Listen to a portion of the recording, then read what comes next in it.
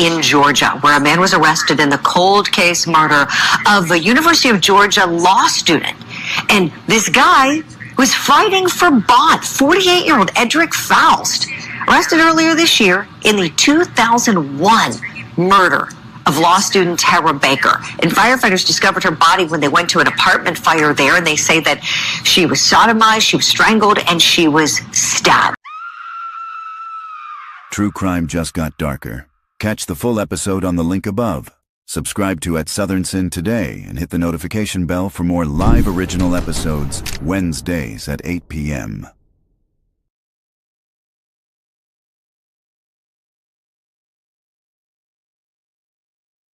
In Georgia, where a man was arrested in the cold case murder of a University of Georgia law student. And this guy was fighting for bond. 48-year-old Edrick Faust, arrested earlier this year in the 2001 murder of law student Tara Baker. And firefighters discovered her body when they went to an apartment fire there, and they say that she was sodomized, she was strangled, and she was stabbed. True crime just got darker. Catch the full episode on the link above. Subscribe to At Southern Sin today and hit the notification bell for more live original episodes Wednesdays at 8 p.m.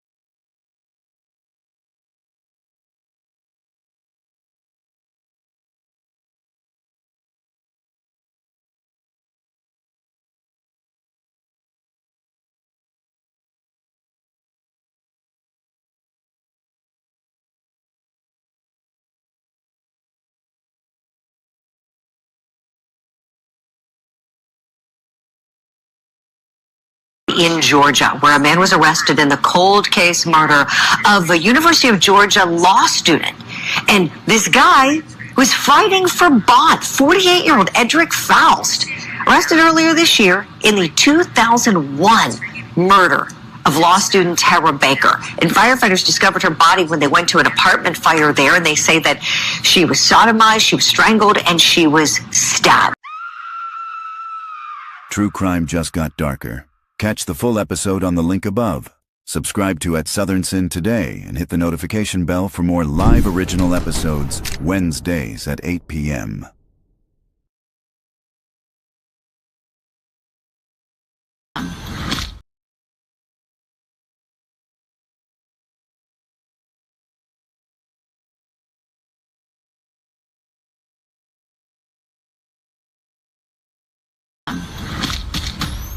I guess you know what comes across my mind. Murder. Just murder, murder. A lot of ladies think he's attractive. Very nice, very well-spoken. This is what I do with women, you know? I use my charm, use my good looks. I'm like a lion. You're the prey, I can sense it. I I stand here today to announce the indictment of Wade Wilson for the murders of Christine Melton and Diane Ruiz.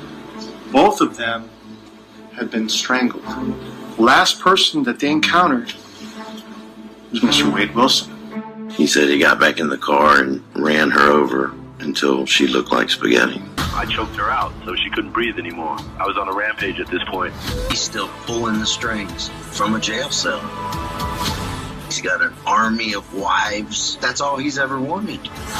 To advocate for someone because you think he's handsome. A rage overcomes me. Just kill, kill, kill. When I get that way, I become the devil. I'm gonna be honest with you, son. Everybody in the state thinks you're a monster. True crime just got darker. Catch the full episode on the link above. Subscribe to At Southern Sin today and hit the notification bell for more live original episodes Wednesdays at 8 p.m.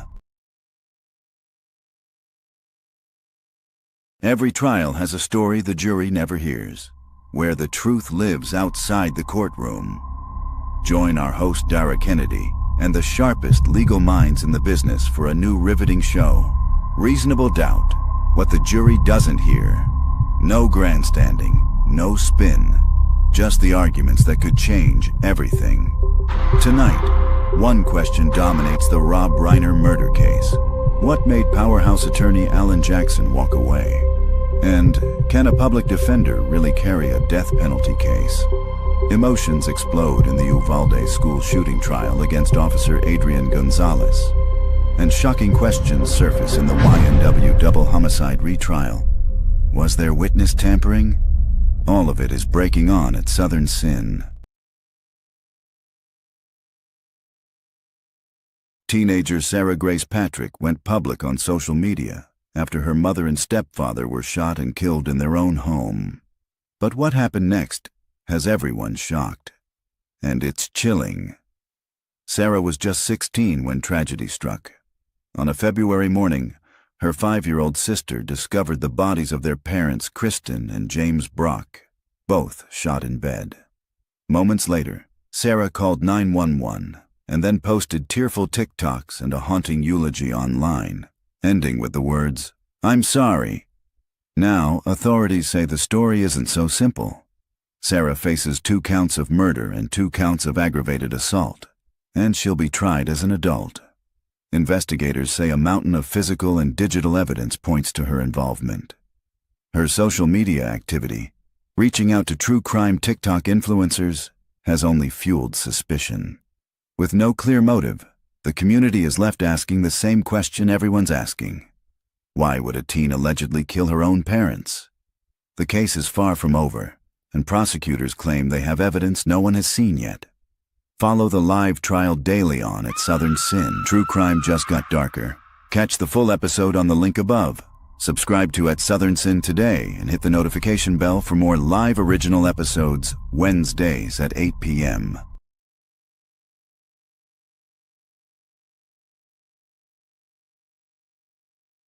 Rapper YNW Melly, whose real name is Jamel Demons, back in a Broward County courtroom Monday as the state prosecutors and the defense are going over a number of different motions filed to see what will be admissible for Demons' retrial. Demons is accused of murdering Christopher Thomas and Anthony Williams, both childhood friends, back in 2018 after a late-night recording session, and then allegedly made it look like a drive-by shooting.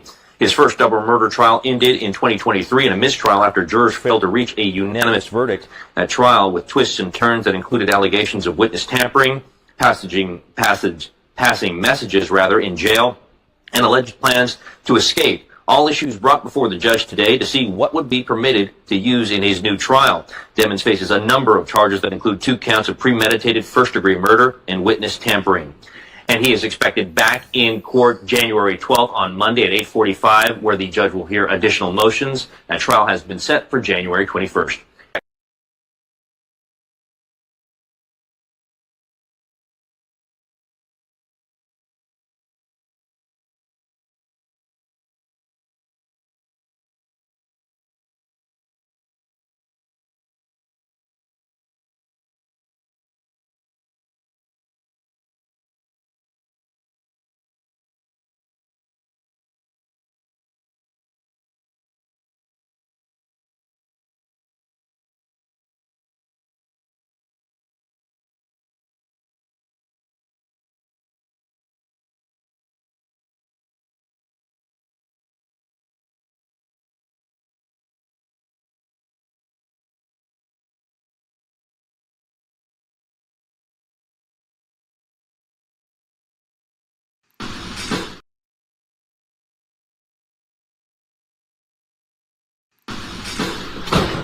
Mr. Murray,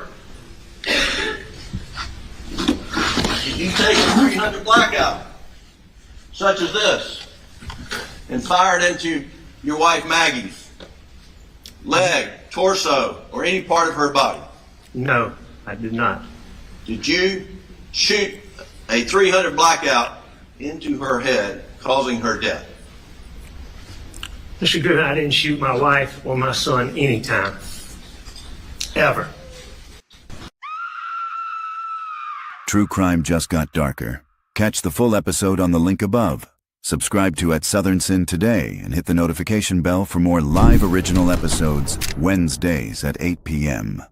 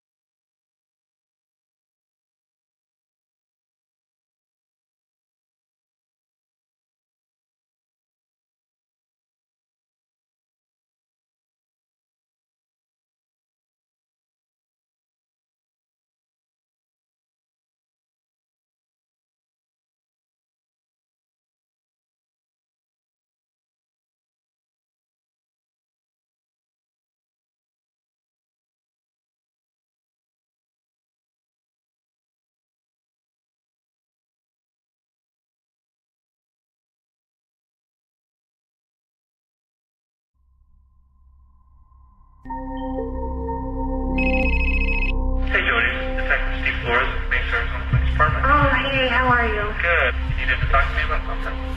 Well, I just wanted to offer any assistance that I might have. I was a really good friend of Travis's, and I know that I don't know a lot of anything, but... What have you heard so far? I heard that he passed away and that... I don't know. I've heard all kinds of rumors. I heard there was a lot of blood. When we first arrived on scene and started talking to people, some of his closest friends began mentioning your name. You know, hey, you need to call her because she probably knows what happened to him, or she possibly had something to do with it. Looking for a good binge? The Jodi Arias murder trial is back. Relive the stunning testimony, explicit evidence, courtroom meltdowns, and the circus that surrounded the case. From sexual obsession to betrayal, this is the true crime case that captivated the world. If you think you know the story, watch it unfold again, raw and uninterrupted. The Jodi Arias trial, re-airing only on Southern Sin. True crime just got darker. Catch the full episode on the link above. Subscribe to Southern Sin today and hit the notification bell for more live original episodes Wednesdays at 8 p.m. There are media present here, and the media who are here have filed the appropriate motion to be allowed to use certain media. That includes cell phones and cameras and video. We have gone over that with them, with the parties here. So I'm saying all that to all of you for this reason. If there are people here who are not in the media and who have not been given permission to use any media, I need you to understand you cannot use your cell phones. So anyone who has a cell phone, it needs to be put away. It can't be on, right? Certainly that would disturb everybody. But most importantly, you can't use it to text, to do any research or anything of that nature. Law enforcement is exempted from that as well. Law enforcement needs their cell phones to conduct business in this building. I understand that. But everybody else, please put your cell phones away. I just want you all to be aware that if you are using your cell phone and you don't have permission, the deputy is going to ask you to leave and you will not be able to return. It's very serious. All right. Thank you very much for your cooperation. All right. Is the state ready for the jury to come out? We are, Your Honor. I'll just note for the court that on the PowerPoint that we're going to use with Mr. Grove, and I've discussed this with the media, there is one sensitive slide. Okay. Before we click to that slide, I will indicate that we're about to see a sensitive slide. And then after we click off of that slide, I'll indicate that there are no more sensitive slides. Thank you. Mr. Cruz, are you ready for the jury to come out? Sure. I have one issue that I need to take up with the court. I can take it up on the record, Your Honor. Go ahead. We sent out our subpoenas for today. All witnesses were supposed to be responsive today. We have a witness by the name of Mr. William Ricketts that was non-responsive to our subpoena. So I asked the court for either one or two things. First, we'd ask the Honorable Court to enforce our subpoena and set a date certain that we could have a motion to attach the subpoena hearing for Detective Ricketts. Or two, if the Honorable Court is disinclined to allow us to attach a subpoena to Mr. Ricketts under the statute, we would ask that at the start of the defense's case in chief, if he still has not responded to that subpoena, we're granted a continuance to try to locate Detective Ricketts. But grant a continuance of what?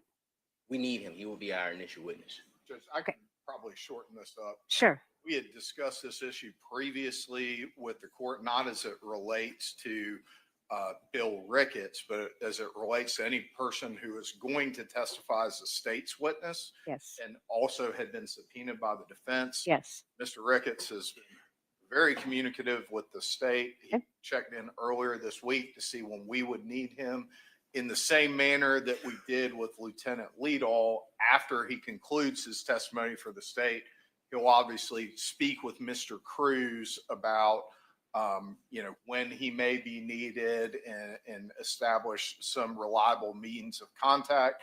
I honestly don't know whether or not Mr. Cruz has spoken with Mr. Ricketts outside of just sending him a subpoena. And I'm not asking. I don't think he has to necessarily tell me or the court that. But that him showing up is not going to be an issue, Your Honor. Thank you. What I would ask to avoid us moving for any attachments, if the state is aware of the witnesses that we've subpoenaed as well, that they've subpoenaed, if they could just give us a list so we could know who is going to be called and who we may need to attach. I'll let y'all work out that issue at the lunch break. Sure. But you're asking for a continuance. I mean, the state hasn't rested yet. Well, I won't need it based on what the state just advised on. All right. Your request is denied in terms of a continuance, but I'll let you all work out the witnesses you all have in common.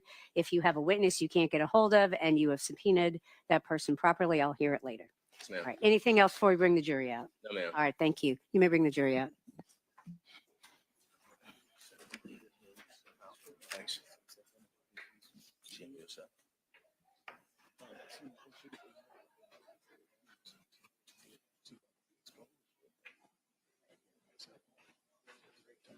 All right. Y'all may be seated.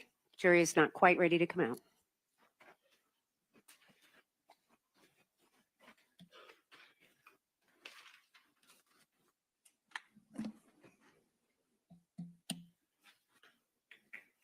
That's all right. I'm glad that it was cleaned. Very nice of him to come out of his way, so, because I'm sure he has the whole floor to do, so.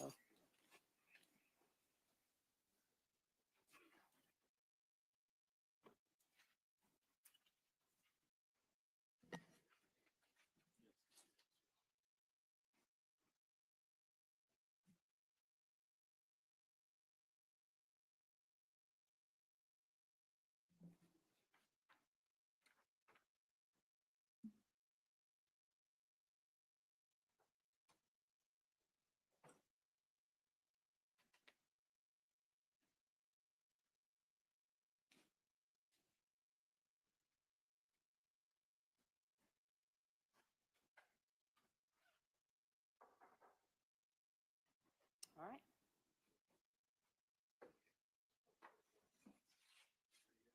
Ready.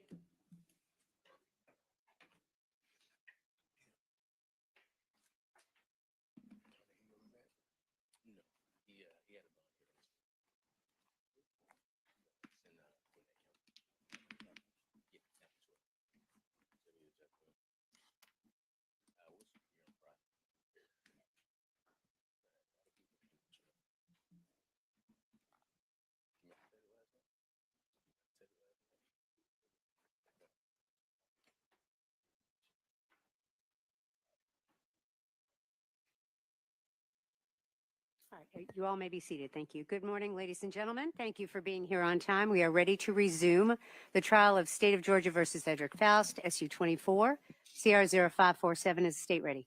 State's ready, Judge. Is the defense ready? Yes, ma'am. All right, thank you. You may call your first witness, Mr. Yellowman-Shilley. Your Honor, we would continue with the testimony of Mr. Brian Grove from the ATF. Mr. Grove, I would just remind you that you continue to be under oath, sir. As we finished yesterday's questioning, I think we had reached the point at which you had discussed fire dynamics with the jury and the three pillars or the three legs as you described them regarding what it takes to create a fire. Did you, and we established that you had received contact and a request to assist in this particular case. As part of that request, did you receive any information about the case? I did.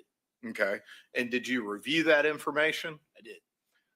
As part of your analysis, did you conduct any testing based on that information? Yes. All right. And you generated a report. Is that correct, sir? I did. All right. Did you also generate a PowerPoint as a demonstrative aid in order to assist with your testimony? I did. All right. Judge, if I could show Mr. Cruz and then after that approach Mr. Grove.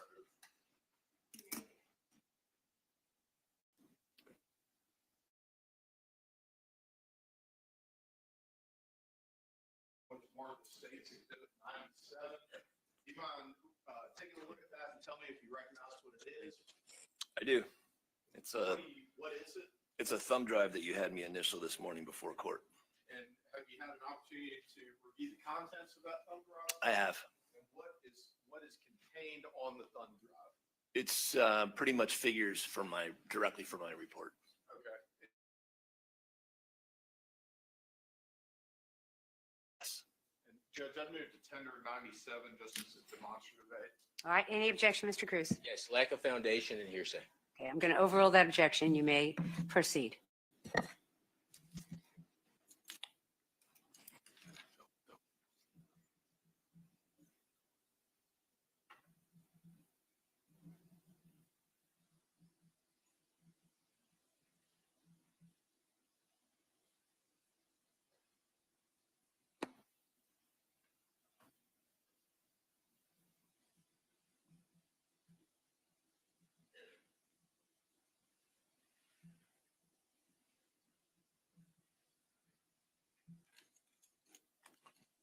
And Mr. Grove, I'm going to go to the second slide in the presentation.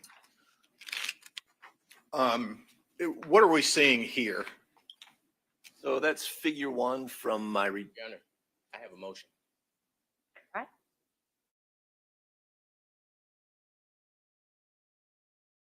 Don't discuss the case.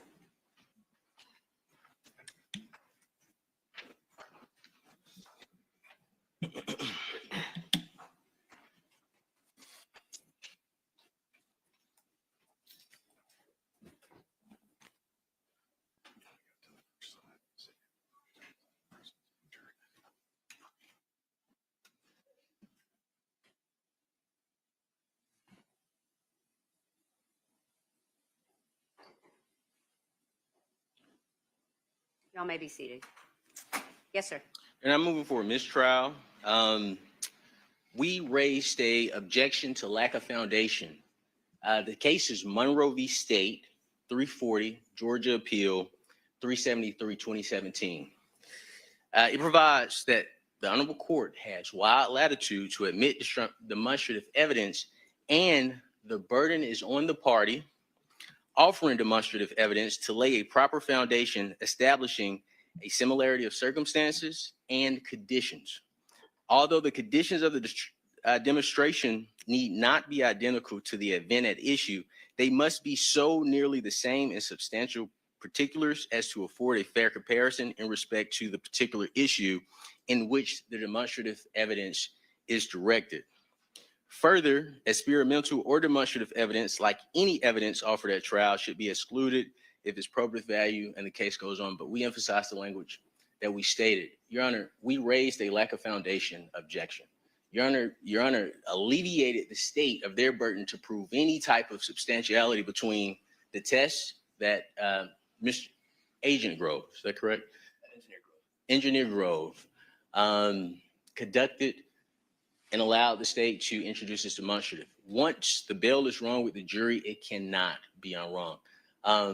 As we've said throughout this trial, Mr. Faust's defense has been handcuffed. The state has had free reign. It's to the point where our objections aren't even acknowledged. So, Your Honor, based on Mr. Faust's due process rights, violation of Mr. Faust's due process rights, and the entry of this exhibit, we would ask that the Honorable Court grant our motion for mistrial. Thank you. Mr. Yalamanchili, any response?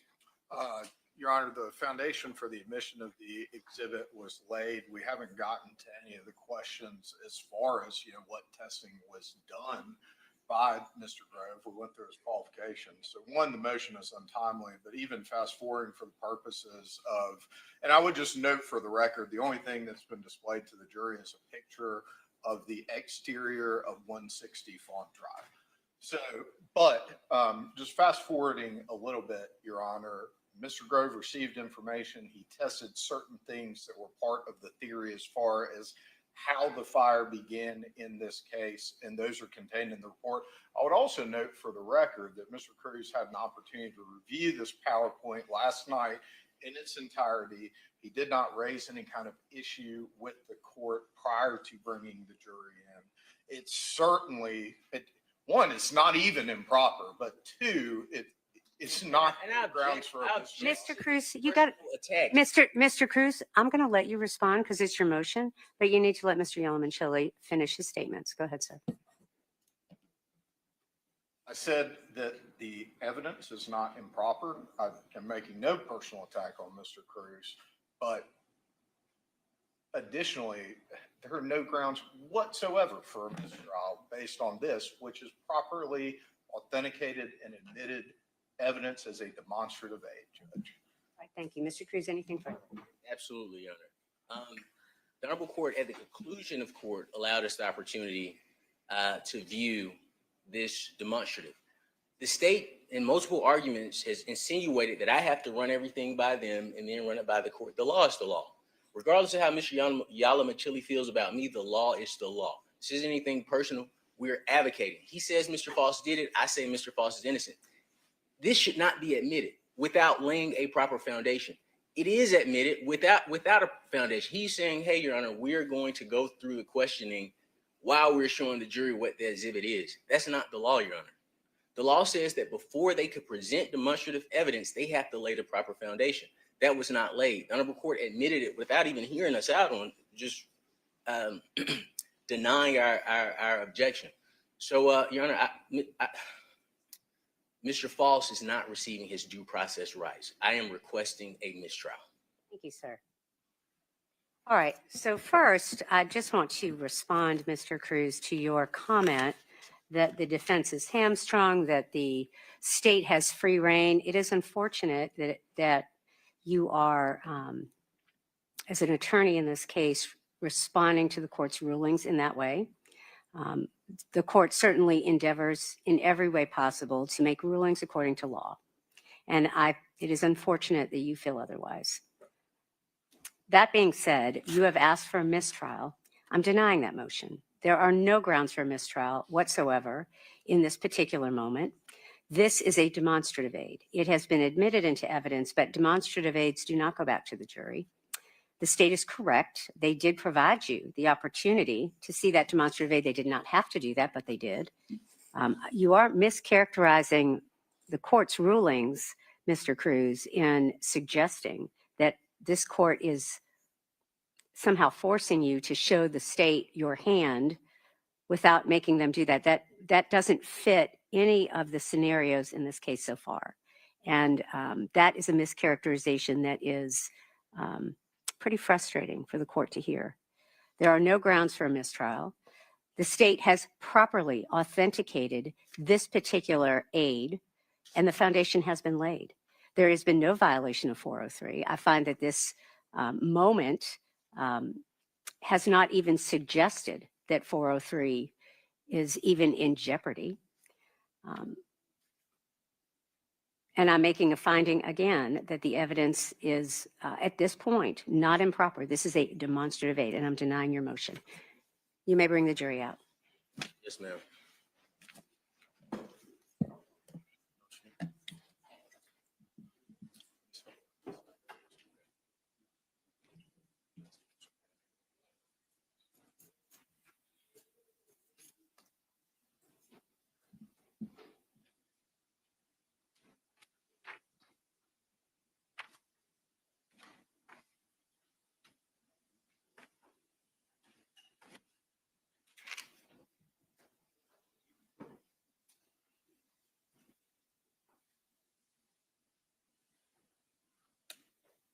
All right, you all may be seated. Mr. Yalamanchili, you may continue. Thank you, Your Honor. Mr. Grove, the question I asked you before we paused there was, do you recognize what is in slide 1 here? I do. Okay, and what is that? It's figure 1 from my report. It's the front of the house. We would call that side A. Okay, and so side A would be the front. Is that what you just said? That's correct. And if you go in a counterclockwise direction, side B would be to the left. Side C would be a clockwise direction. Side B would be on the left of the house. Side C would be in the back. And side D would be on the right of that picture. When I look at that, what it's telling me is that there was some soot inside the attic space, and it was pressurized such that it pushed that soot out the soffit vents on the front of the house. You can see soot stain on the brick, as well as a little bit on the gable vent on side D of the house. Okay, and I'd like to take you to slide number 2. I guess it's technically slide 3 because the first one was a cover sheet, but we're going to go forward to that. Can you tell me what you see here? So that's side C of the house, or the rear of the house. There's a tarp over what is presumably a hole in the roof, as well as some damage to the soffit. And boarded up is the window to the room of fire origin. And I'm going to go forward to the next slide. Can you tell me where this still image came from and also what you see here? So this was a video that I was able to watch after I wrote my report. This is a screen capture from that video, and it shows a good view of the tarp So clearly there's no ceiling in this room. The ceiling's collapsed, as well as some pretty extensive damage to the roof over the window in the room of fire origin. And what do you see in the window itself? So regarding the window, the glazing has been broken out in the top part of the window, but is intact in the lower part of the window. And I'm going to go forward to the next slide here. What do we see here? This is a sketch showing the house. The room of origin is in the upper left-hand corner, labeled bedroom number 3. And this next image, what are we seeing here? An interior shot of the room of fire origin from the perspective of the door. You can see that there's some collapse of the ceiling joists, as well as some pretty extensive thermal damage in the upper part of the room, including some consumption of the mattress. Okay. And our next slide here, what are we seeing? So that's a close-up view of the bed. You can see that the wood part of the frame, while it has some soot staining, is still pretty much intact. There's some gypsum wallboard from the ceiling that has collapsed onto the bed. There was some consumption of bedding materials. Okay. And Your Honor, the next slide that we're going to show has some sensitive information on it. All right.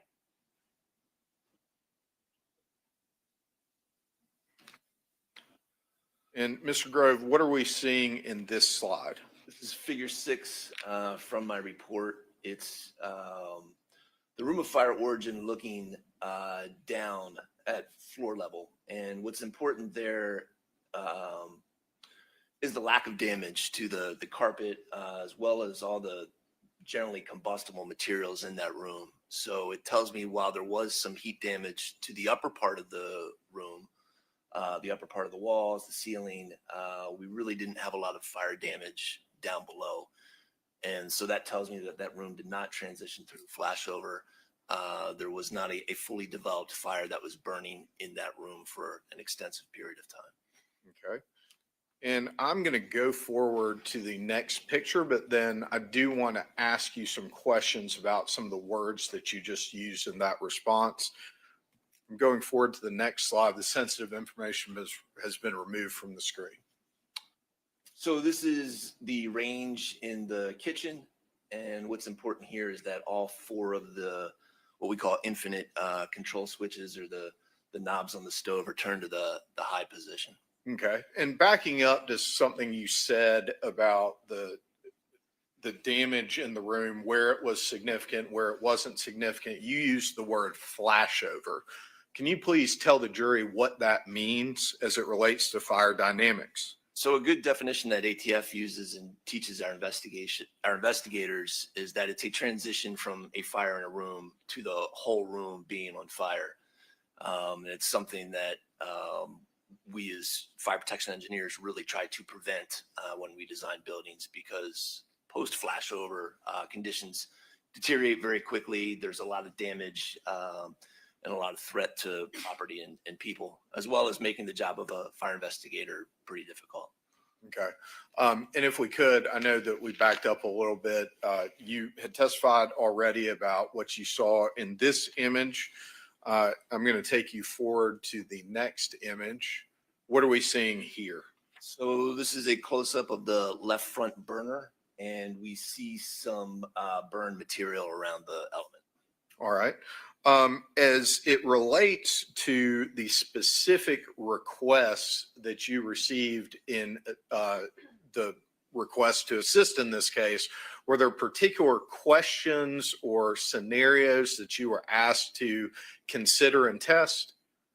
Yes, one of the hypotheses that was presented to me was that, and this is coming from Special Agent Will Perdue, that a blanket was taken out of the bedroom, placed on that element that was in the high position, and the element was used to ignite the blanket, and then the blanket was transported back to the room, to the bedroom, or the room of fire origin, to set the bed on fire. Okay. And as it relates to kind of those two things that you just mentioned, I'll start first with the ignition of a blanket on a stove burner element. Is that something you tested? It is. Okay. And how did you go about testing that given the information that you already knew from having received information about the investigation? So we were told that the item that was most likely ignited was a chenille type fabric. So I did an internet search and purchased what I considered to be similar fabrics. I selected 3 different materials, synthetic materials like polyester, and then natural materials like a cotton and I think a rayon, which is a bamboo type of fabric. Okay.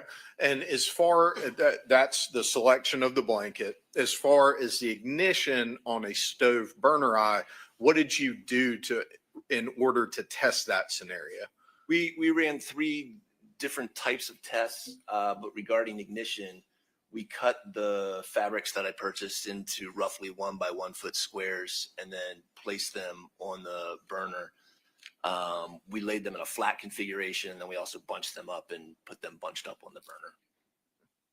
I'm going to go forward to this next slide. This is a cover sheet, but what does it say? Range tests. Okay. And I'm going for range test. Would that be referring to the stove eye? Correct. Okay. I'm going to go forward to the next slide. This is test A. What does that refer to? So I label my tests A, B, and C. A is just the ignition test with the 1 by 1 foot square fabric samples. Okay. What am I seeing here? This is just an example of one of the samples that was cut. It happens to be 100% cotton. And I'm going forward. Is that the approximate size of each of the samples that y'all cut for placement? It is. I think in my report I said roughly plus or minus 2 inches. What is this depicting? So this is an ignition of one of the samples. And this happened 1 second after being placed on the burner. So we put that sample on the burner. Within a second, it ignited. And which sample would this have been? Looks like this is what we call I'm going to call that RACO sample. Okay. I'm going to go forward to the next slide. What am I looking at here? This is from test 6. So we used 2 different stoves in these tests. One was manufactured by Hot Point. The other was GE. This is also a burner in the high position, and this is 2 seconds after one of the samples, and it's a different sample than you saw before, but being placed on the burner. All right. And I'm going to go forward to the next slide. You mentioned placing samples on the eye of the burner kind of in different ways. What are we seeing here? So this is one of the samples. Rather than being placed flat on the burner, we crumpled it up and put it on the burner, and it took about 4 seconds to ignite. And the trend that we saw was if you crumpled it, generally it took a little longer to ignite than if it was laid flat. And I think that's just because there's less surface area available for that textile to come into contact with the burner element. Okay. Go forward. What were tests B in your scenario as it relates to the blanket and the burner elements? Test B, we were looking at ignition, but we were also looking at upward flame spread. The idea if someone were to take a blanket or whatever it was and hold it over the burner and then carry it like this, what might that look like? Okay. In general terms, can you describe the rate at which flames spread on material that's stretched vertically as opposed to one that is not? Sure. Upwards flame spread, or what we call concurrent flame spread, is much faster than downward flame spread, approximately 2 orders of magnitude. And then we can also think of lateral flame spread. If you lay this material flat on the ground, how does the flame spread across something flat on the ground? And it's also very slow compared to upwards flame spread. Do you mind talking about what orders of magnitude means? Sure.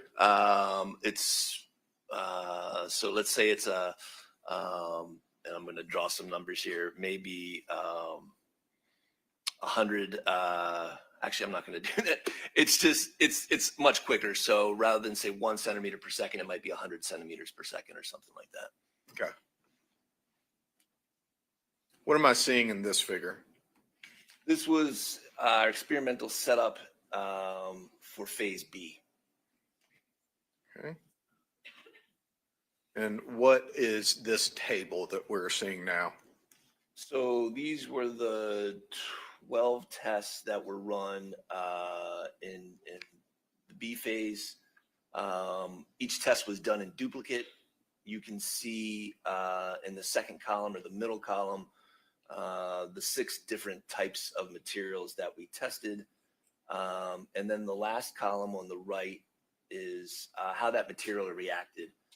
And so if it's a synthetic, or I'm sorry, if it's a natural fiber like a cotton, it burned very readily, very vigorously, and we had a relatively high heat release rate. We talked about that in units of kilowatts. So we had a lot of kilowatts, basically a large fire.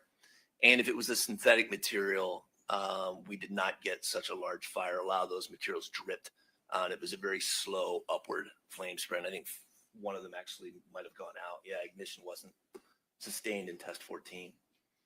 Okay. And I'm going to go forward to the next slide now. What are we seeing here? So this is 2 minutes post ignition. What we would do is take the bottom of that fabric, move it over to the burner element while it's hanging. Once we get ignition, we let it go, and then we just document the upward flame spread, as well as we measure the heat release rate or the size of that fire. And so you're looking at an image that's 2 minutes post ignition. Okay. What are we seeing here?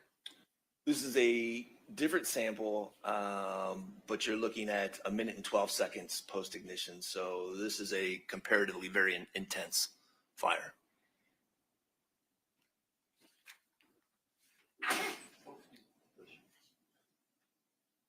And what do we see here? This is a synthetic fiber, so it does not burn as readily, particularly in when we're looking at upward flame spread. This is 2 minutes post ignition, and you can see it's a very small fire, a lot of drips to the ground, and it's hard to get that flame to move up the fabric.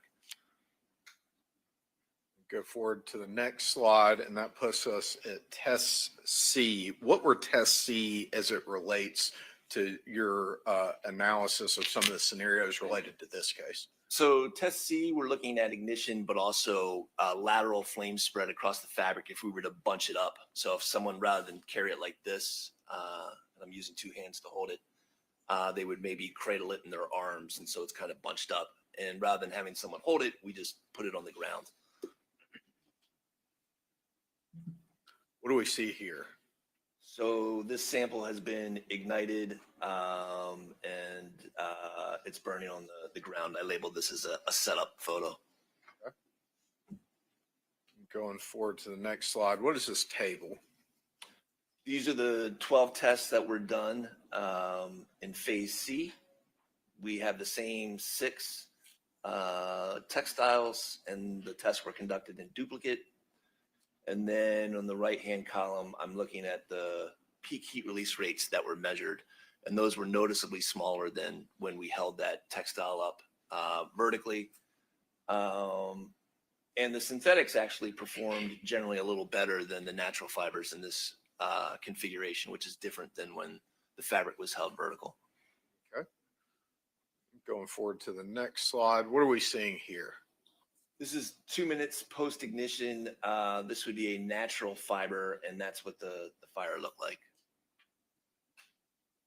Go forward again. What are we seeing here? This is about 7.5 minutes post ignition. This is a synthetic fiber, so that's a much larger fiber than or a much larger fire than the natural materials. Okay. And I'm going to go forward to the next slide now. Fire development analysis. What does that mean?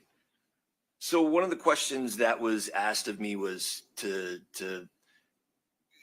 figure out how this fire, if it was started on the bed, would grow in the room to the point where we get flames through the roof such that they were observed by firefighters. what's the chronology of those events, and then how long might that take to occur. So building a fire timeline for this case. Okay. Can you talk to me a little bit about the Kinston test? Yeah, so the Kinston tests were conducted in 2001. It was a research project using 4 houses in Kinston, North Carolina. Those houses were, I think, in a floodplain. FEMA bought out the owners, so the city was going to destroy them, and we were able to run some tests on them. They were modest-sized houses, probably about the size of this house. And what we were looking at was if you were to spill a lot of gasoline in a house and then ignite it and allow that fire to progress through flashover, be a fully developed fire, meaning there's flames blowing out the windows and the door. And we allowed the flames to go through the roof. And then in some cases, the roof actually collapsed into the house. Are there any indicators left over that gasoline was used? And it turns out that's not the case at all. Gasoline only burns for maybe 20 or 30 seconds when it's spilled. So all that damage to the house is from the contents in the structure itself. Okay. And so we talked yesterday a little bit about fuel limitation and ventilation limitation. Can those factors affect the rate at which a fire spreads? Absolutely. So fuel limited fires, I have a couch burning out in my front yard. That fire can only get as large as the amount of vapor that I can burn. If I take that same couch and I move it into my living room, it starts out as a fuel limited fire. It's somewhat small. It's using the oxygen in that living room, in that space. But if the fire doesn't have access to additional air or additional oxygen, it becomes ventilation limited, meaning the size of the fire is dictated by how much fresh air we can get into that space. And with an open door or breaking a window or something like that, fires generally don't do as much damage and sometimes go out on their own. As it relates to the Kinston tests, how did y'all set the fuel factors and the ventilation factors in that case? So we were really just trying to get fires that developed very quickly. We had fuels that were readily ignited. I think we had a stuffed chair. We took wood pallets. We stuffed polyurethane foam in them. Some of the, excuse me, some of the fires were, we had 8 gallons of gasoline used to get the fuels that were already in that space involved. Others we ignited without gasoline. So a readily combustible large fuel load, as well as an open exterior door, and we had some open windows in the space. And we also had access from the living room, which was the room of fire origin, to the rest of the house, except for the kitchen. So really optimal conditions to allow a fire to grow very readily and very intensely. All right. Would you like me to get you a glass of water? Nope, I've got this right You got here. it? Okay. All right. Thanks. I'm going to go forward to the next slide. Can you show me or tell me what we're seeing here? So we ran 4 tests in 4 different houses. This is test house 1. 1 and 3 were non-accelerated. 2 and 4 were accelerated. I only used 1 and 3 in this analysis. Okay. And what do you mean by accelerated? Accelerated with 8 gallons of gasoline. Okay. And I'm going to go forward to the next slide. What are we seeing here? This is typical for all the tests, but it's the fuel load inside the living room. So you see the stuffed chair, you see the pallets with some polyurethane foam on them. And then next to that, you see a futon. So that is the room of fire origin with a pretty substantial fuel load. And then in some of the bedrooms, we had pallets as well for some additional fuel. All right. Going forward to the next slide. What are we looking at here? So this is test house 3. This is post flashover. We have a fully developed fire. We've vaporized so much fuel that there's not enough air inside the structure to burn it all. So we see a lot of burning taking place outside the structure. At this point, we might have a hole through the roof, or it just could be the asphalt shingles that are burning. We had cameras set up on the front and back of the house, and people monitoring those cameras and kind of dictating what they saw during the fire. Going forward to the next slide.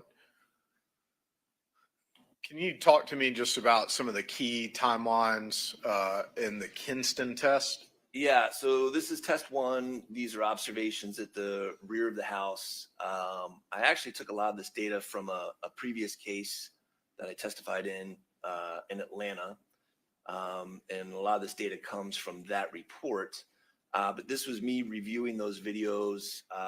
So using my eyes to see what I saw in the video, as well as hearing what the folks next to the camera were, what their observations were. I have time in the first column. So the first row is 3 minutes and 15 seconds to be the time. And the observation is that there's smoke visible above the house. 3.5 minutes, there's flashover in the living room. And this is someone at the rear of the house, video at the rear of the house. 10 minutes, we have fire out a rear window and door. 13 minutes, smoke venting around a chimney. We get to 25 minutes and we have flames coming out around the chimney. So what I was doing here was kind of using these as a baseline. How long might it take to get flames through a roof under really optimal conditions? And in test one, it took 25 minutes. And after we walk through the Kinston tests, I'm going to ask you some questions about how the conditions at this particular scene compared to the Kinston conditions. So these are just observations at the front of the house. And once again, at 25 minutes and 20 seconds, I wrote that the porch is fully involved and there's fire venting out the roof above the living room. And that is the room of fire origin in this particular fire. Going forward, another slide. This is Kinston test 3. What are the key time points here? So the same process, but at 20 minutes and 30 seconds, I wrote fire appears to be venting through the roof. In some cases, it's kind of hard to tell whether it's flames through the roof or the asphalt shingles are burning. But at 22 minutes and 30 seconds, there was significant flame venting through a hole in the roof above the kitchen. I'm going to go forward one more slide. What are we looking at in this table and what are the key points? These are observations at the front of the house at 21 minutes and 30 seconds. I wrote that fire appears to be venting through the roof in the area above the living room. Okay. We've talked about the conditions that y'all set up in the Kinston test. How were the conditions at 160 Fawn Drive different from the Kinston test? They're different in terms of the fuel load. In that space, we only had a bed, which is a decent fuel. The mattress, they burn pretty well, but probably not as well as an upholstered couch or something like that. A bed's a flat surface, whereas a couch has some vertical surfaces and they tend to get involved a little quicker. But the biggest difference would be ventilation. So in the Kinston test, we had an open front door, we had open windows in the house. In this particular case, the room of origin was just the bedroom. My understanding from reading some firefighter statements was that when they made entry into the house, it was smoky in the main living area, but they couldn't find flame until they kicked in or broke in the bedroom door, and then there were some flames up high. So the big difference would be ventilation, where closed door and closed window. So that can really affect how long it takes a fire to develop. Okay. Can you talk to me about fire spread to an attic and the methods in which that can occur? Yeah, so in this case, I was presented with the theory that a blanket was ignited on the burner. That blanket was transported to the bedroom, whether it was held like this, 2 hands on it, or kind of cradled in someone's arms. You could ignite that blanket and bring it into the bedroom. That blanket was then put on the bed, or maybe at the foot of the bed, maybe igniting the bed clothing, maybe igniting the pillows. And I say maybe because we just don't know. So fire grows on the bed. At some point, whoever did this left that bedroom, and at some point that interior door or the window was shut, depending on how someone left. So now this fire is growing in this compartment with the door and window closed. It forms a hot upper layer in that compartment. An unknown amount of time goes by. we can start to stress out the upper part of the window. We know that heat rises, so if we think of heat soaking or materials absorbing heat, it's going to happen at the ceiling much more readily than at the floor, the upper part of the walls rather than the lower part of the walls. So the upper part of the window rather than the lower part of the window, but that window is going to heat soak. We're going to induce stresses in the glass, and at some point that glass can begin to crack, and eventually those cracks can lead to pieces of that window falling out. Sometimes windows fall out all at once. Sometimes you get little holes and pieces kind of come out piecemeal, but now we're getting some fresh air into that space, so the fire can now grow again because it's getting the piece that it was missing, which is fresh air. And then we look at fire spread into the attic, and that can occur in one of two ways.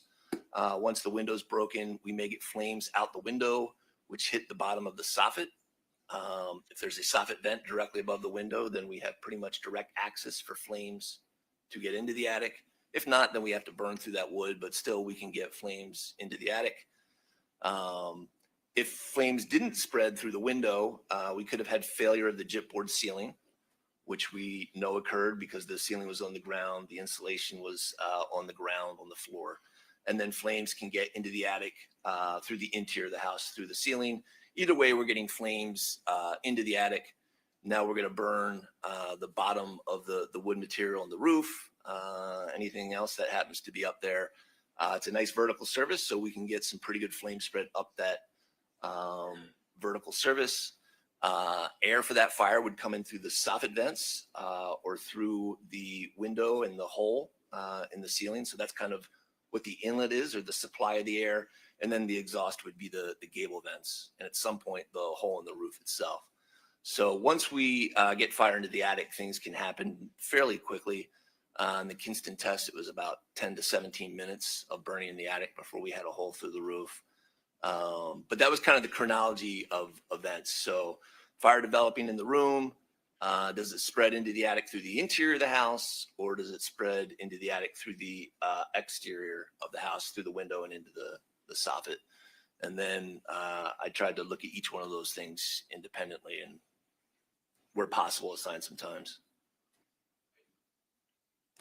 Were you asked anything about the possibility of bed ignition by placement of a flaming item on the bed? Yes. Okay. And did you make efforts to test that particular scenario or hypothesis? No. So we have a lot of test data that we have for other cases, other research projects. So I used data that was conducted prior to this case. This particular slide is burning on a queen size bed. It was done for a criminal case in which it's believed that flaming paper was put on the bed, and that was used to ignite the bed. Okay. I'm going to go forward to the next slide. And what are we seeing here? So this is the queen size bed with the bed clothing still burning. This is what appears to be a synthetic fiber, and we're looking at a very slow flame spread across the flat surface of the bed. Now we're burning some of the material hanging on the edge. But the important thing here is this is 30 minutes after placement of the flaming paper. So this is pretty atypical. It's a very long, what we call incubation period, meaning that the fire just takes a long time to get going. But it can certainly happen. I'm going to take you to the next image. What are we seeing here? This is 50 minutes after placing that paper on the bed. And the next image? This is 58 minutes after placement of the paper. And this fire really got going once the pillows became involved. The drapes you see are... I'll back up one slide. If you back up before, you see there's some drapes there. It's a nice vertical fuel surface, which burns very readily. So when you go to the next slide, you can see they've already been consumed. This is a very large fuel limited fire, but it took 58 minutes to get to this point. But I should note this is atypical. This is, in this test series, I think like 12 tests were run, and this was by far the longest. Some of them are maybe like 4 or 5 minutes, 3 minutes, something like that. It all depends on where that flaming piece of paper is placed. And so you said it was fuel limited in the sense that it was the bed. What were the ventilation factors in this particular test? So this was done on one of our burn room floors, and that bed has access to all the air that it needs to burn. It is 100% limited by the amount of fuel that can be vaporized. And so this would be a ventilation rich environment, I guess. Is that? It's a way to look at it, but air is not inhibiting, air for combustion is not inhibiting the size of the fire. Okay. What are we seeing here? This was another case that we ran tests for. I believe this was in Moscow, Idaho, and the issue here was fire timeline. It was an apartment complex. There was a bedroom being the room of fire origin, and the fire was discovered by a person in the unit above the first floor there. So he ends up seeing flames coming up past his window, and he calls 911. But the important thing here is that prior to failure of the glazing, you can get leakage around the window. So oftentimes neighbors will report smelling smoke, something's burning, but we don't know where it's coming from. This is just an example of how that can happen. Okay. And what are we seeing here? This is an infrared image of that same window, and it shows the heat soaking to the top part of the window relative to the bottom pane, which is relatively cool. Blue is 20 degrees Celsius or 68 degrees Fahrenheit, and red is 100 degrees Celsius. So not really that high of a temperature, but it just shows you where the heat soaking occurs, which would be similar to what would have happened in our space. Okay. And 100 degrees Celsius, can you quickly convert that? 212 degrees Fahrenheit. 212. And Yeah. Is there anything significant about that temperature for common everyday purposes? Water boils at 100 degrees Celsius, but that's just the scale we had on the image. Okay. So the bottom portion, I think you said, was approximately 68 degrees Celsius, while the top portion was, 68 degrees Fahrenheit, while the top portion was 212 degrees Fahrenheit. Is that correct? That's correct. Okay. And that image is really just showing what happens when you have a fire not right up against the window. It's somewhere else in the room, and the heating by that window is radiation from the flame directly itself, as well as the hot layer that's formed. Had there been a couch right up against the window, that would look dramatically different. Can you, and that's the end of the slideshow, but I do have some more questions for you. Can you talk to the jury about the ways in which, in a ventilation limited environment, HVAC systems can affect a and its development? Yeah, so we had a case in West Virginia. There was a fire in a bedroom. Neighbors reported smelling smoke throughout the morning. No one could determine where this fire was. It was a suburban single-family house type neighborhood. Person reading meters happened to be walking by the front of the house and then saw flaming debris on the floor of the living room through glass panes on either side of the door. 911 was called.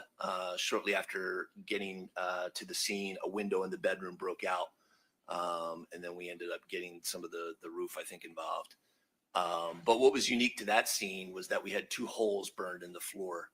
And so we were using the holes to try to get an understanding of the fire timeline. And so we studied how long it might take to burn these holes in the ground or through the floor.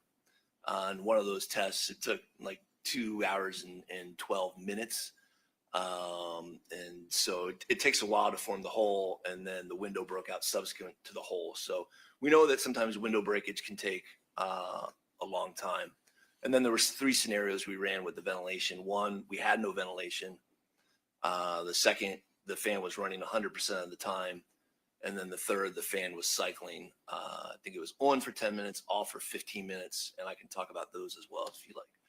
And if you would, please talk about how those differing cycles affected the fire development.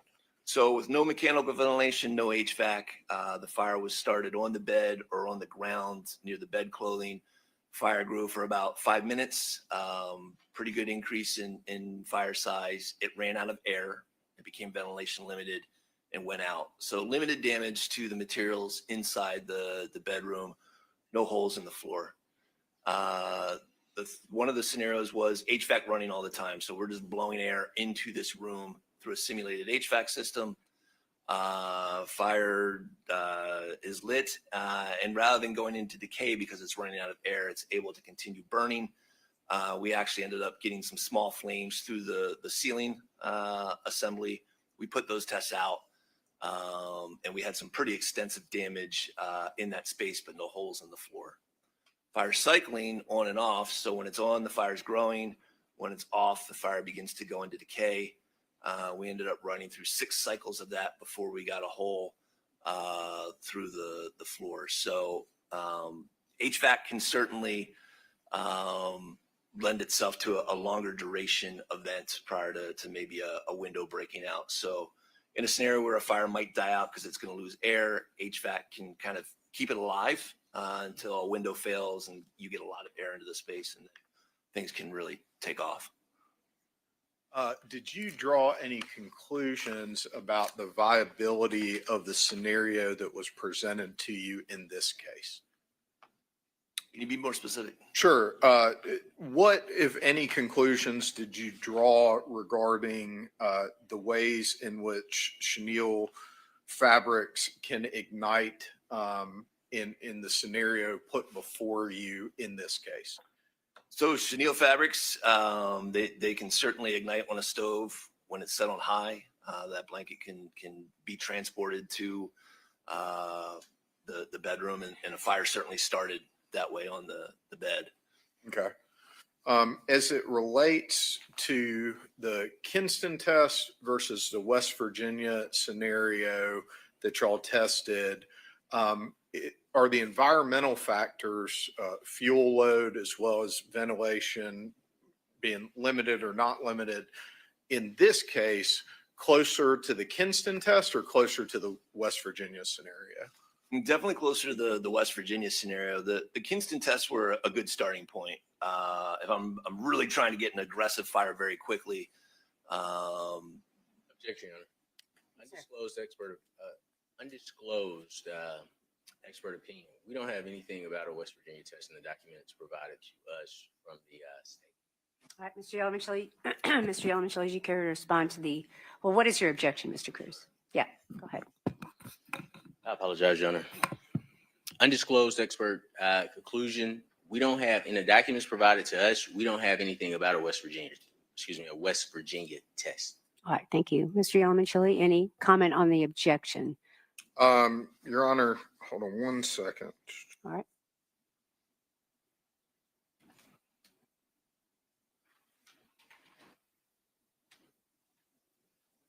I'm looking at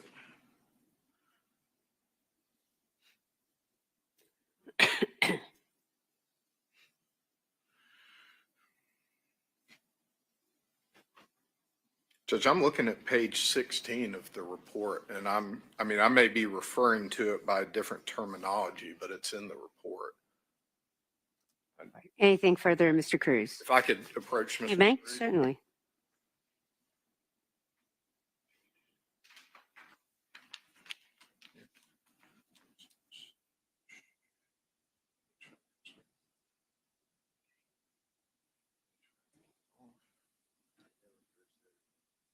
I would stand by my objection. There was no disclosure of a West Virginia test. Mr. Yellow-Michele, your take on it is that it is in the report. It's in the report. I might be referring to it by a different name based on my conversation with Mr. Grove, but all of the information that we just went over is in this. The only thing yes, sir. I'll ask, he makes it very clear for the jury what he's referring to, as opposed to referring to it as a West Virginia test. All right. Based on what's been shared with us. All right. Thank you, Mr. Cruz. I'm going to overrule the objection. You may continue.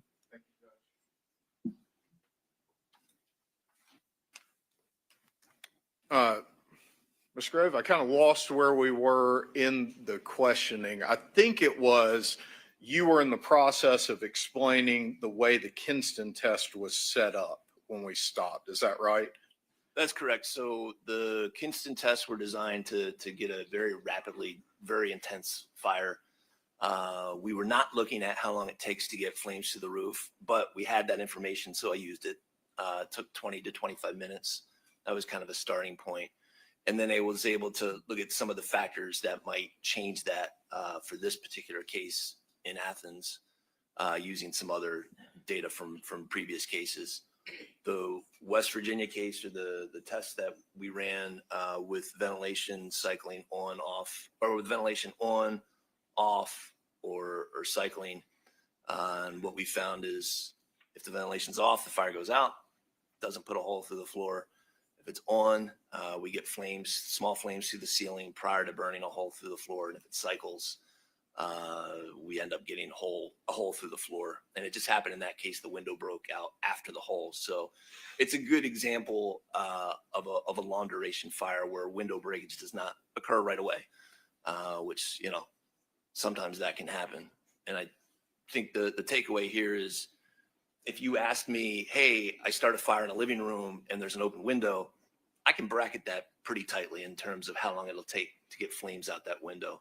It might be like 4 to 8 minutes or something like that. If you close that window, it's a different story. It really depends on how long it takes that window to break. The Kinston tests were set up to burn very quickly. In this particular scenario, maybe that happened in terms of ignition of the bed, maybe it didn't. If we're setting an incendiary fire, there's probably motivation to allow that fire to develop very quickly, but there's no saying for sure that occurred. Could have been a relatively ineffective ignition and early fire growth. Okay. Judge, I don't think I have any other questions for Mr. Grove. Cross-examination, Mr. Cruz.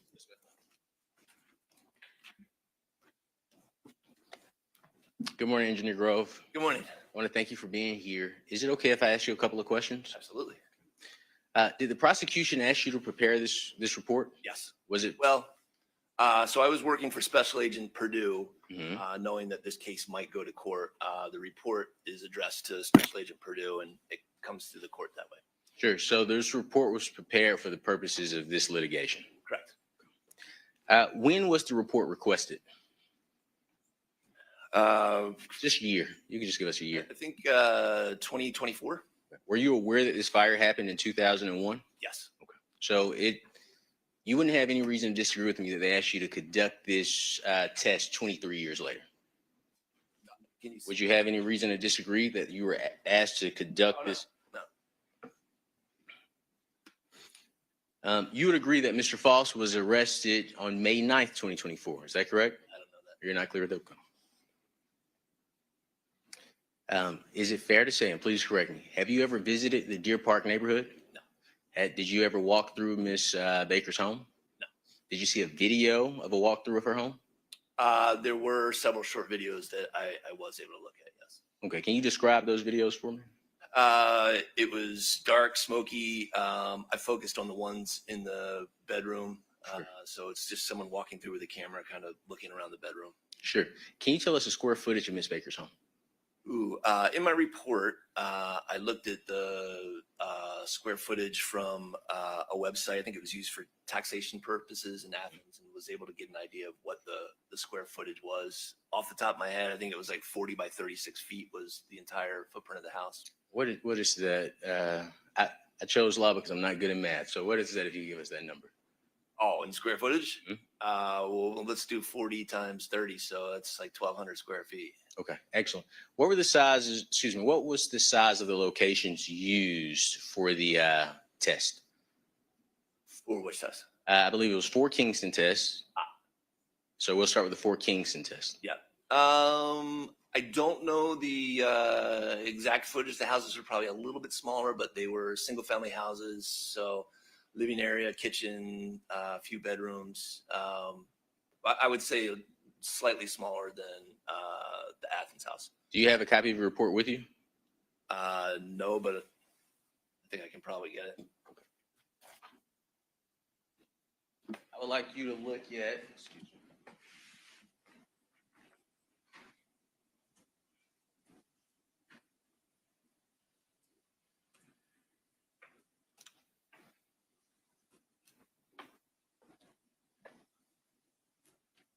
Page 6 of 39, third paragraph, first sentence. Your Honor, if we are refreshing his recollection with that, it probably needs to be marked for purposes of the record. It wouldn't go back with the jury, of course, but. That's correct. Forgive me, give me 1 second.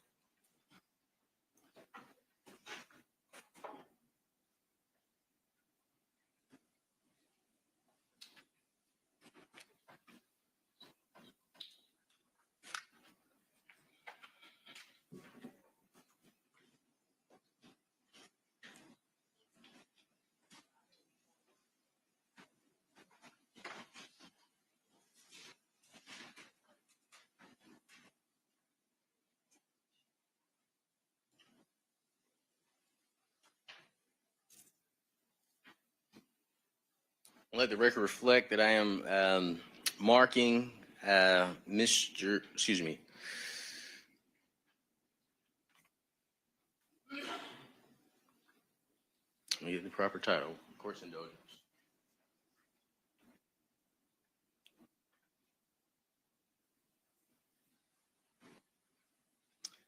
I am marking Engineer Grove's report as Defense Exhibit 18.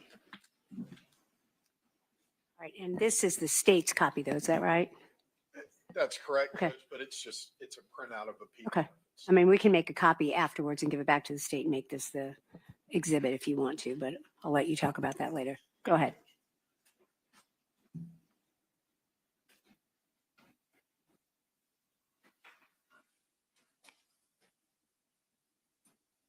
You said page 6 of 39, third paragraph, sentence. Sentence 1. Sentence 1.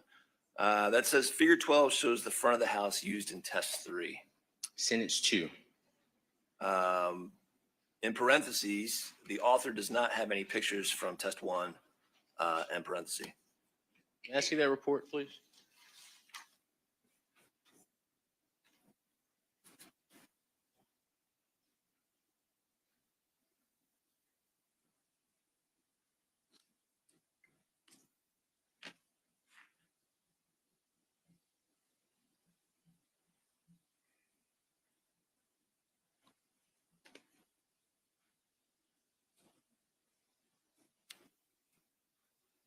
Sentence 3.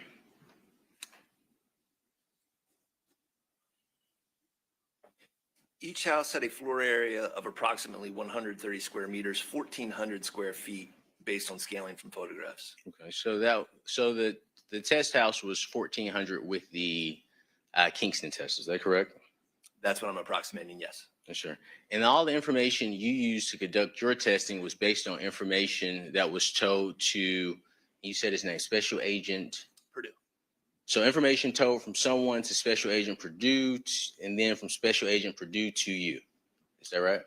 Well, yeah, for background in the case, yes. Sure. But in the particular measurements of the house, I got that from tax records from Athens. Fair, just background. Yeah. Background of the case. Right. Background of the case, photos, and I guess is Detective Leadhall's report. Excellent. If some of the information that you received was incorrect, could it affect the outcome of your testing? Sure. So can you tell us what type of chenille blanket was used to start the fire? Was it a chunky knit chenille blanket? Was it a woven fringes chenille blanket? Was it a lightweight chenille blanket? Do you know that? Yeah, I sure can. And we get this question fairly often where, a lot of times we don't know. So I got a variety of different fabrics. Some of them were really kind of thick and fuzzy, which chenille fabric is. Some were polyester, some were natural fibers. So I have no idea what the actual blanket was. Yes, sir.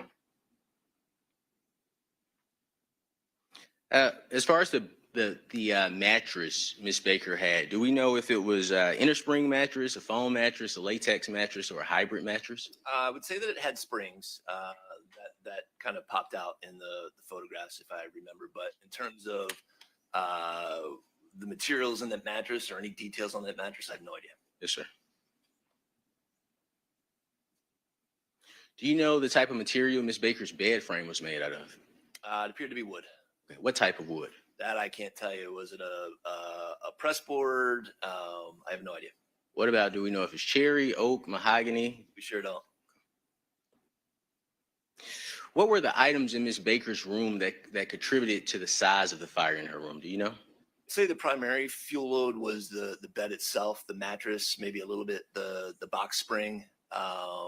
There was some charring of the wood frame. I think in the report there's written notes that there's some consumption of parts of the frame. But that was the bulk of the fuel load. Certainly fuels on the floor were generally in pretty good shape. But do you know any of the other items outside of the bed that may have contributed to the fire? Yeah, looking there were a limited number of photos and sometimes fuels that might get involved weren't involved. So I would say the primary fuel is really where the bed itself and the bed clothing, whatever that might have been. If it were blankets, pillows can burn fairly well. Do we know what the bed clothing, or were you provided the information? No. On the bed clothing. The Kingston's test was done in August of 2001. Is that correct? Yes. Okay. That's my recollection. But that had nothing to do with Ms. Baker's case. That was an independent test that you all conducted as an agency. Yeah, that was a research project. That's right. Your Honor, I would ask permission, if I may speak to the state, I would ask permission to use their demonstrative during the examination of this witness. I'm going to let you have a conversation with the state. I'm going to, this is a good time actually for a restroom break. So I'm going to send you all to the jury room. Don't talk about the case. And hopefully this is a good break for you all. And I'm going to allow the attorneys to have a 10-minute recess to have a restroom break. So we'll be off the record until 10 minutes to 11. Thank you.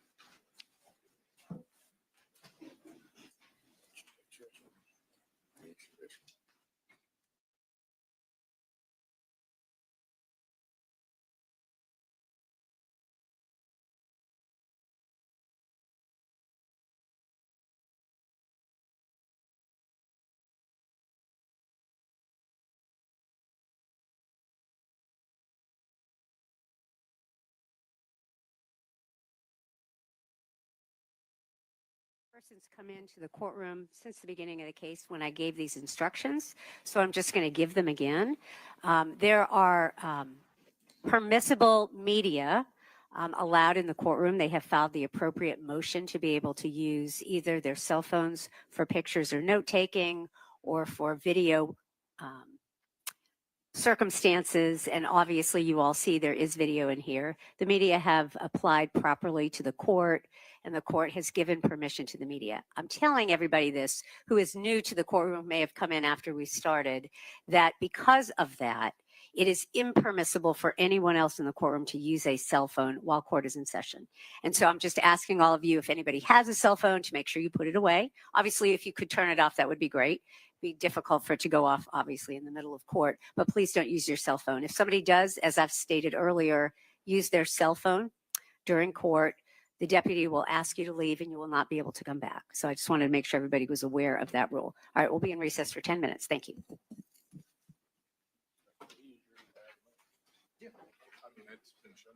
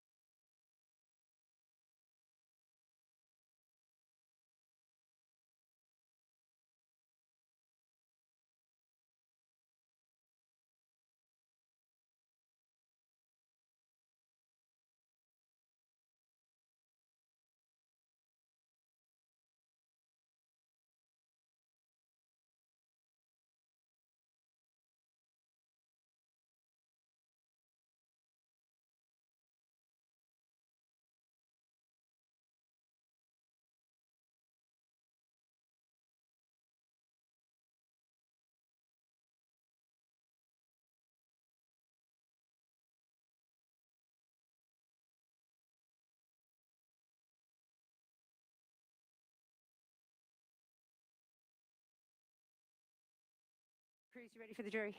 Yes, ma'am. All right, could you bring the jury in? Thank you.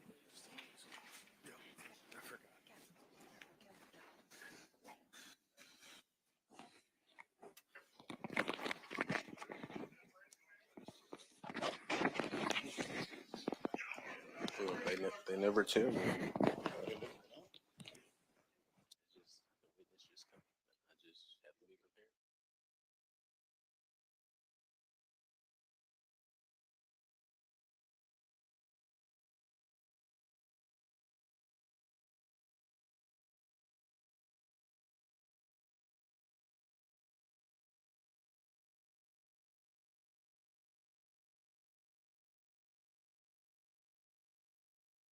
Asked that if Mr. Cruz is going to navigate to any portion of the slideshow that has a sensitive image, it's just one slide, that he please let both the media and other people in the courtroom. And then one other thing, Your Honor. Mr. Cruz, any problem with that? No, ma'am. All right, thank you. Go ahead. I understand, and we will fully comply with the court's instruction regarding cell phones for any interns or anyone we have in the office. I will note for the record, not law enforcement, but Miss Stephanie Stewart from the district attorney's office is a victim advocate that's here. And we will likely have one other person, our director of victim services, Miss Ashley Duvall, who may need to use their cell phones in the court. Okay. Thank you for letting me know. I don't have any problem with that. And actually, I meant to include your staff. I know that they get your witnesses and things of that nature, Mr. Cruz. Same for you. If you have other people that you need to assist you in getting witnesses or anything like that, they certainly can have their cell phones. So, but thank you for clarifying. All right. Anything else? No, Judge. All right. Thank you. You may bring the jury in.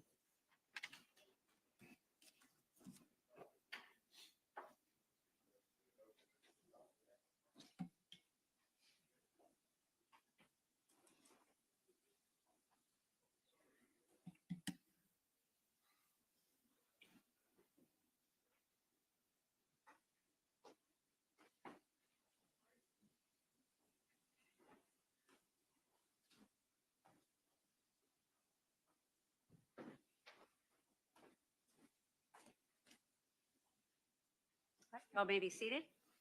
Mr. Cruz, you have the floor. Thank you, Your Honor.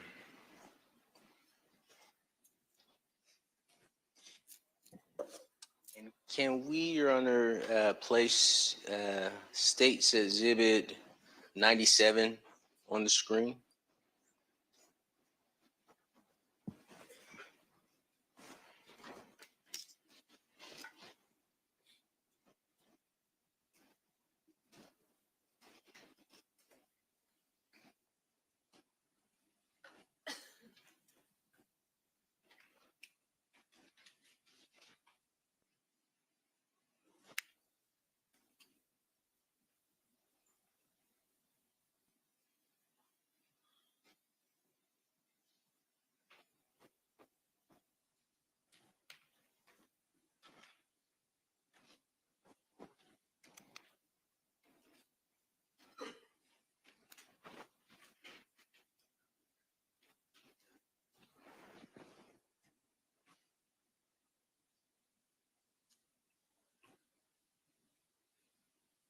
Is that your computer? I believe that may be the state's. Oh, is that your left? I'm lawyer left.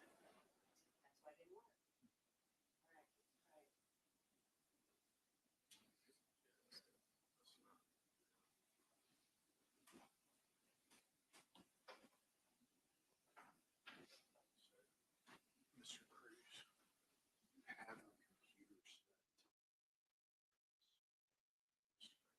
You bet. Typically, I just take this in and it pops up. Okay.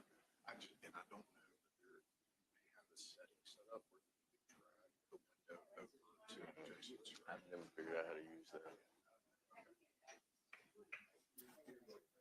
Sure. Oh, I'm lawyer, right? Okay. Oh, from the judge's perspective, that makes sense. That makes sense.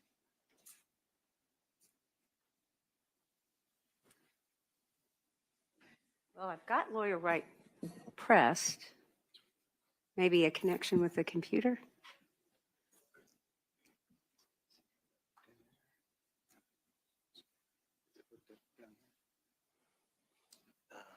Let's see.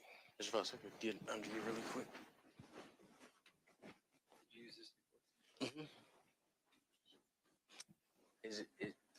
save the court's time and to be respectful of the jurors' time, can I just have this, if the state is willing, can I just give it to them and they could?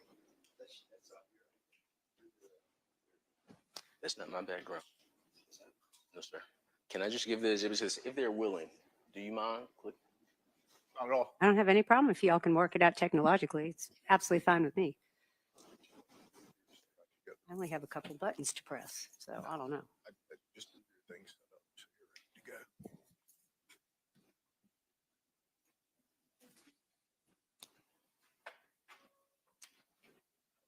I'm gonna start at test A. Sorry, which slide? Test A. Test A. This one. Which one?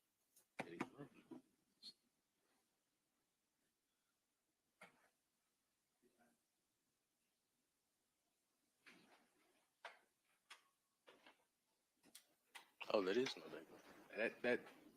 This.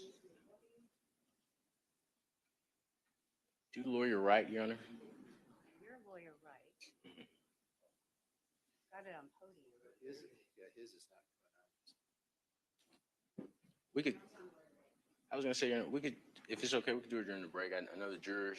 I need to be very respectful of the time. As the court instructed, I could just do it with the state if they'll play it for me. That's fine.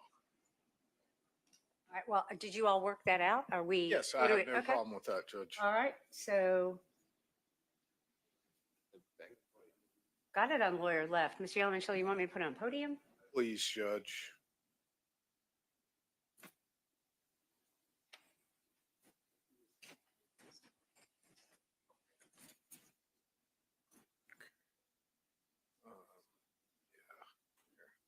And just one moment, Your Honor. I just want to make sure that we get to what it is that Mr. Cruz wants before I display it to the jury.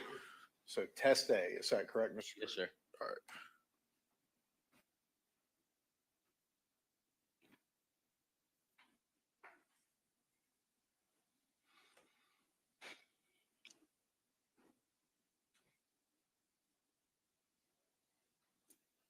It's up. All right. Engineer Grove, during your examination with the state, they asked you about the HVAC system and the impact it could have when it's on and the impact it could have when it's off.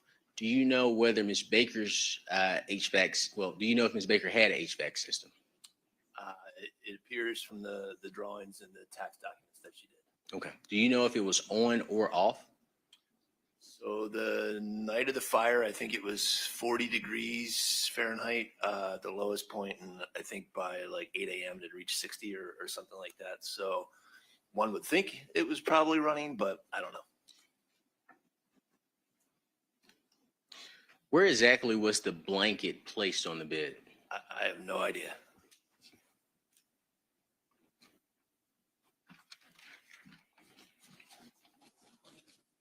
All right. Next slide, please. Do we know the size of the chenille blanket? We don't. Okay. Next slide, please. Do we know how the chenille blanket was placed on the stove? We don't. Okay. So these two photos we've just looked at, these aren't specific to Ms. Baker's case. Is that right? Yeah, absolutely not. So when we conduct testing in the lab, we always say that we're running tests or experiments. We're not doing reconstructions or recreations.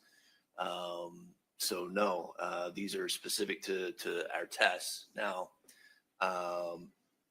what it shows is that a range of different materials on the high setting on the stove all ignite very readily.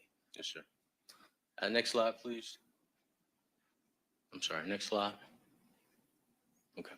And you mentioned that you don't know the position. So we don't know if it was balled up on the stove. Is that right? We don't. Okay. Next slide, please. Next slide. Okay.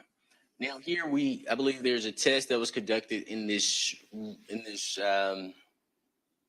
is it fair to call it a warehouse? It's a lab. It's big though. It kind of looks like a warehouse, but it's a lab. That's fair. And when this test was conducted, it was not conducted trying to replicate what would have taken place in Ms. Baker's home as far as space-wise. Yeah, I would never use the word replicate. We ran tests. what would be a better word for me to the Tests or experiments. But this test wasn't. The conditions weren't set up similar to Ms. Baker's home to conduct this particular test. Is that correct? No, but that's irrelevant. This fire is fuel limited. It's not ventilation limited. So, whether or not we conducted it in this room, in our lab, it's irrelevant. Fair. Would it be relevant to determining the time that it took for the fire to go through the roof? Can you be more specific? Absolutely. And I may say the question wrong. Would the conditions be relevant when you're doing the fire test or the test to determine the time that it took the fire to go from a small fire to a fire through Ms. Baker's roof? Would the conditions be relevant? Yeah, and if you'll allow me. So absolutely. If we were going to run a test on this, and there's reasons we didn't, but if we were going to run a test, we would want as best as possible to get the actual dimensions of the room of origin, the ancillary bathroom and closet, and that includes the footprint, the height. If we had the exact window, we've had cases where we've had fire in an apartment building, so we were able to get windows out of that particular apartment building and test them. So if we had the same window, then we can start to do some tests that are I'll say worthwhile. But because we didn't have the window and there are some other variables, we just relied on past data. Okay, understood. Test 2 to 4 of the Kingston test involved gasoline use, correct? Correct. Ms. Baker's home, we agreed, did not involve any accelerant as far as gasoline. That's my understanding. I don't think samples were ever taken. Sure. Slide with the times on it, please. There are lots of slides. With each one. The first one, if we could start with that one. Okay. And I'd like you to look at your screen for a second.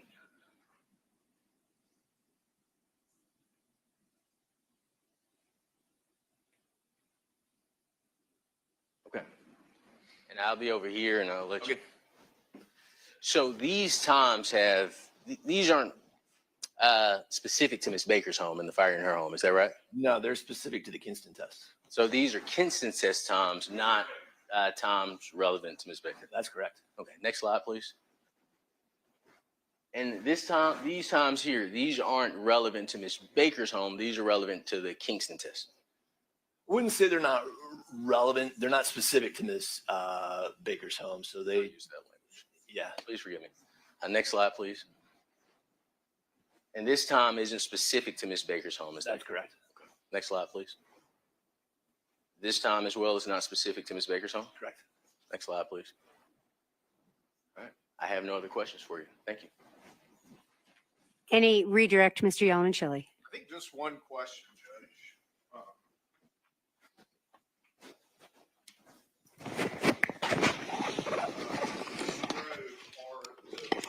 Fuel and ventilation factors that were present at 160 Pond Drive, the type that could lead to a longer period of time passing before flames come through a roof or observed to fall in? Yeah, I would say they are. It's certainly possible.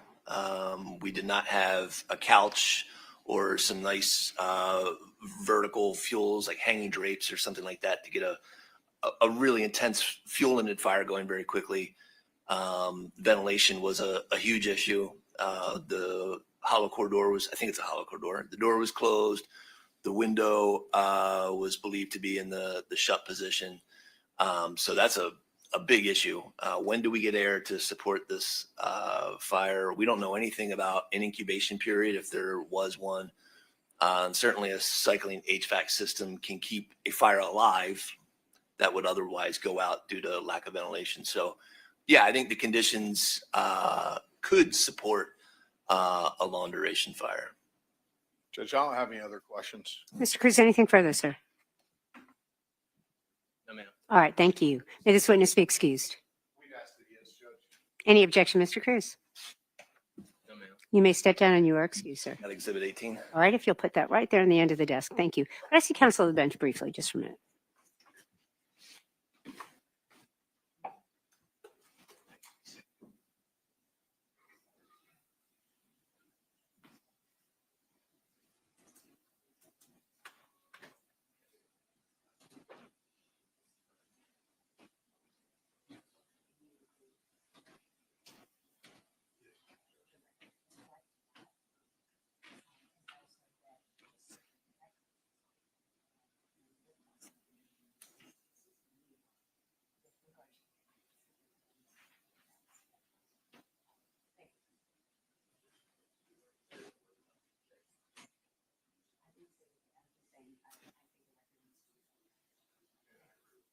All right, thank you. All right, Mr. Yelenichly, Mr. Bolden, you may call your next witness.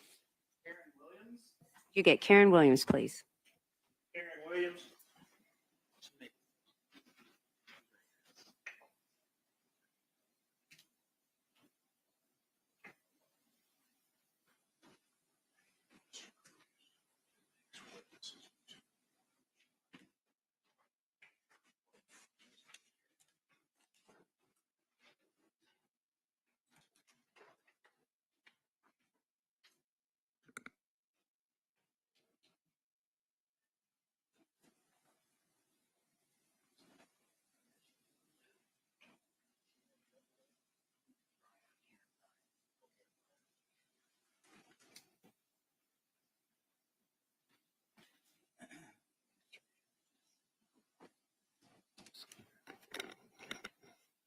Go ahead, Mr. Bolden. Thank you, Your Honor. Ma'am, if I could get you to raise your right hand, please. Do you swear or affirm your testimony in the matter pending before the court shall be the truth, the whole truth, and nothing but the truth, so help you God? I do. Okay, you can put your hand down, ma'am. Can you start off by stating your name and spelling it for our court reporter, please? Karen Williams, KarenWilliams.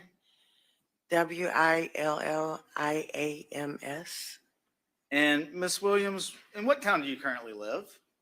In Warner Robins, Georgia. How far away is that? About 2.5 hours away. Did you come up to Athens yesterday? Yes.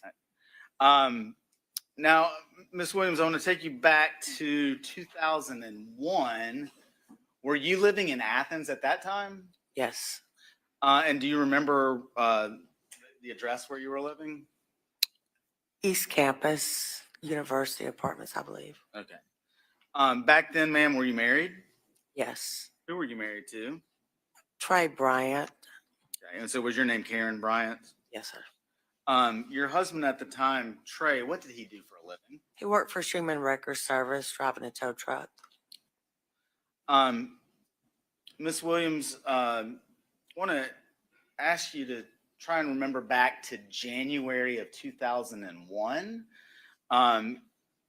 Back then, do you recall talking to the police about an incident that had occurred in Deer Park? Somewhat. Okay. And do you actually recall, let me ask you something that happened a little bit more recently. Do you remember speaking with me a couple weeks ago? Yes. When I drove down to your house? Yes. And after meeting with me, did I send you a copy of a police report as well as an audio recording? Yes. Okay. And did you have a chance to review those? Yes. Okay. Did reading that report and listening to that audio help refresh your recollection as to the specificity of what you discussed with the police that day? Somewhat. Okay. Well, what were you talking to the police about? On that date, I guess suspicious activity that I believe that was going on early in the morning. It just didn't look kind of out of the normal to me. Okay. What, if anything, and I'm going to ask you to go into a little bit more detail, ma'am, what exactly, let me back up. Do you recall being with your husband, Trey,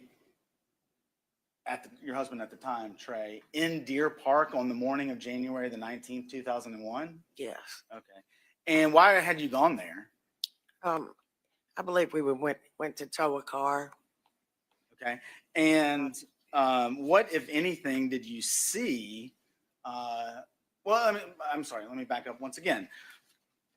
Do you remember whether or not you assisted your husband at the time in towing that car? I don't believe I got out of the tow truck. Okay. And what, if anything, did you observe when you were sitting in the boat and in the tow truck? Well,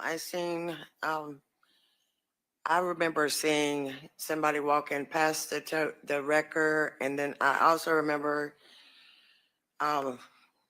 vaguely someone riding a bicycle, but I mostly recall somebody walking through near the wrecker or in front of it. Okay. Do you recall any description of that individual? Not at this day. Back then, yes, but to this day. Okay. And again, having had a chance to listen to that audio that I sent you a few weeks ago, did that help refresh your recollection about the description that you had seen? Somewhat, yes, sir. What, if anything, do you remember as you sit here today?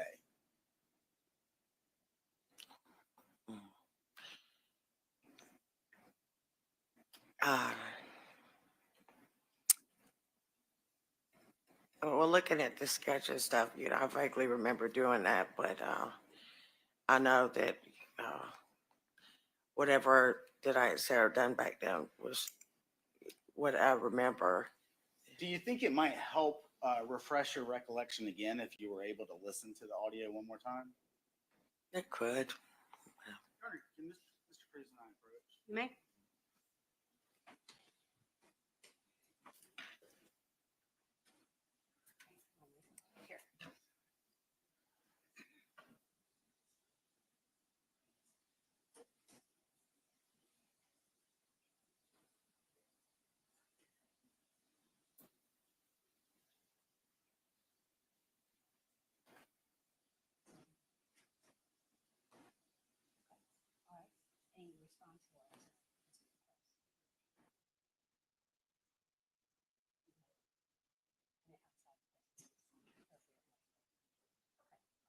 Another bathroom break. All right, ladies and gentlemen, we're going to take another brief break, and it'll be certainly a bathroom break. There are snacks, of course, in the jury room. Don't discuss the case. We'll be with you in 10 minutes. Thank you.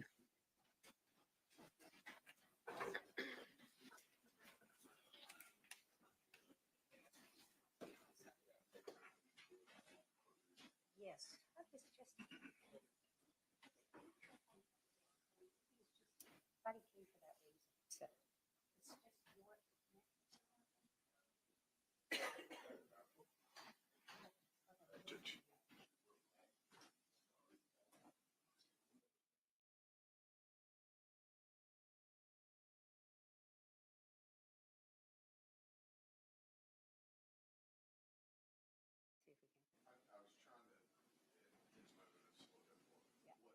Y'all may be, everyone may be seated.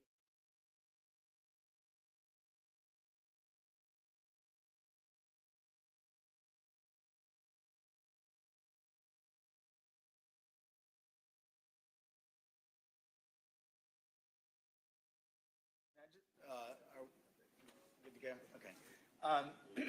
For the record, Your Honor, I am going to play what's been marked at this point as State's Exhibit 98. All right. For Ms. Williams.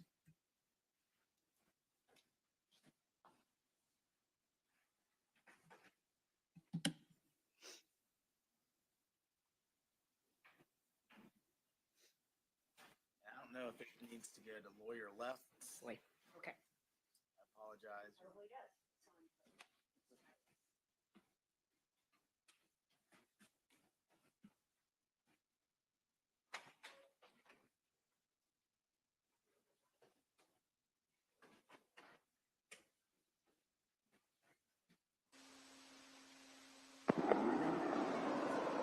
This is Detective Fitzgerald. I'm at 665 East Campus Road, apartment number 21, the residence of Trey and Karen Bryant. And this is January 22nd at about 1:35 in the afternoon. Karen, what's your date of birth? 5/1973. And your social security number? 254 55 53 68. And do you work anywhere? No.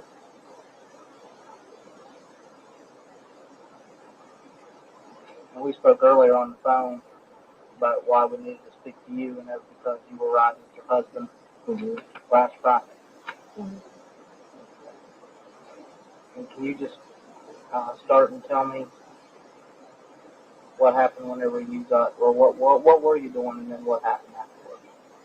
We went to pick up a Dodge Stealth. I don't remember the address right off. We arrived there about 8:15. Do you recall the street that you was on where you picked up the car? I don't remember the street. How did you get there? My husband, I think, got directions from the dispatcher. And you were riding with your husband? Yeah, I was riding with him. Was he the tow truck driver for Mr. Sheeman. the 517? Okay. So he's riding with your husband, and do you know the name of the apartment complex y'all went into? Deer Park. Okay, but you don't know the name of the street. This is Deer Park up Cooper Road. Okay, now once you turned off of Lexington Road, do you know what street you turned onto there? Cooper Road. Okay, but then off of Cooper Road, you don't know which one it was. It was the first road I believe to the right. Okay, first road to the right. So you went down there to pick up a car. Yep. Okay, do you remember what time that you got down there to pick up the car? About 8:15. About 8:15. Okay, now once you got there, did you help your husband load up the car, or did you just stay in the truck? No, I just stayed in the truck. You got there at 8:15. You stayed in the truck. What did you see after that? While he was loading the car, I saw a black male walk from the road that connects right in front of it. He was probably in his late teens, early 20s. And he just walked past the wrecker and kind of looked at the wrecker and just kept walking. So he come out the street that was just down below you. Yeah, across. He come out that street and walked towards you and then past the wrecker. And past the wrecker. Did you see where he went to after that? No. I just watched him until I could see him and he went to the mirror. Because I didn't know whether he was going to get the money or something. Now, what brought his attention to you? Well, he was walking by himself, and it was about 8:20, somewhere like that in the morning, and he just looked odd in the neighborhood. I mean, he was black, and he was walking by himself, and he was dressed like, a bright orange jacket or sweatshirt. He looked wide awake. It just looked like. Did you tell what color pants he had on? I believe they were real baggy blue jeans. Were they blue, or? No, just medium blue. I know he had a lot of hair on his head. He had long sideburns. And I believe he had some facial hair on the mouth. Just like a little scraggly beard or a Yeah. full beard? Like a goatee kind of. Okay. You talked about the hair on his head. So that was kind of long? Yeah. Bushy. Wild looking? Or? Yeah. Like an afro. Was it real big afro? Not real big. In the 70s? Or? Not real big. It was probably 2 or 3 inches off his head. Was it, He didn't wear a hat or anything. Was it neatly kept, or was it just kind of like? It looked like it was kind of neat. Now, so it was an orange jacket or a sweatshirt? Yeah, it was bright orange. Bright orange. Any writing on it or anything like that? Could you see his bare arms? No. It was cold at him. It was bright orange jacket. I couldn't tell what he had on underneath. It was cold at him. You couldn't see his arms. He looked about 21, maybe 2 years younger. How tall do you think he was?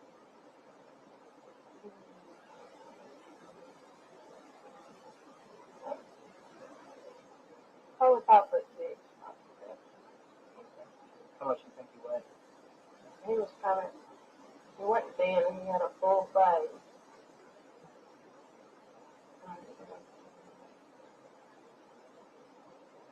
Probably around 220. Was it kind of husky, or? Looks kind of big bone. Muscular. Was kind of being that height and that weight? Was he kind of like lanky, or? In the face, I mean, I can't say what he was like under his jacket, but he was kind of heavy. Not real heavy, but he was boisterous.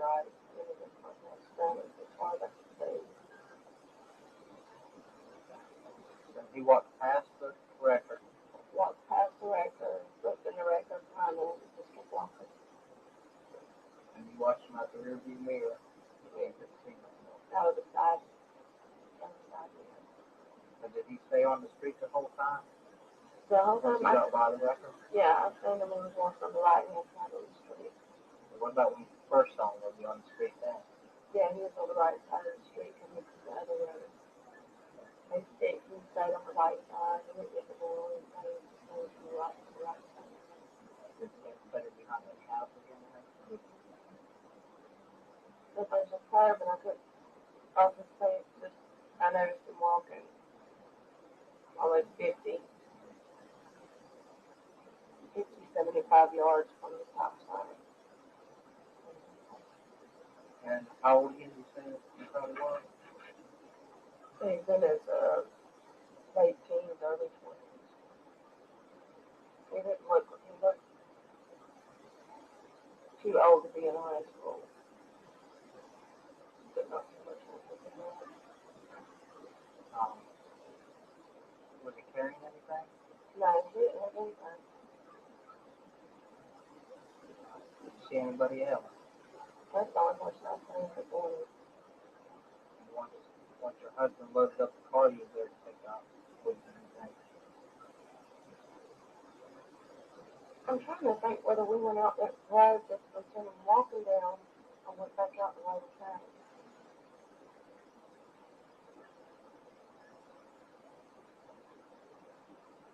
I think we came back out the way we came. You had to go down and turn around and go back out? Yeah, I think we actually turned in that road and backed up and went back out the same way. Yeah, I didn't see him. So when you went back out that way, you didn't see where he had gone to or where he was at that time? He wasn't running, but he was walking at some moderate pace. Wasn't jogging or anything like that? No, he wasn't jogging, but he was walking.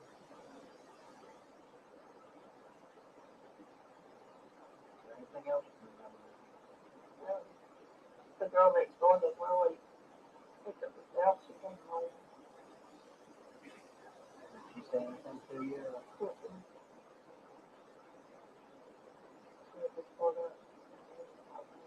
What did she do when she told you?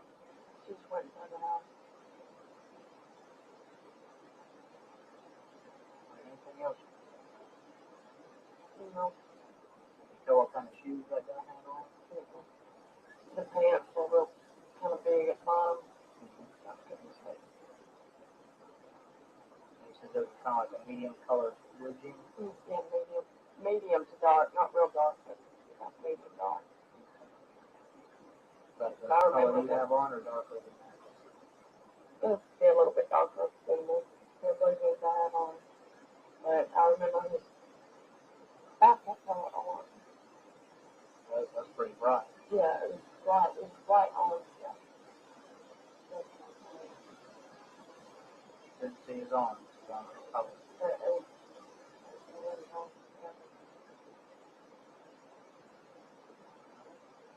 Anything else?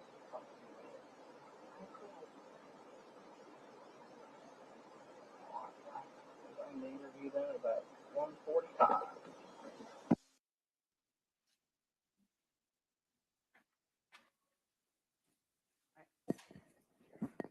You ready for the jury to come back in?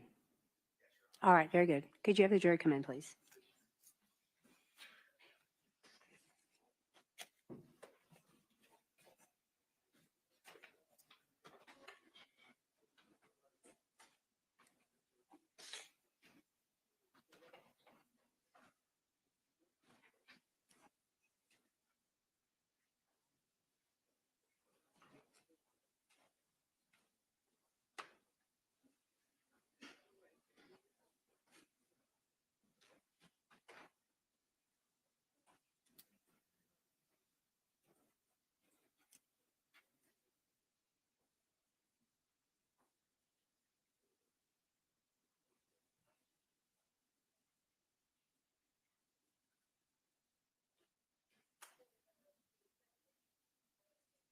Please be seated, everyone.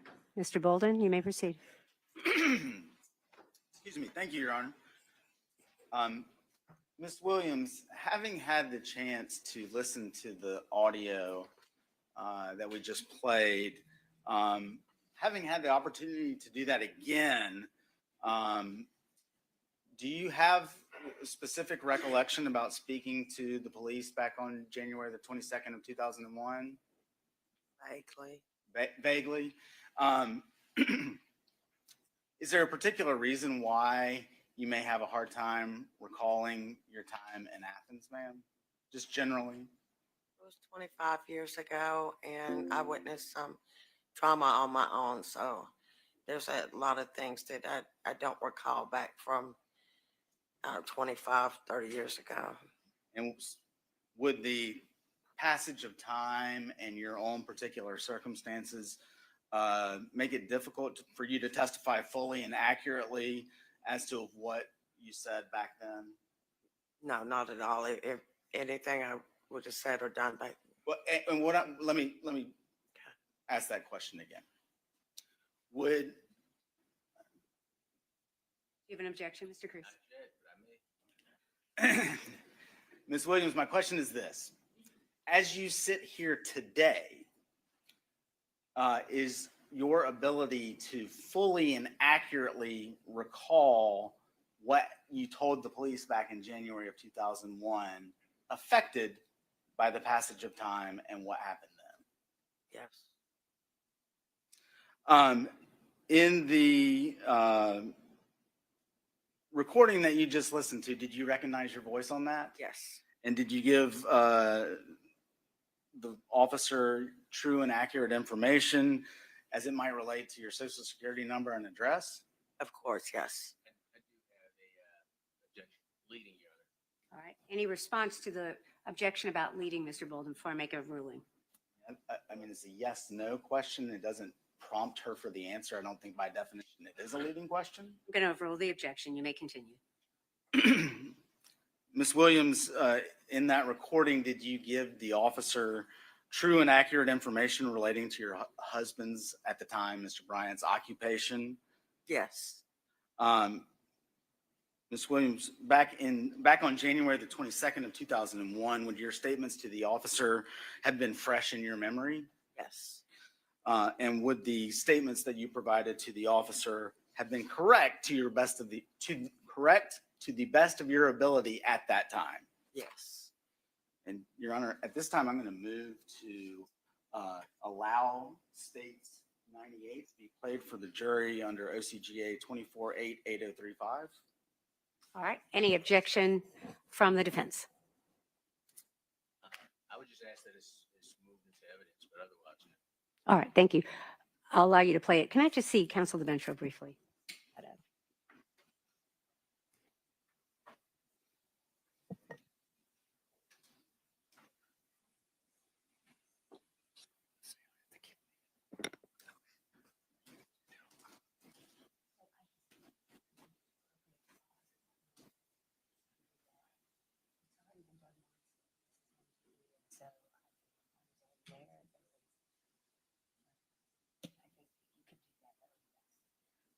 Yes.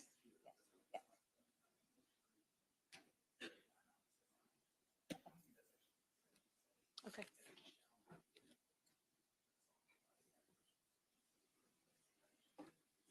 All right. And so there's an agreement upon admission into evidence. Is that correct?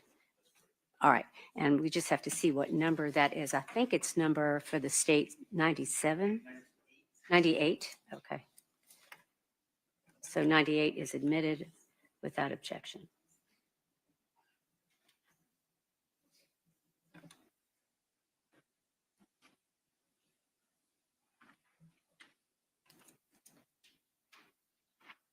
That's 97.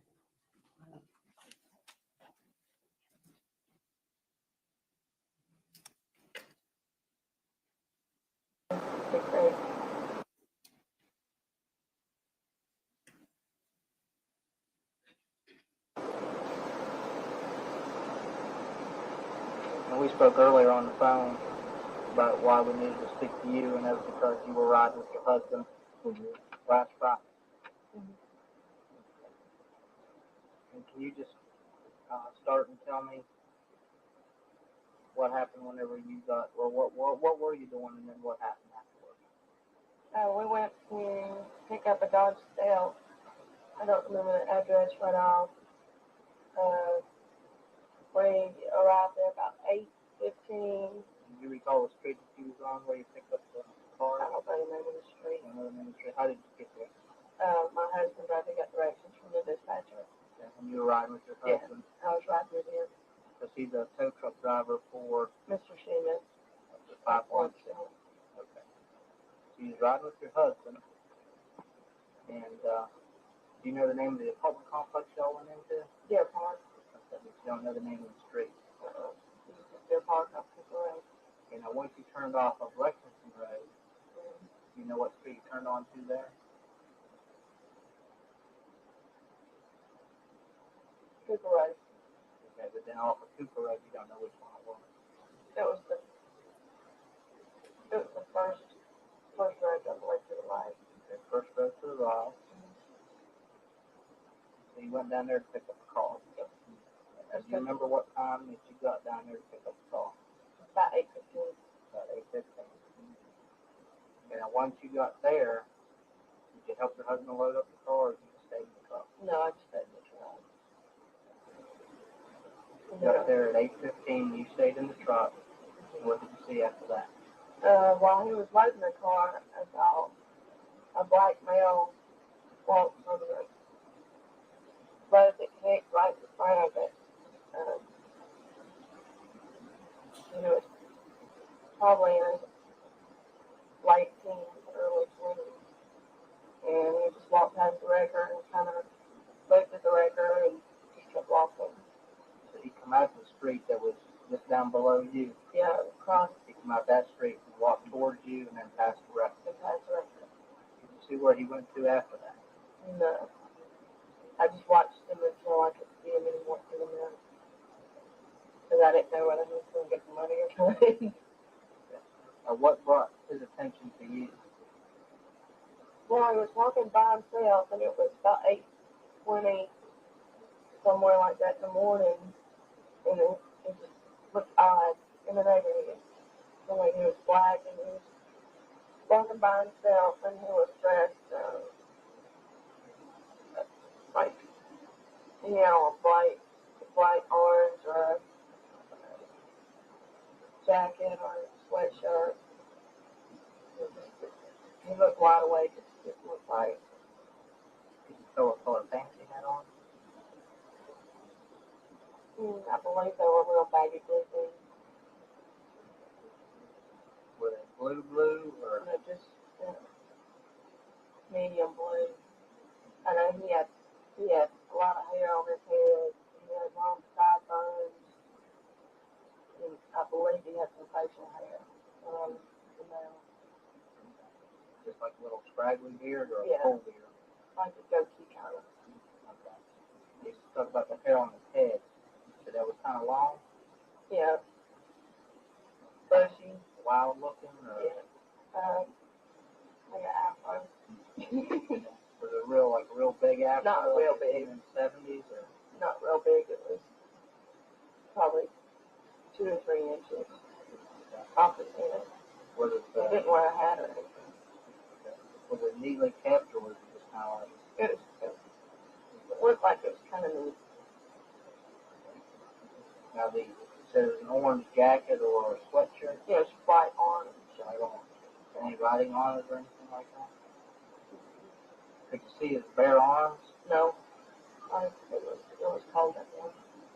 It was just bright orange jacket. I couldn't tell what he had on underneath. It was cold at one. You couldn't see his arms. He looked about 21, maybe 2 years younger. How tall do you think he was?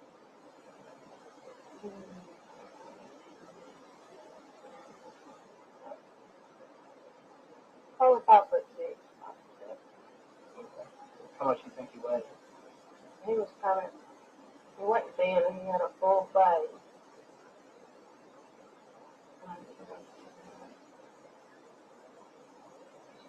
Probably around 220. Was it kind of husky or? It was kind of big bone. Kind of being that height and that weight, is he kind of like lanky or? In the face, I mean, I couldn't see what he was like under his jacket, but he was kind of heavy, not real heavy, but he was moisturized. And he was much more strong as far as I could see. And he walked past the record. Walked past the record, looked in the record, kind of just kept walking. And you watched him out the rearview mirror. You ain't just seen him. Out of the side. Out of the side mirror. And did he stay on the street the whole time? The whole time? He got by the record? Yeah, I seen him when he was walking on the right hand side of the street. What about when you first saw him? Was he on the street then? Yeah, he was on the right side of the street coming from the other road. He stayed on the right side. He didn't get the door. Put it behind the house again. If there's a curb and I could say it just, I noticed him walking probably 50, 75 yards from the stop sign. And how old again did you say he probably was? He's in his late teens, early 20s. He looked too old to be in high school. But not too much older than that. Was he carrying anything? No, he didn't have anything. Did you see anybody else? That's all I was saying for morning. Once your husband loaded up the car, you were there to pick up. I'm trying to think whether we went out that road that was seen him walking down and went back out the way we came.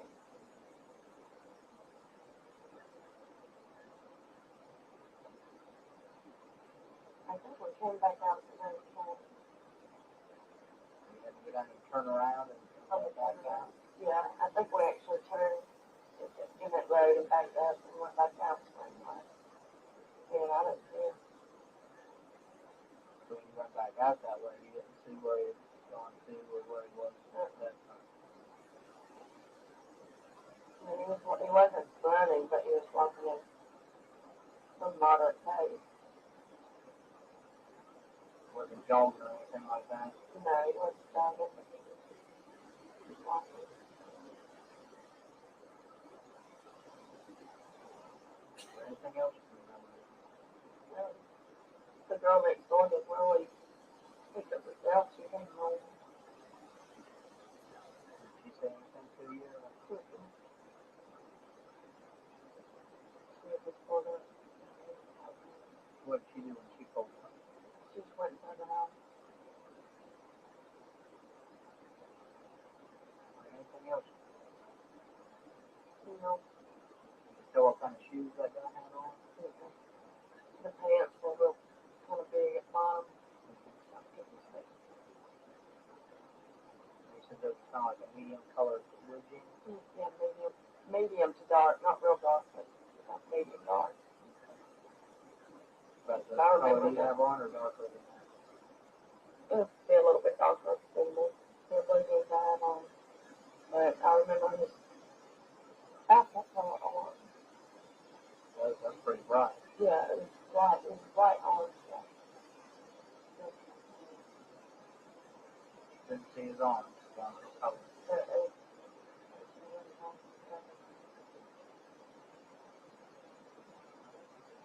Anything else?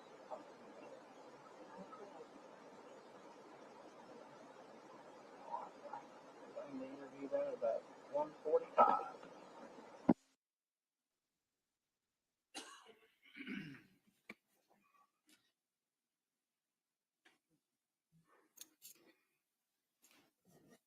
Ms. Williams, several days after making that statement, do you recall traveling to the Athens Clarke County Police Department to provide a description of the individual that you were referencing in that interview to a forensic sketch artist? Yes.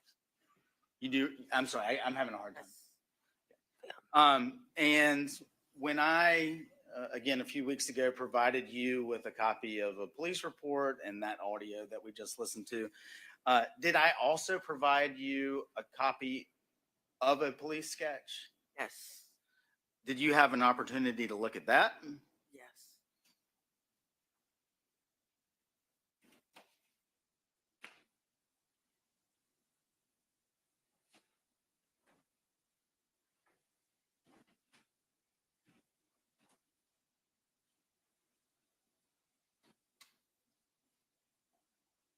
Can I approach, Your Honor? May. This has been marked as State's Exhibit 99. Do you recognize that, ma'am? Yes. Okay. What is State's Exhibit 99? It's a sketch. By the sketch, do you mean the sketch that you provided to Yes. The sketch artist a few days after that interview? Correct. Any objection? No objections, Your Honor. It is admitted. And if I can.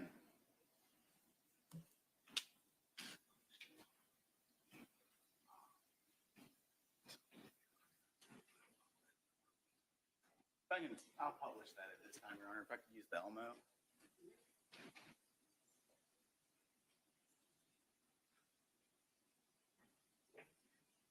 So again, Ms. Williams, this is State's 99 that's just been tendered into evidence. And again, just to be clear, is this the sketch that you are the sketch based on your description to the sketch artist back on January 27th of 2001? Yes. Those are all the questions I have for you, ma'am. Mr. Cruz may have some questions. Cross-examination, Mr. Cruz.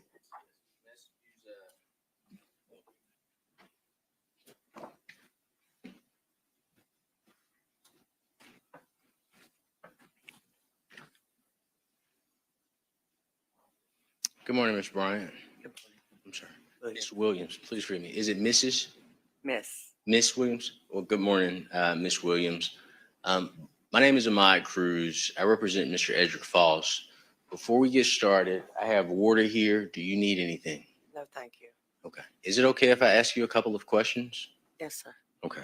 Is it fair to say that you've had opportunity to hear your recording from 25 years ago twice today?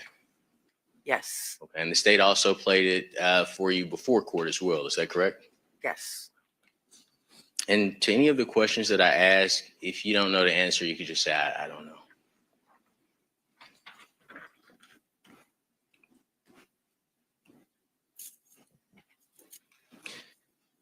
Now, this interview with you was conducted on January 22nd, 2001, correct?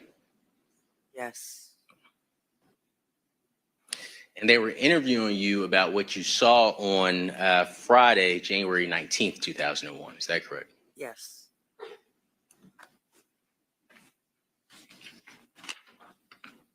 And we've established that you and your ex-husband, you all were in Deer Park picking up a car, correct? And the street that you all were on was Deer Parkway, correct? I believe so, yes. Court's indulgence.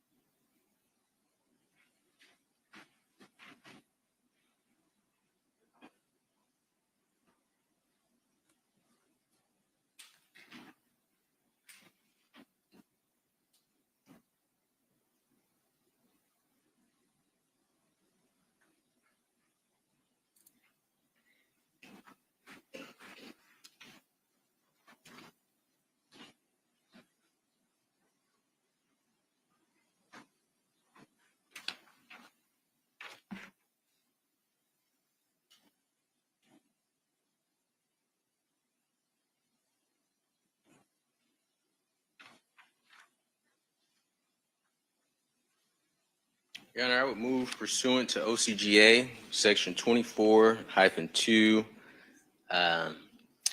-201B 1 and 2 to admit defense exhibit 19.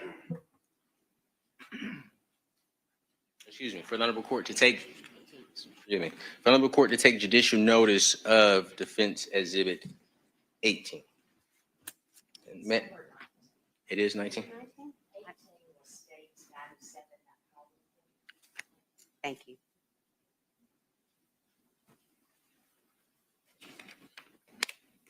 May I approach, Your Honor, with the statute as well as the exhibit? You may. Correct. You don't have any? Okay, just.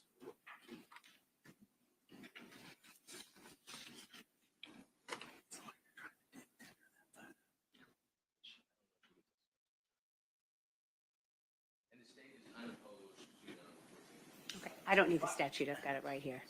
Just to be clear, I don't know that's something that judicial notice could be taken of, but I don't have any objection to his exhibit being hidden. Okay, so let me ask this question, Mr. Cruz. You're asking to tender D19, but you're asking the court to take judicial notice of it. I'm marking it as D19, but I'm asking. Okay, and can you give the court an explanation why judicial notice is necessary? Absolutely. So the statute provides that the judicial, excuse me,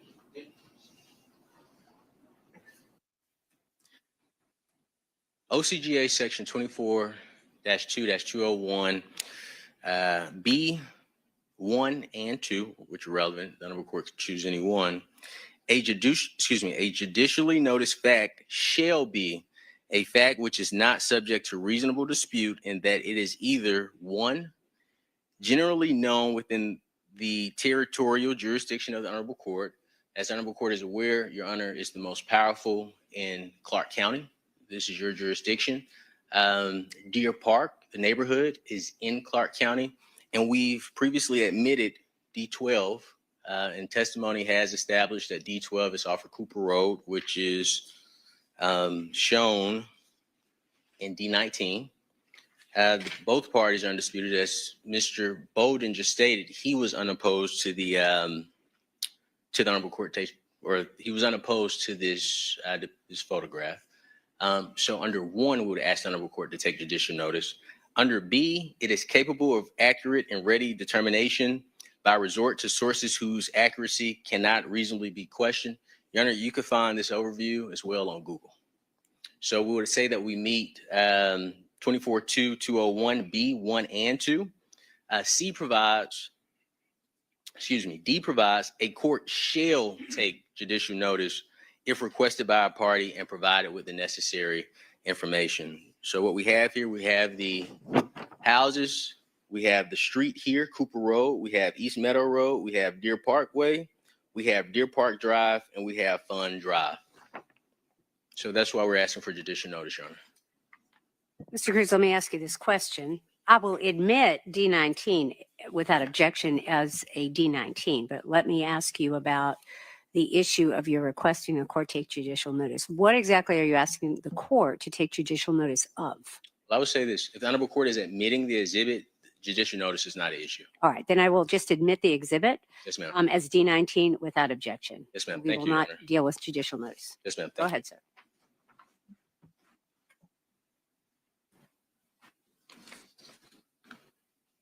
And I believe the last question I asked you, Ms. Williams, is the street that you all were on was Deer Parkway. Is that correct?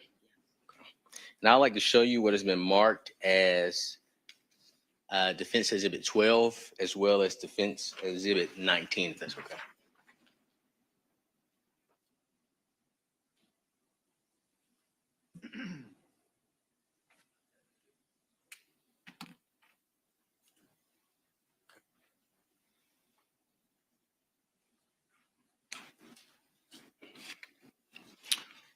On Defense Exhibit 19, do you recognize where you were located on Deer Parkway at the time that you saw the gentleman of the sketch? No, I wasn't much of a driver back then, so I really didn't pay too much attention to the street names. That was more of my husband. That's fair. So I was just But would you agree that Deer Parkway is on that map? yes. Okay. Excellent. Your Honor, I would like to publish D19 to members of the jury. Granted. Yes. You want to put it on the overhead?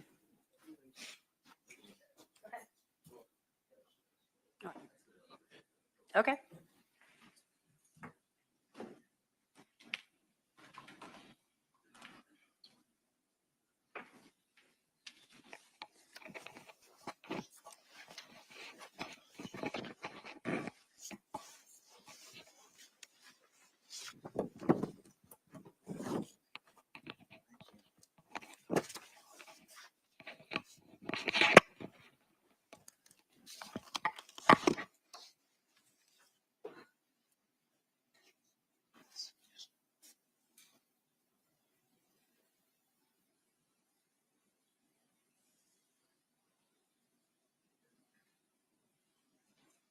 Ms. Williams, are you able to see Defense Exhibit 19?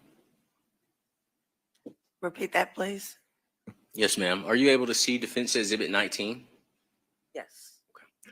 And would you agree that this street here that my finger is following is Deer Parkway? Yes. Do you recall the location from which street the gentleman was walking from? No.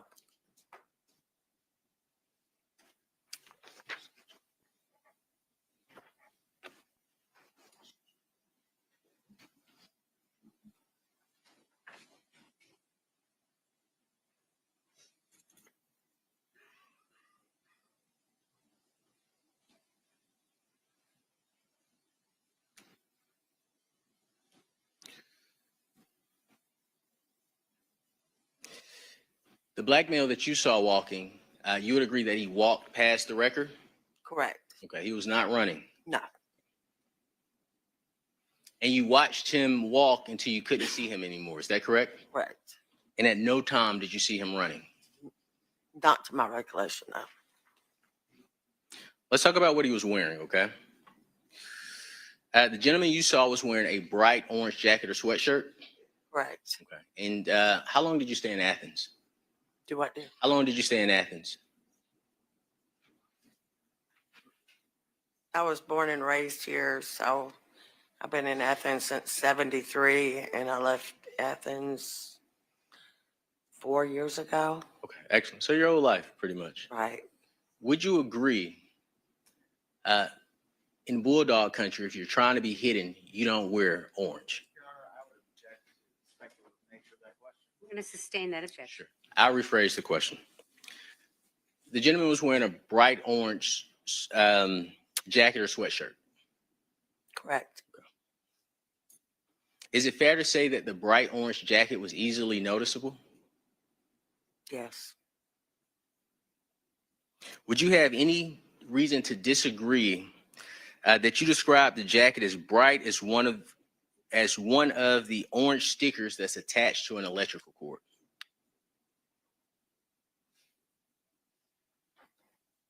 No, it's not like a bright reflective orange. It's like a dull, like really bright, like a running suit type reflective, just a kind of orange. Are you certain about that? I believe so, yes. And you stated that the person was wearing real baggy, medium colored blue jeans. Correct. And because of the jacket that the individual was wearing, you could not see the individual's bare arms. Is that correct? Correct.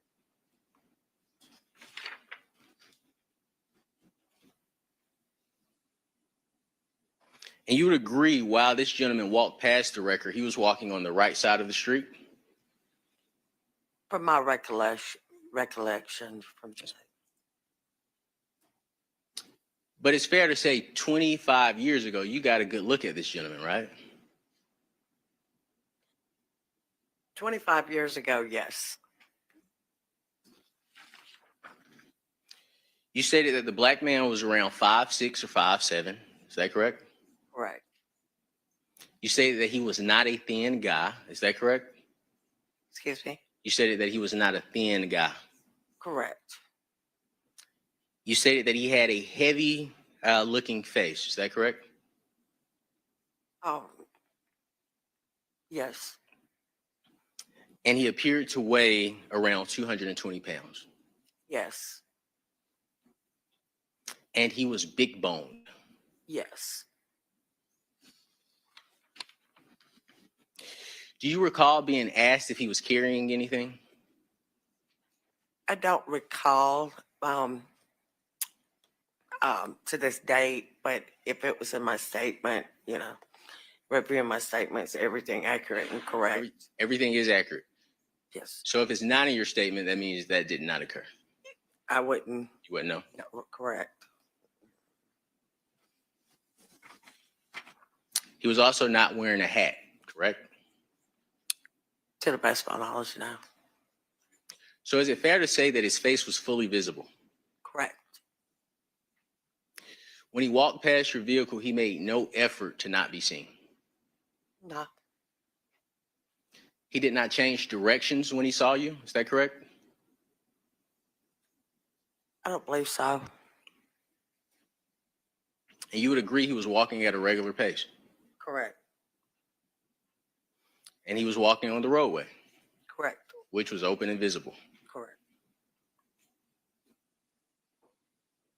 There was nothing, or is it fair to say that there was nothing about his appearance that would prevent recognition? No. No. Now, the information you gave in your statement, is that the same information you gave to the sketch artist? Correct. Okay. So I have a question for you, and I believe this has been published to the jury. Court's indulgence, Your Honor.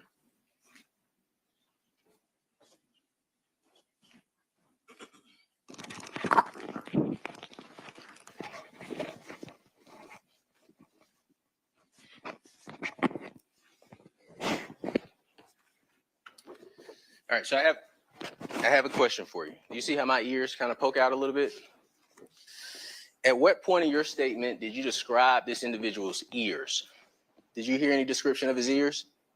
Can't recall. Okay. In regards to his nose shape, do you recall hearing anything about this individual's nose shape?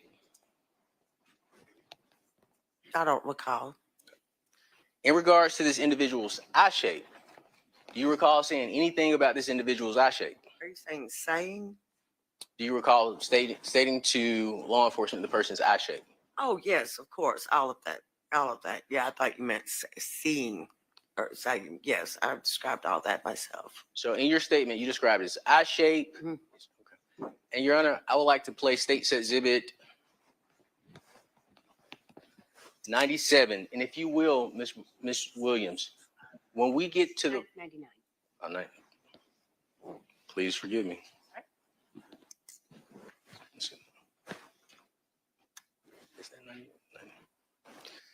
Mr. Williams, I am going to play what's previously been admitted as State's Exhibit 98. When we get to your description of this individual's ears, when we get to the description of this individual's nose, anyone you hear first. When we get to the description of this individual's lips, when we get to the description of this individual's eyebrows, you just give me a thumbs up, okay? And we'll stop the recording at that point. Is that fair? Okay. Okay. Court's indulgence.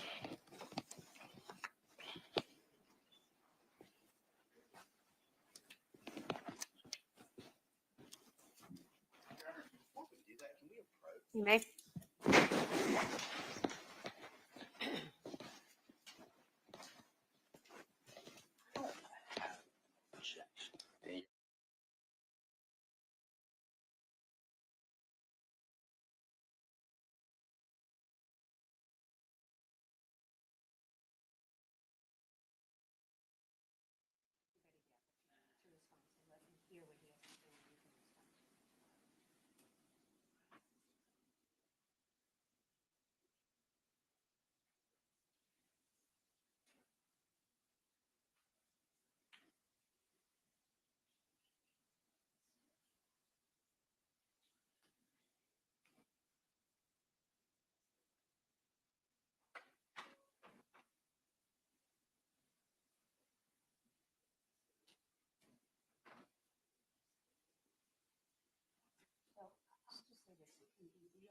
may redirect if you choose. Mr. Cruz may have a strategy. Trent may do that.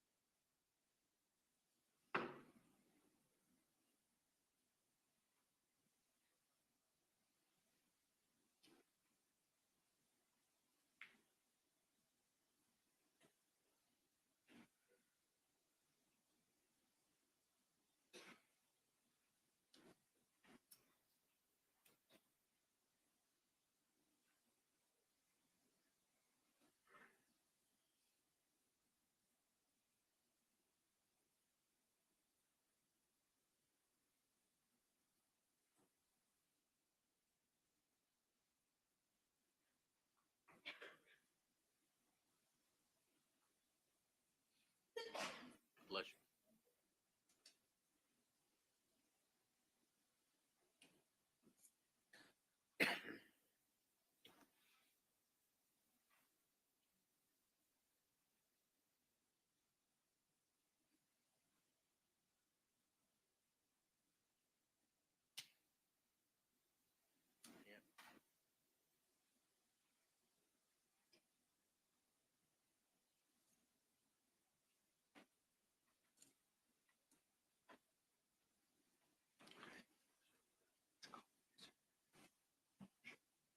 Actually, Mr. Cruz, Mr. Yamachill, I just thought of something, Mr. Golden.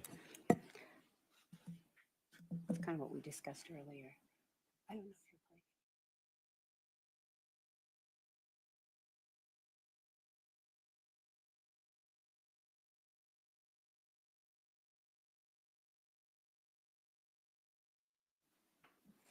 playing. And just for purposes of the record, Ms. Williams, and out of respect, you get some personal information. Is it okay if I started after your personal information? Are you fine with that? Quite understand. Sure. Just for respect out of your personal information and for yourself, we're going to start the recording after you give your personal information. Okay, yes, sir. Excellent.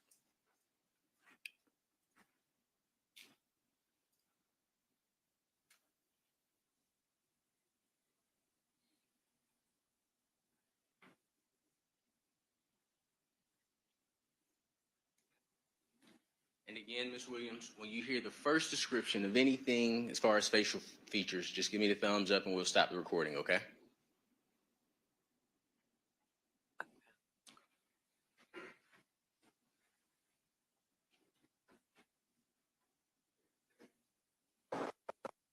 No.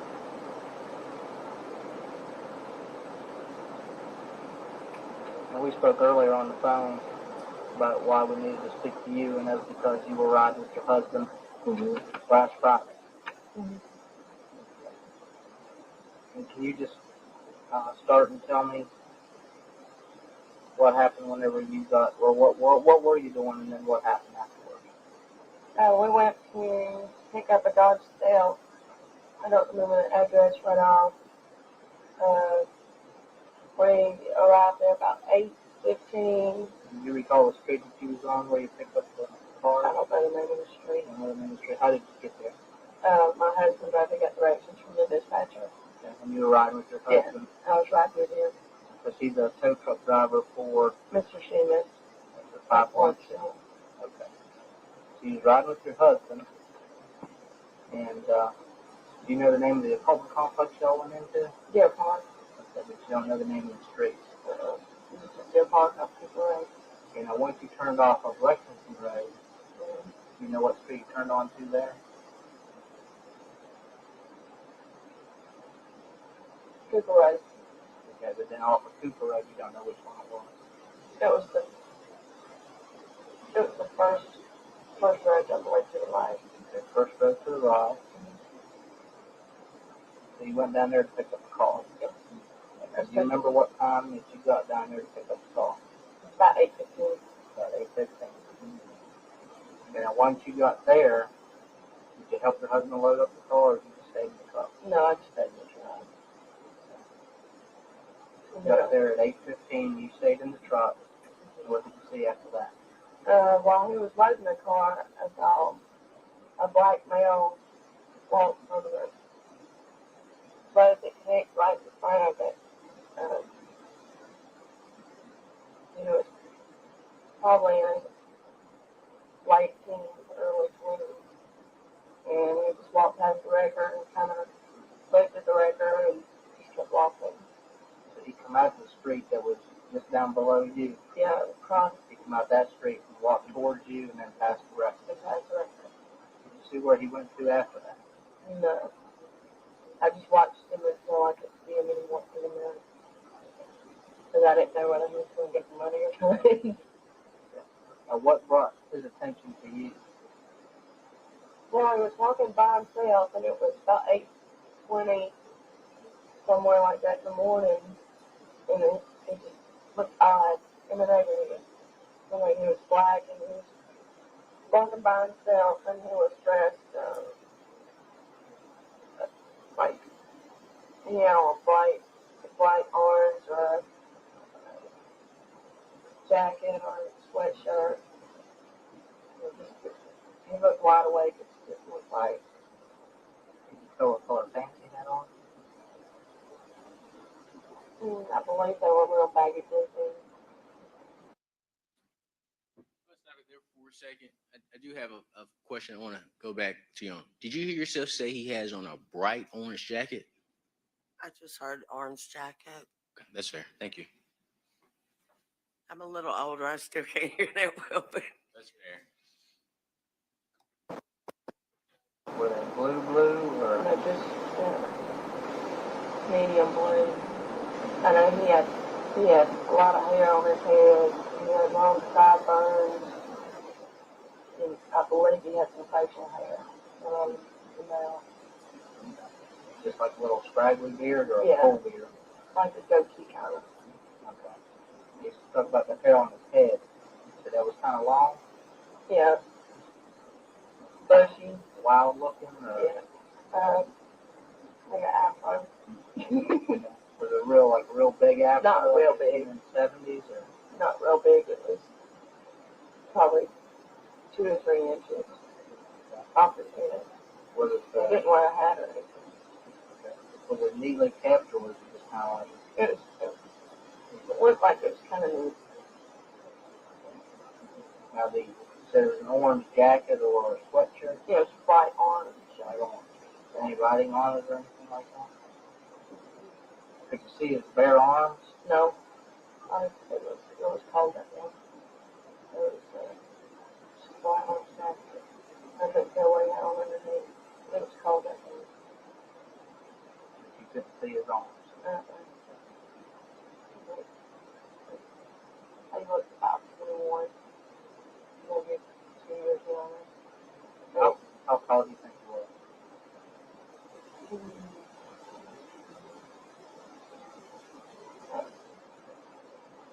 Probably 5'6".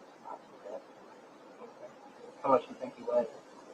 He was kind of, he wasn't thin, and he had a full face.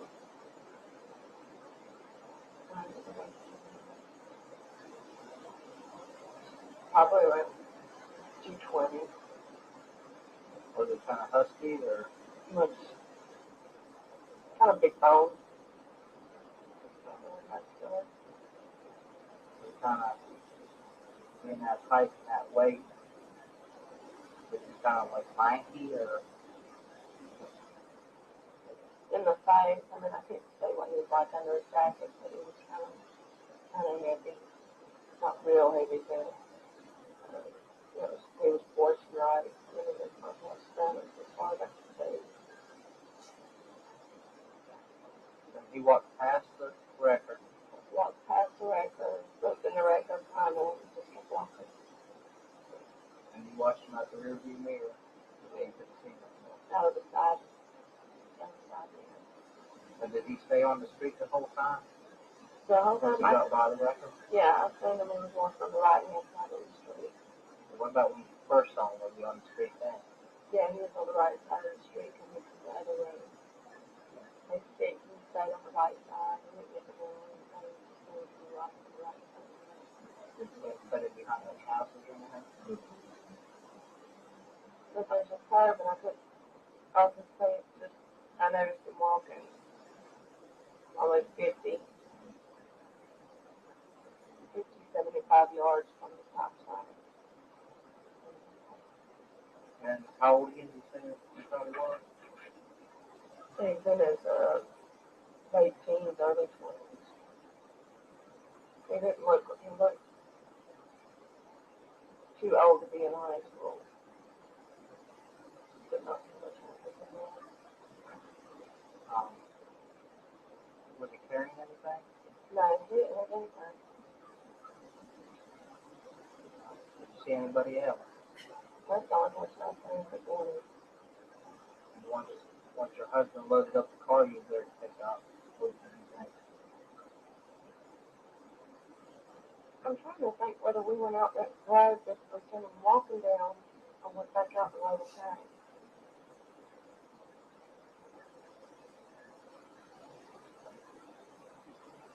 I think we came back out the way we came. You had to go down and turn around and come back out? Yeah, I think we actually turned in that road and backed up and went back out the same way. Yeah, I didn't see him.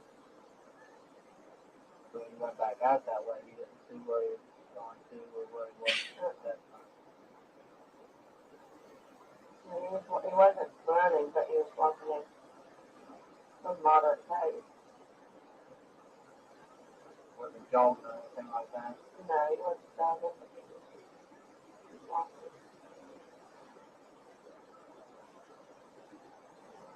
Is there anything else you remember? No. The girl next door did well. He picked up the cell. She came home. Did she say anything to you? She had just pulled up. What did she do when she pulled up? She just went inside the house. Anything else? No. Did you tell what kind of shoes that guy had on? The pants were real kind of big at the bottom. They said those were kind of like a medium colored blue jeans. Yeah, medium to dark, not real dark, but not medium dark. But the color you have on or darker than that? It'll be a little bit darker than the blue jeans I have on.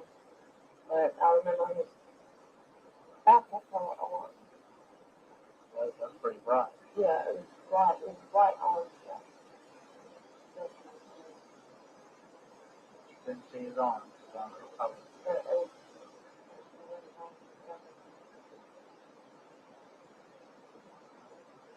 Anything else?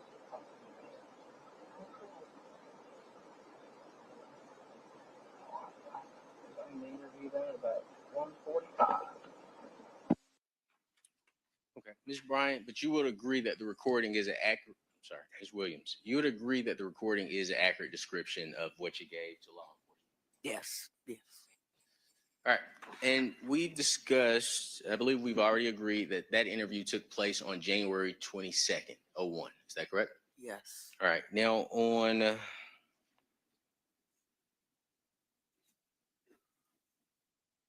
court's indulgence.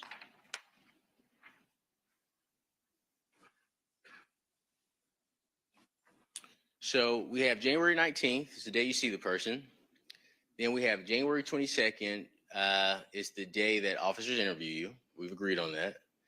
All right. So we would agree that at this point, 3 days have passed since you've last seen this person. Yes. Okay. And it probably goes without saying, but this person didn't do anything to you that would make them memorable. Is that right? No. Okay. 4 days after that, which will put us at 7 days, Friday, January 26, 2001, you meet with a sketch artist. Is that correct? Yes. Okay. So we could agree that a week has now passed since you've seen this person that's walking. Correct. Okay.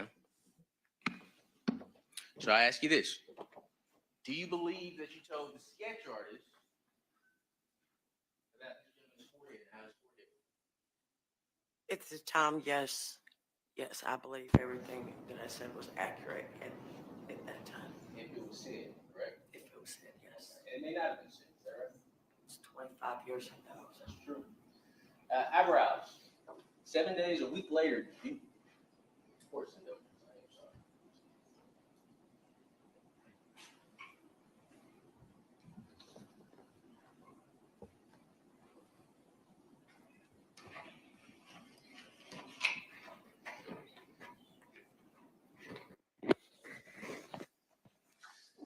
Eyebrows. Do you recall, and I emphasize language recall, Ms. Williams, do you recall giving a description of the individual's eyebrows? I really don't recall the full description at this date and time. Okay. And if you don't, you can just say, I don't recall, okay? I don't recall. How about the bridge area of the nose, which is this area right here? I don't recall. Okay. How about the nostrils shapes? Do you recall that? I don't recall. Okay. Now, you said that the person that you saw had a goatee. Is that right? Goatee? Mm-hmm. Yes. Okay. Now, I don't have a goatee, right? Okay, you would agree. I'm going to show you what's been marked as State's Exhibit 99. Do you see a goatee? Not really. So that answer was a no. Is that correct? Was that a no? Well, now my husband has a goatee, but it's a different kind of goatee, so I really can't answer that question correct. That's fair. I have no more questions for you. Thank you. And you're going to publish State's Exhibit 99 to the jury. You may. Any redirect, Mr. Bolden? No, Your Honor. I would ask that the witness be excused. Any objection from defense counsel? I believe we have under subpoena. I would just ask that she stays on call status. All right. You are free to go if you would just make sure that Mr. Cruz has your contact information and you are on call for this case, but you are free to go for today. Thank you.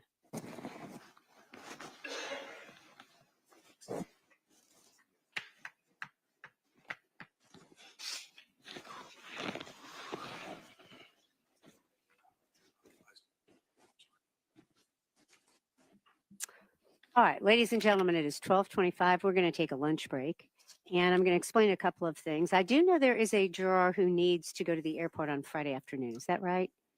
Who's the person that needs to go to the airport? Or somebody's leaving to go out of town. Maybe that's it. Okay, there was a car motion. Got it. Okay, we're going to obviously work around that. And so I have ordered lunch for all of you, and I'm going to do that tomorrow and Friday. We're going to take a lunch break, but it's going to be shortened in duration. We want to get in as much of this case as we can before we break for the weekend. We're going to honor whatever plans that juror has. And I think there was another conflict with the juror for that afternoon, Dr. Waller. Okay, so we're certainly going to honor those commitments. So in the interest of time, I've ordered lunch for all of you. So we're going to bring it to you in the jury room. Enjoy your lunch. Please don't discuss the case. If anybody needs to get to their car for any reason, if you'll knock on the door, we'll have a deputy escort you. But other than that, if you'll just stay in the jury room and we're going to bring you lunch. So go into the jury room if you would. Enjoy your lunch. We're going to be at recess until 10 after 1. So about 45 minutes. Thank you. What's that? We'll have everybody go into the jury room. We'll talk about it. Thank you.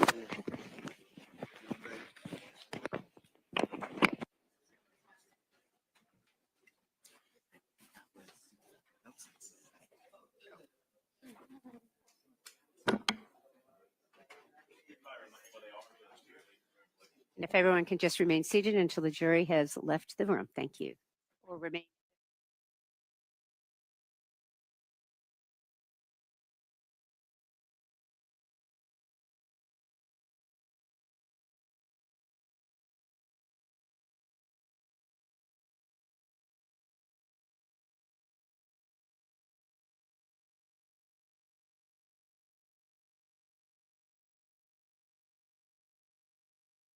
Be in recess until 10 after 1. Thank you.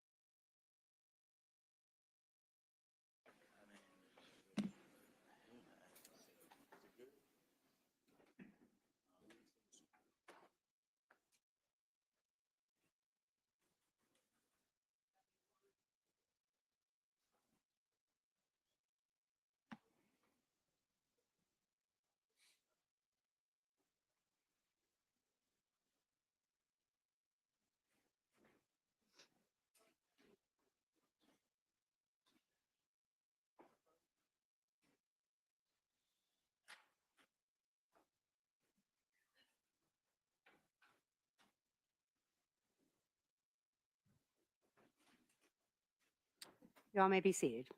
Back on the record. State may call its next witness. Josh Golden. Could you get Josh Golden, please?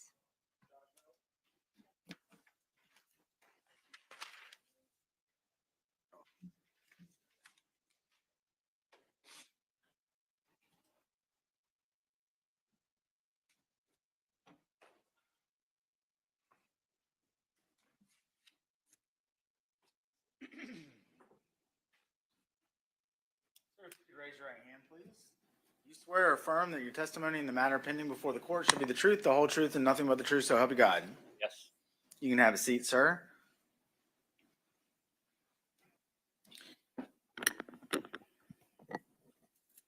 Sir, if you could state your name and spell it for our court reporter, please. It's Joshua Golden, Joshua Mr. Golden, I want to call your attention back to 2000, 2001. Where were you living at that time, sir? I lived in Deer Park in Athens. Okay, and do you remember the exact address you were living at? Yeah, it was 240. 240, Deer would Park. that be 240 Deer Parkway? Correct. Your Honor, can I get the Elma turn? Yes.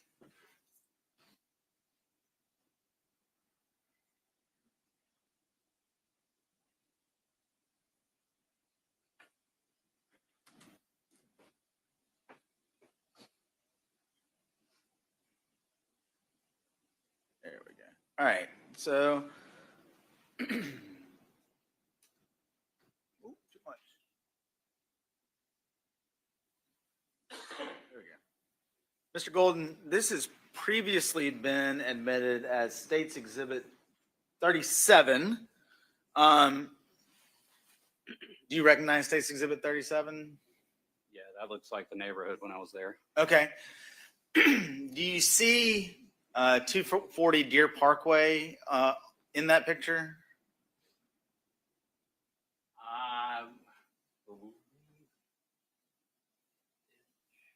This one down here in the bottom. Okay, I think you can actually touch the screen and circle the address that you're referring to.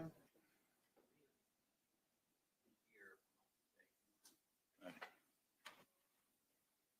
think there was another house next to us that went straight up that road, but I believe that one's the one 240. Okay, and I'm going to ask you to wheel back over and speak into the microphone. I'm not going to, I think your eyes are kind of like mine. I'm not going to ask you to look at the screen anymore. Mr. Golden, do you remember January the 19th of 2001? Yes.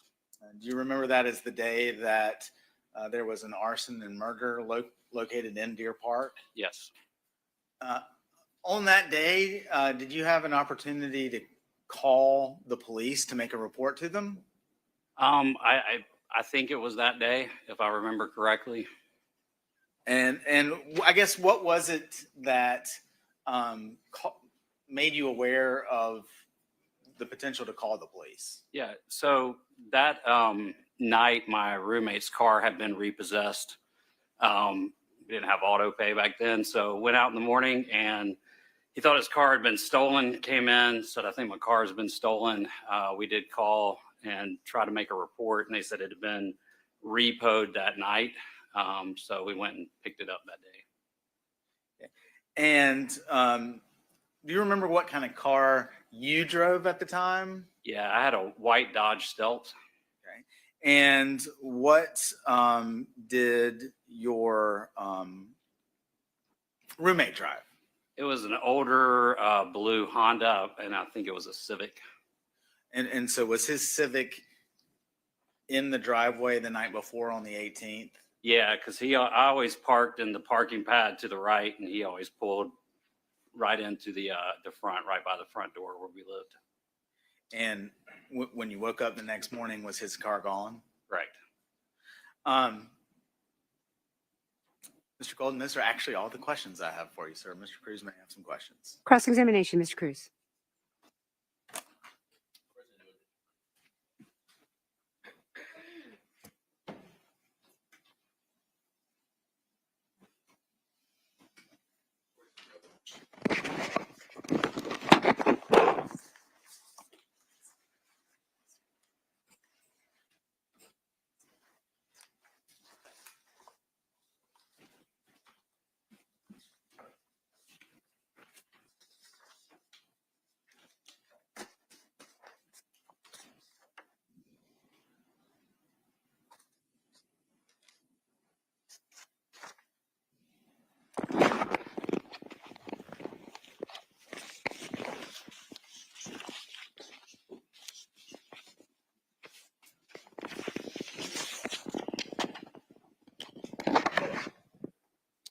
Good afternoon, Mr. Golden.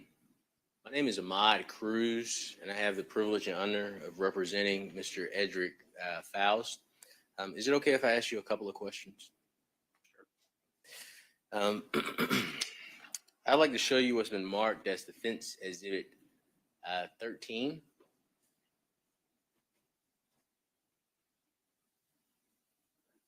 Do you see your house on that exhibit?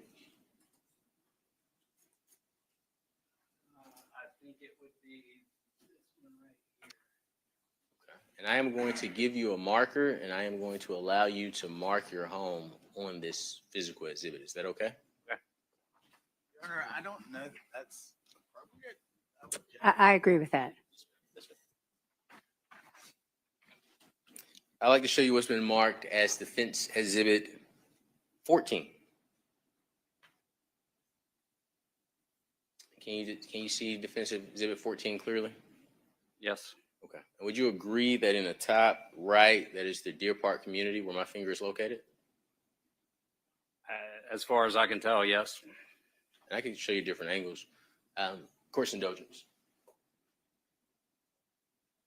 I mean, yeah, that looks like the Deer Park. You talking back here in this area here?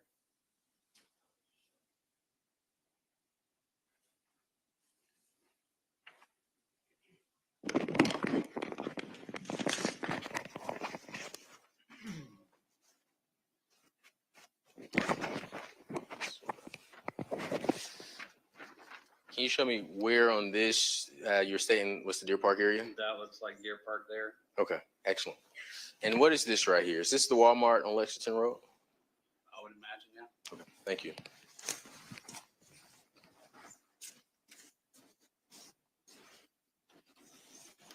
And I also like to show you what's been marked as Defense Exhibit 15.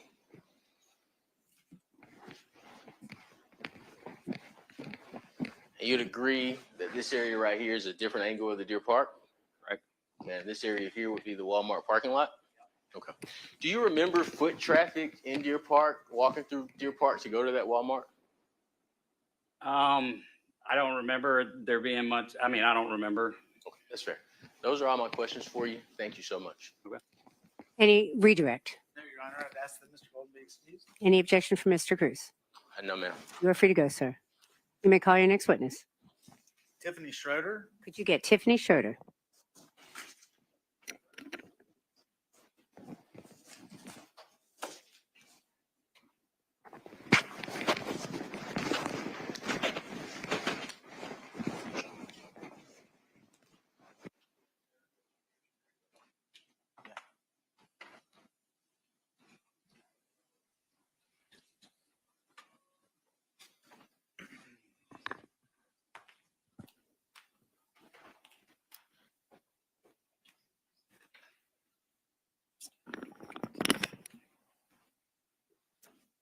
Ma'am, if you could raise your right hand, please. You swear or affirm that your testimony in the matter pending before the court should be the truth, the whole truth, and nothing but the truth, so help you God?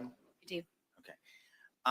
And just, I had a hard time hearing you, and if I'm having a hard time, some of our jurors might as well. So if you could just speak loudly into that microphone. Can you state your name and spell it for our court reporter, please? Tiffany Schroeder, Tiffany, last name Schroeder. Ms. Schroeder, back in January of 2001, were you living in Athens? Yes, And what were you doing in Athens at the time? I was a student. Where in Athens did you live? I lived in Deer Park, Remember the address? 415. I'm going to show you, this has already been put into evidence as State's Exhibit 37. Do you recognize that as kind of an overhead view of the Deer Park subdivision? Yes. And can you point out, so the screen that's down there to your right, you can actually touch it and make a circle. And I'm going to ask you to put a circle over what house was 415 Deer Park Drive. Okay, so is that where you were living in January of 2001? Yes. Do you recall on January the 19th of 2001, there being an incident to include a fire or an arson and a murder in the neighborhood. Yes. And the day of that incident, do you recall talking to law enforcement about part of your day? Yes. What, if anything, do you remember about the early morning hours of January the 19th, 2001? I was leaving for class in the morning between 8:30, and saw a young gentleman walking down our street right near our driveway.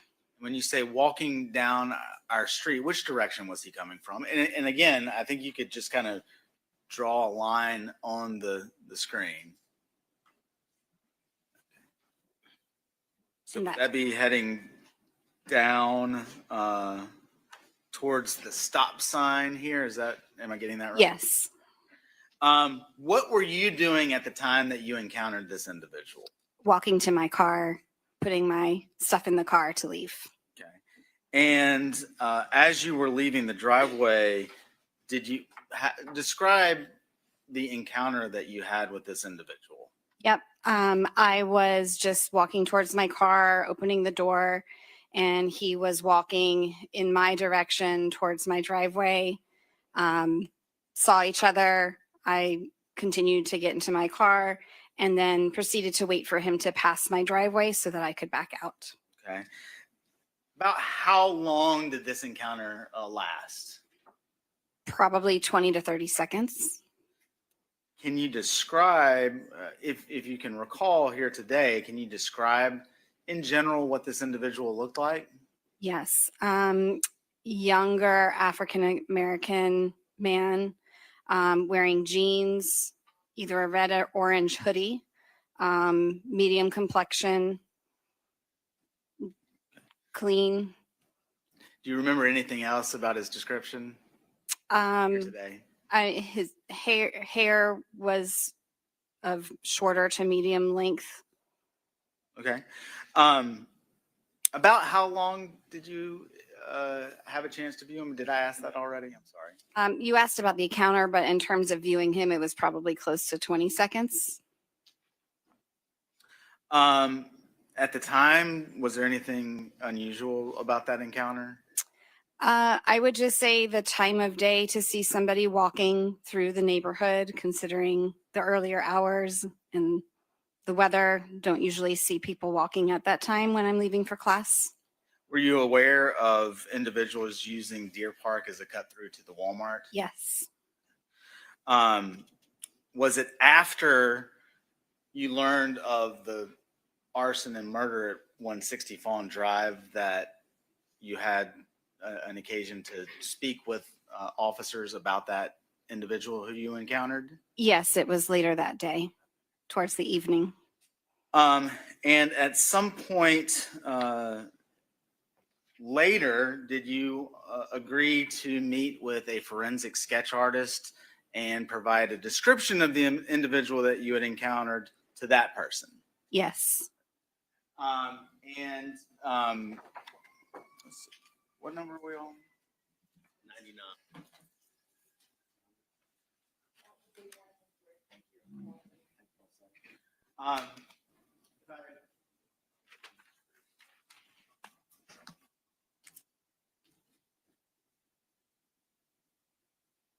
If I can approach the witness, Your Honor. May. I'm going to show you what I marked as State's Exhibit 100. Do you recognize this? Yes. What is State's 100? That is the sketch that I did with the forensic artist. And I moved to tender State's 100, Your Honor. Any objection? No, ma'am. It is admitted. If I can publish that to the jury. Okay. And Your Honor, would it be possible to clear the screen?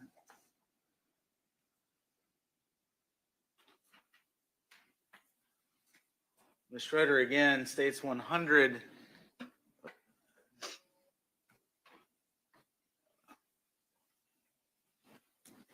Is this the sketch that you, I guess, describe, or the sketch that was rendered based on your description to the sketch artist? Yes. And at the time, did you believe that that sketch represented the individual that you had encountered on your driveway at 415 Deer Parkway to the best of your ability? Yes. And as you sit here today, do you have any thoughts about how accurate that description would have been It would be just as accurate. today? Yes.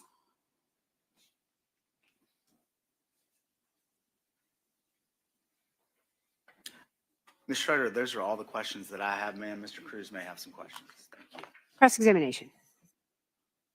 Yes, ma'am.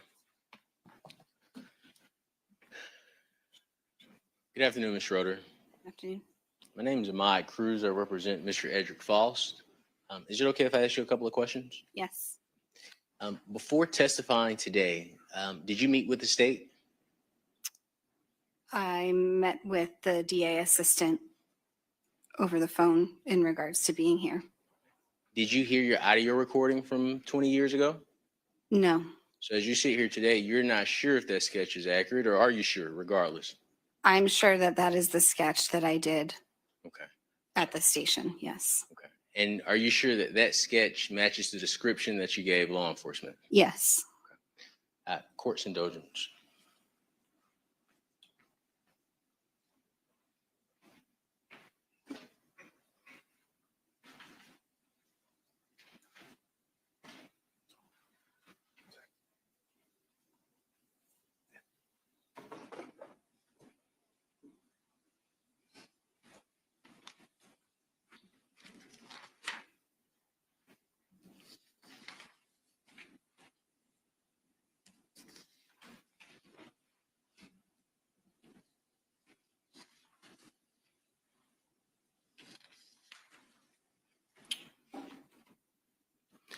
Do you deny today telling law enforcement that the individual you saw walking was nondescript? Do you deny that statement? I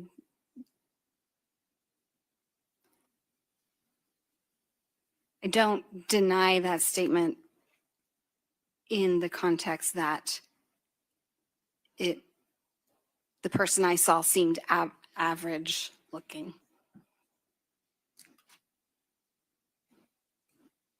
And when you say average looking, what do you mean by that? I mean, no specific physical features that stood out wildly, like colored hair or unusual clothing or anything like that. Sure. So nondescript didn't mean his physical features. Nondescript meant no colored hair, no wild clothing, things of that nature. Correct. Okay. I'd like to ask you a couple of questions about that. Okay. Sure.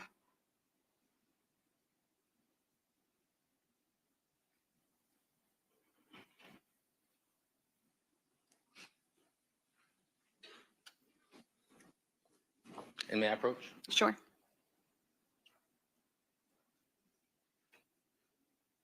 Okay. Okay. Based on that photo, can you tell the jury how you describe that individual's facial hair? How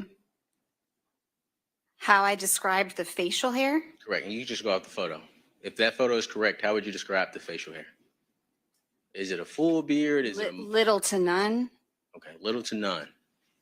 How would you describe that individual's nose?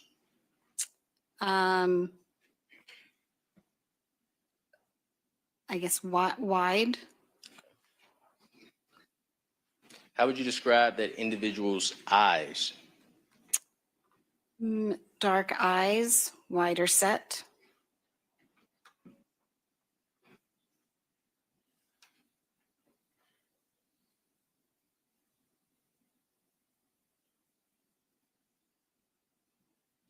How would you describe that individual's lips? Full. And that individual's face. How would you describe the facial shape? The facial shape, I would say squared oval.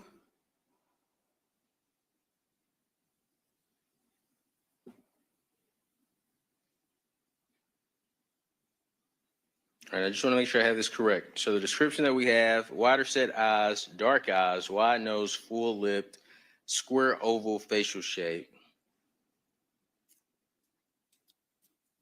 Forehead. How did you describe the forehead? Average size and width.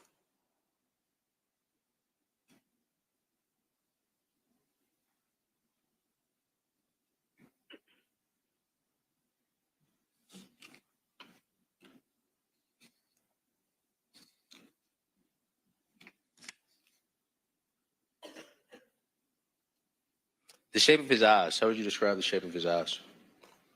Almond.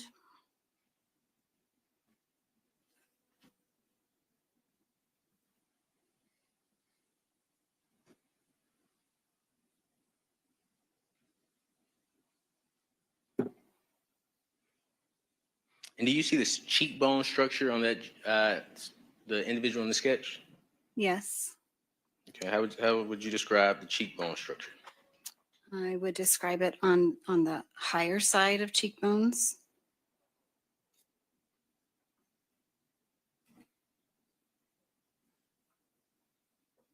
And would this have been the description you gave to law enforcement on the date that they came to speak with you?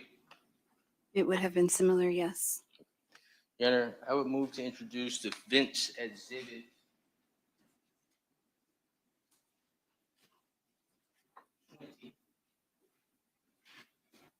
And I am going to give Your Honor particular timestamps.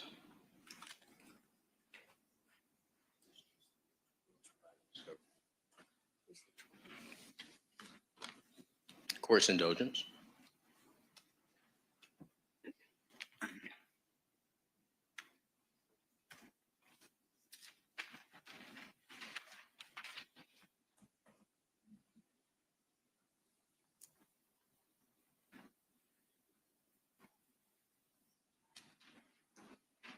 Just to be clear, you do recall meeting with law enforcement on January 19, 2001, is that right?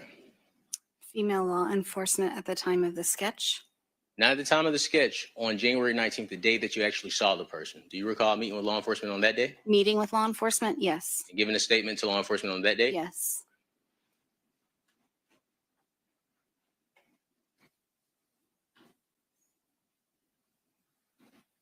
I think I said this wrong. I think I said the day you saw the sketch. The day you saw the person. The same day you saw the person. Do you remember meeting with law enforcement on that day? Yes. Okay, thank you. Mhm.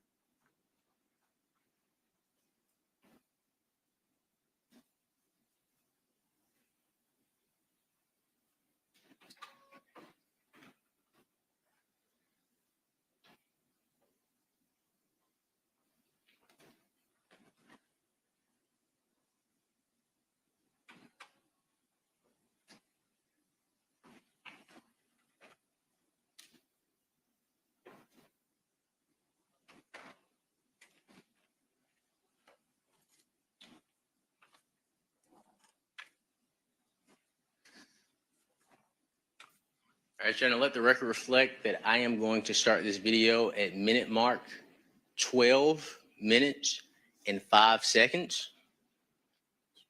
I object to something being played that hasn't been tendered into evidence. I mean, I agree with that. Oh, please forgive me, Your Honor. Please forgive me. Ms. Riker, have you had opportunity to hear your interview? The interview that day, Correct. I have not heard it, nor did I know it was a recorded interview. Sure, that's fair. That is fair. You would recognize the interview if you heard it, though, right? You would recognize your voice, your name, where you stayed. Maybe. Your Honor, I would like to play the recording for the witness outside the presence of the jury, if I may.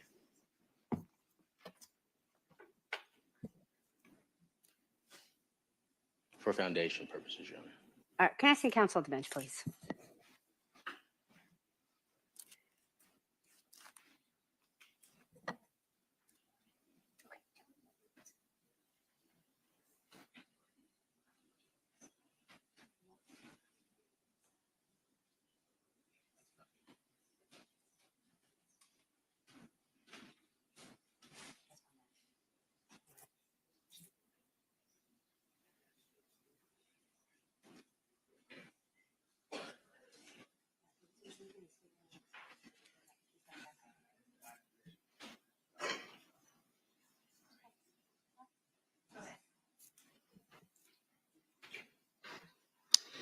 You don't remember exactly what you said in that interview. Is that correct? To some degree, I remember. Okay. What I remember is being asked as I came home and the GBI was canvassing the neighborhood. And they asked me questions in my car. Sure, that's fair. Do you remember everything that you stated in that interview? For the most part, yes. You do? Mhm. Okay. Your statements were that he had wider set eyes, dark eyes, wide nose, full lips, squared oval facials. Object, Your Honor, that's a mischaracterization of what her testimony just was. I'm going to sustain that objection. I will allow you to rephrase your question. Sure. I think that's correct, Sure. but you may rephrase. Sure. Is it fair to say that you stated that the individual had wide set eyes? I don't think I was asked those specific questions at that time. Okay. So on January 19th, that is not the description you gave. Not to that level of detail, no. I'd like to go through the items we discussed today. If you think that wasn't something you said on the 19th, just let me know, okay? Is that fair? Sure. Okay. We've agreed that wider set eyes, you didn't give that level of detail on the 19th. Do we agree there? I don't remember which of those details they may have asked me about at that time or not. Sure. Would hearing your recording refresh your recollection? I don't know. Would hearing it let you know if you would know if it would refresh your recollection? I'm not sure. If I play it for you, will it refresh your recollection? Possibly. Your Honor, I would ask to refresh this witness's recollection outside the presence of the jury. All right, any objections to the statement?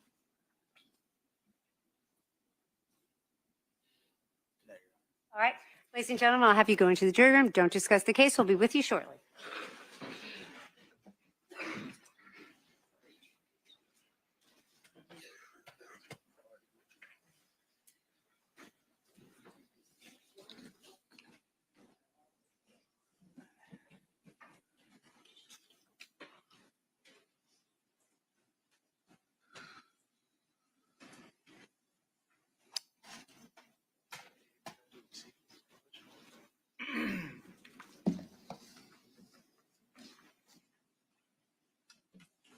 Y'all may be seated.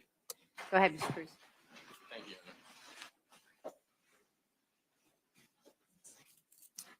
And I want to make sure I address you appropriately. Is Miss your last name? Schroeder. Schroeder, yes, ma'am.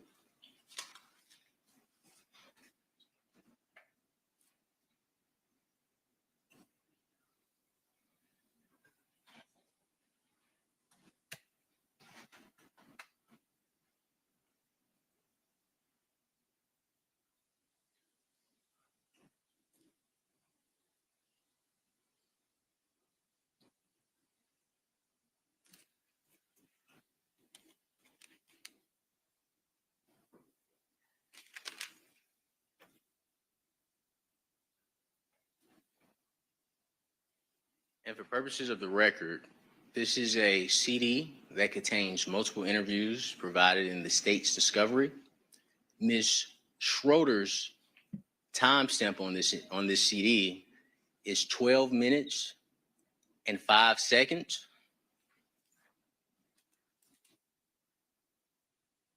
Until 15 minutes and 38 seconds. Ms. Schroeder, if you would, please.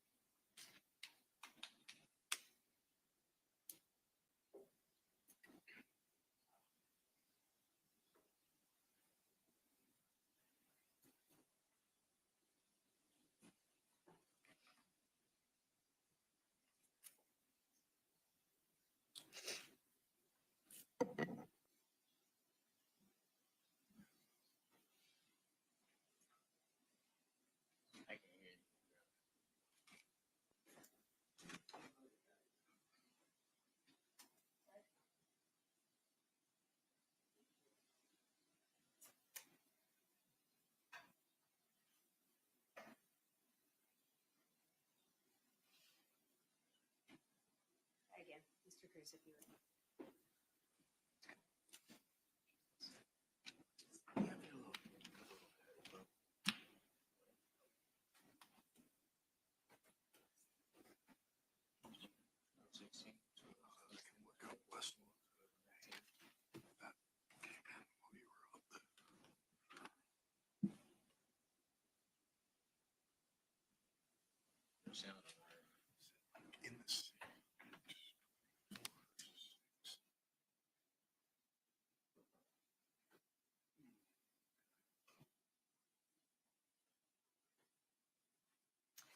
Yeah, Mr. Cruz, let me ask you this question.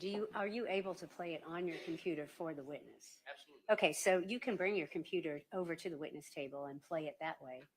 It's not anything that's going to be transcribed. This is for witness recollection, so you can do that.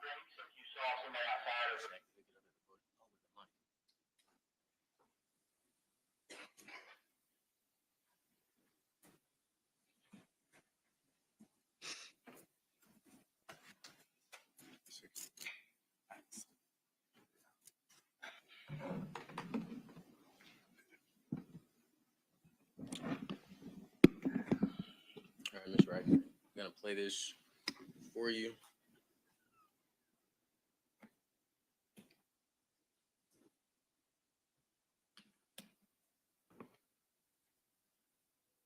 That somebody robbed the place at 5 o'clock. Because they knew you got set up sick. Started to sick. Hey, can you hear that? It's very muffly from here. Yeah, it's not very clear. Just have the laptop closer to the witness, I think, is what the court was suggesting. Well, that, I think, Mr. Cruz, you can play it for the witness at the witness stand. It doesn't need to be transcribed, and it's to refresh her recollection, so you can play it for her at the witness stand. Thank you.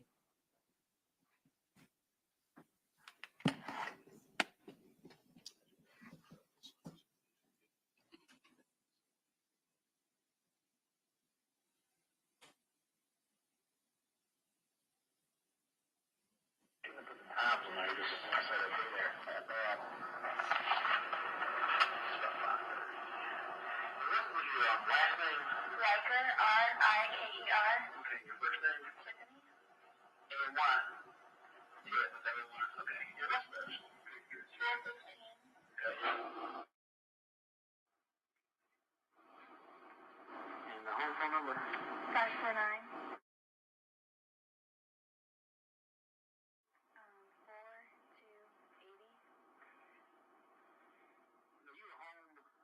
This morning? I left at 8:15 to go to class. Okay.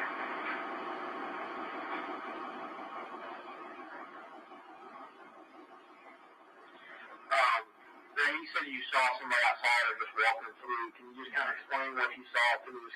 Yeah, I was walking to my car and I saw an African American gentleman walking down my road towards my house.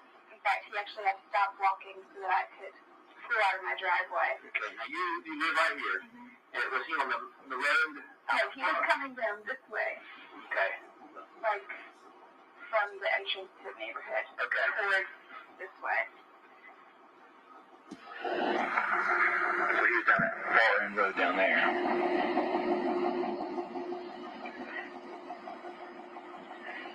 So he's technically he was walking down Deer Park Drive. Okay. And I don't know, he was just kind of, he wasn't nondescript. He wasn't tall, wasn't short, wasn't, large guy or small guy. The only thing I remember he was wearing like an orange colored shirt, orange or red, something bright. Do you know if he was wearing a hat or anything? No, he wasn't wearing a hat. Now, do you remember what kind of pants he was wearing by chance? I don't remember what color. I believe it's like kind of baggy, not like fitted. I want to say jeans, but I could be wrong. Okay.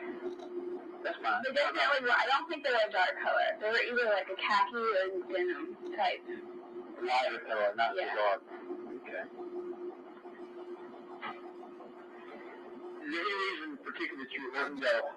you see folks walking a good bit of time. Is there any reason it stuck out this morning, or is it just because we're asking, or is there? I kind of stuck out because I was surprised that somebody would be kind of just strolling through that early in the morning. I mean, I've seen people walking through the neighborhood before, but not at that particular time of day. Many folks walk or jog or anything out here, or is it usually pretty? Yeah, the students that live here usually In the morning, or is it usually in the evening? more so in the evening. I've seen people in the morning, but today was kind of weird because it was kind of rainy, so it wouldn't have been a day for them to do that, really. In my mind, I assumed that maybe he was cutting through to go to Walmart. That's what I. That's pretty normal. Yeah, I mean, I didn't know what he was doing, but I was like, oh, well, maybe he's just cutting through. He might have been, we don't know. Right. Was anybody else home this morning, or would have been here, a roommate, or anybody else? When I left, you were here. I was here until 9 a.m. Then I was doctor's appointment. I was back at 11 a.m. Did you see anything coming in or out, or? No, sir. I didn't see anything unusual. I was here until 2:30. What's your last name? Yes.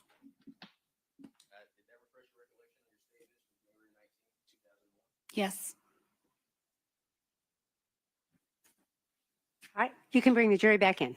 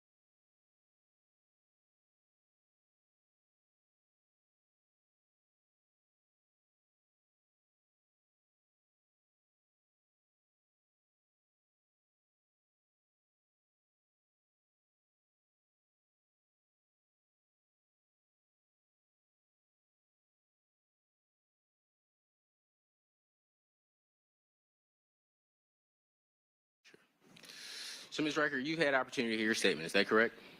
Yes. Okay. And that statement refreshed your recollection. Is that correct? Yes. Okay. And is it true on January 19, 2001, you did not hear yourself in that statement give a physical facial description of the individual that you saw walking? Is that fair to say? That's fair.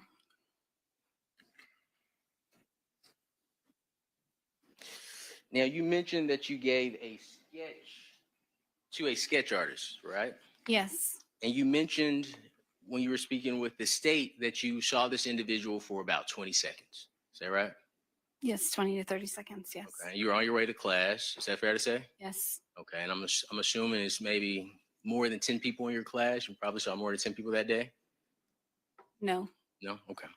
But you met with a sketch artist on Friday, January 26th. Would you agree with that statement? I don't know if it was that date specifically. Sure. Would seeing the sketch artist's notes refresh your recollection? Possibly. And I still have free reign, Your Honor? Yes.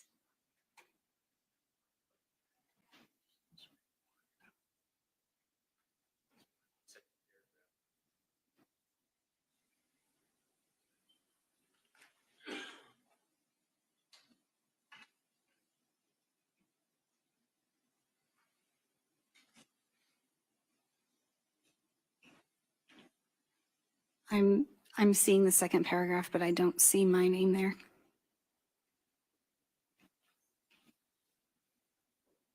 So that doesn't refresh your recollection? No.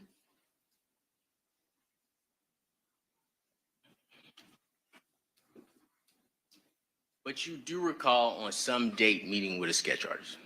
Yes. Okay, you don't know at this time what date that is. It was around that time. I don't remember the specific date. That is fair. Now let's talk about what you did discuss on the 19th, if that's okay.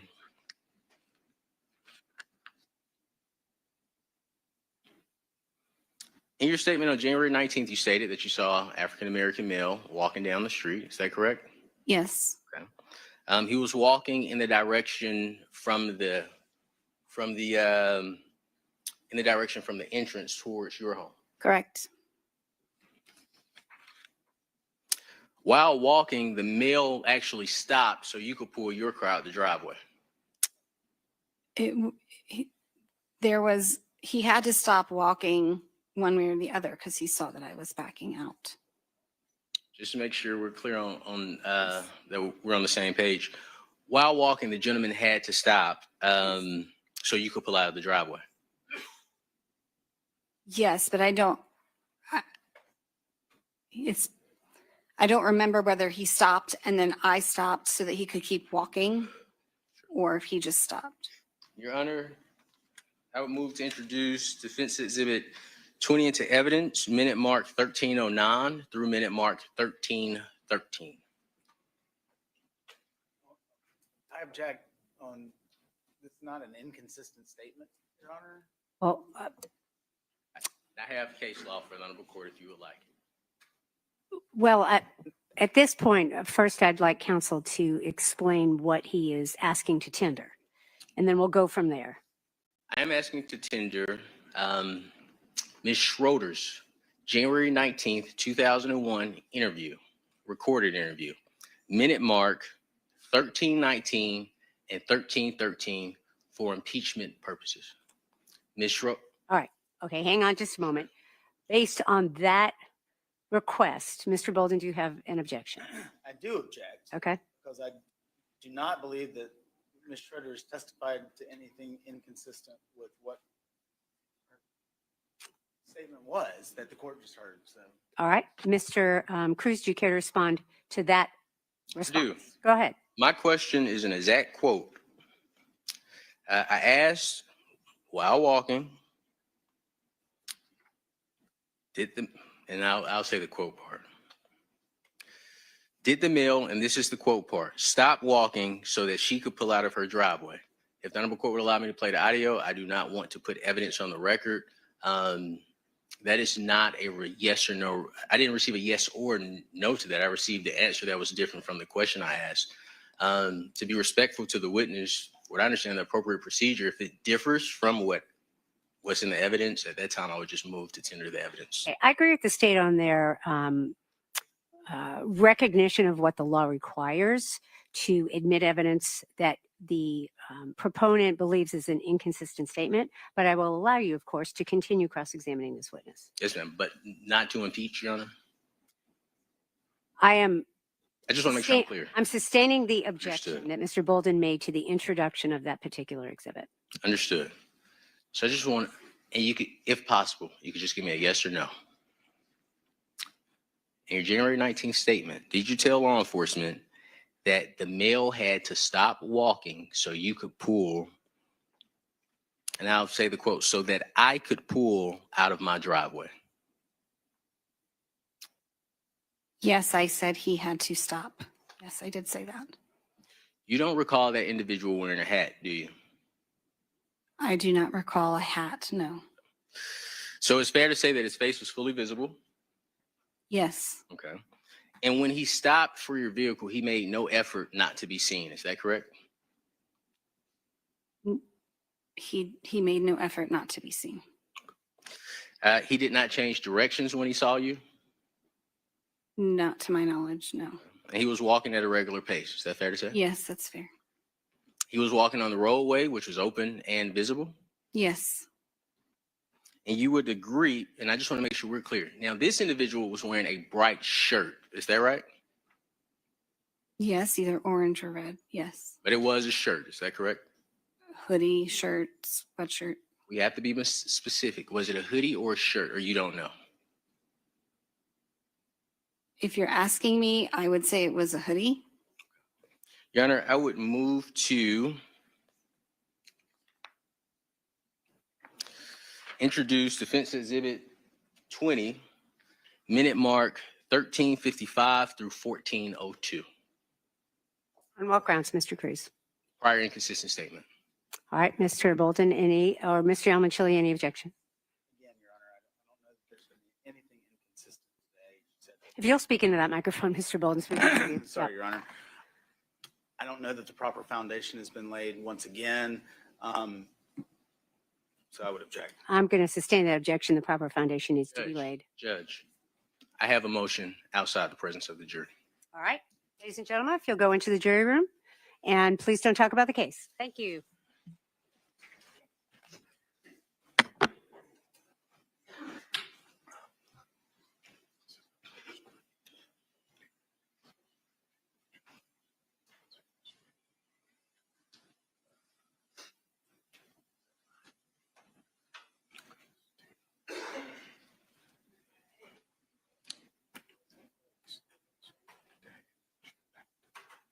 You all may be seated.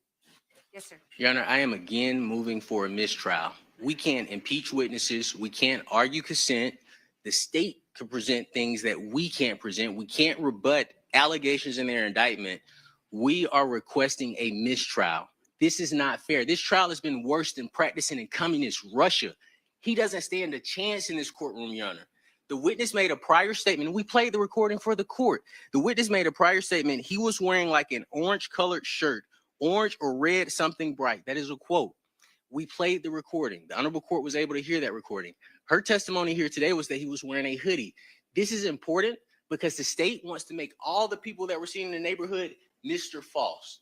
The person that they brought, the first witness in for, said, oh, he had a jacket. So of course they want her to say, oh, he had on a hoodie.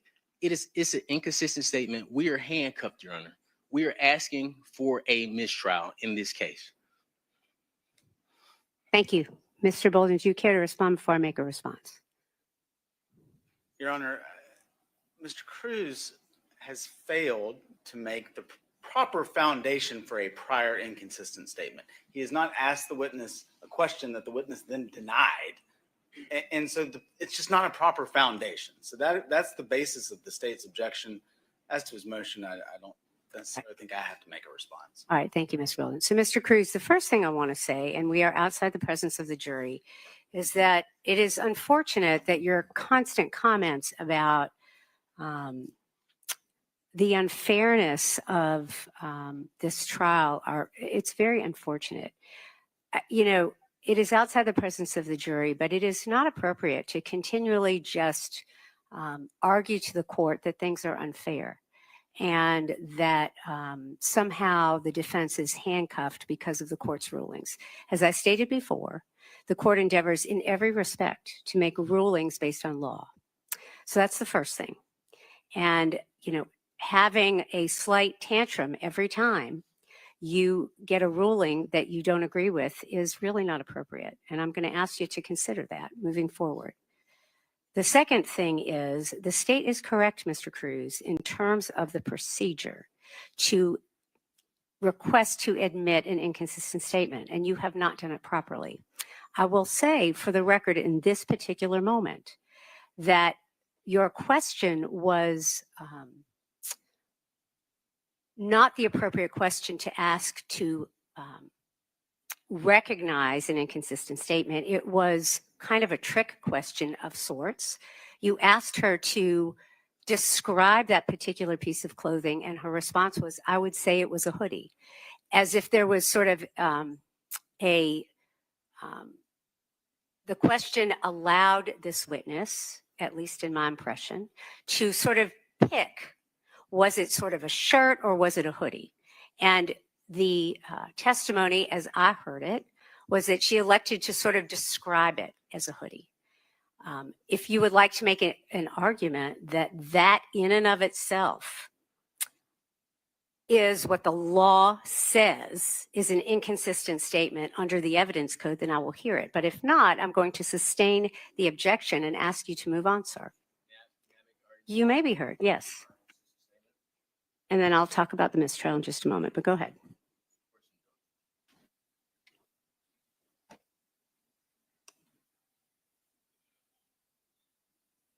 If the report has the statute, just send me a little time. I'm pulling the statute down, that's okay. But if you have it readily available. Well, I mean, Mr. Cruz, I'm not going to advise you on the law. And I think you need to be here prepared to argue it. I just said if you had a copy of the statute, I was trying to say on the first time, but I'll pull it up.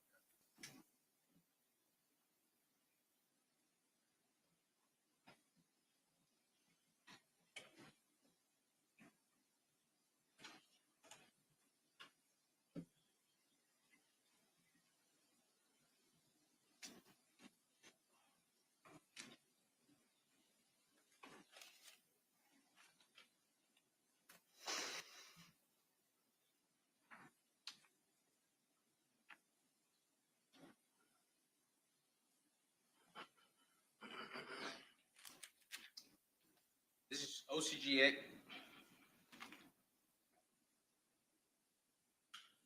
The statute is OCGA 24-6-613. Prior statement of witness is the title of that section. Under subsection A, the law provides in examining a witness concerning a prior statement made by the witness, whether written or not, the statement need not be shown nor its contents disclosed to the witness at the time. Provided, however, upon request, the same shall be shown or disclosed to opposing counsel. Your Honor, in this case, I went above and beyond. I actually chose to refresh her recollection as opposed to impeaching her when we were talking about her statement. She heard the entire statement. I told opposing counsel, this is what I have. They heard the entire statement. Subsection B provides, except as provided in Code Section 24-8-806, extrinsic evidence of a prior inconsistent statement by a witness shall not be admissible unless, first, the witness is first afforded an opportunity to explain or deny the prior inconsistent statement, which we did. I said, Your Honor, this is a quote. I read the statement as a quote. She said it was a hoodie. I confronted her with the statement, gave her opportunity. She still chose to say this was a hoodie. Second, and the opposite party is afforded an opportunity to interrogate the witness on the prior inconsistent statement. That's that. The state will have opportunity to examine her on the prior inconsistent statement. Mr. Cruz, what is the statement you're saying is inconsistent with this witness's testimony? Sure. I think that's part of what the state was endeavoring to argue. So what is it? So the written question that I asked, the individual that she saw walking, did she state he was wearing like an orange colored shirt? She said that he was wearing a hoodie. Well, that wasn't the question you asked, Mr. Cruz. The question you asked gave her an option to sort of describe what she meant. And you said something to the effect of, was it like a hoodie or a shirt? And she opined it was like, I'll say a hoodie. I'm not sure that's an inconsistent statement, but I will let you question this witness again with specific questions if you would like to elicit the proper information for the court. I will let you question her right now out of the presence of the jury, and we can go from there. Sure. In your prior statement in law enforcement, did you state he was wearing like an orange colored shirt, orange or red, something bright? Yes. We can bring the jury back in. That's it. All right. And Mr. Cruz, I want to comment on your motion for mistrial. Sure. I'm going to deny that motion. The granting of a mistrial by the court is a very, of course, as you are well aware, extreme option. And it is done in very limited circumstances where the matters that have been presented in court are of such a prejudicial matter, such a prejudicial level that the defendant cannot receive a fair trial. And with regard to your motion, you have not sufficiently shown this court that that exists. And so I'm going to deny your motion. All right. Can you bring the jury in, please? Thank you.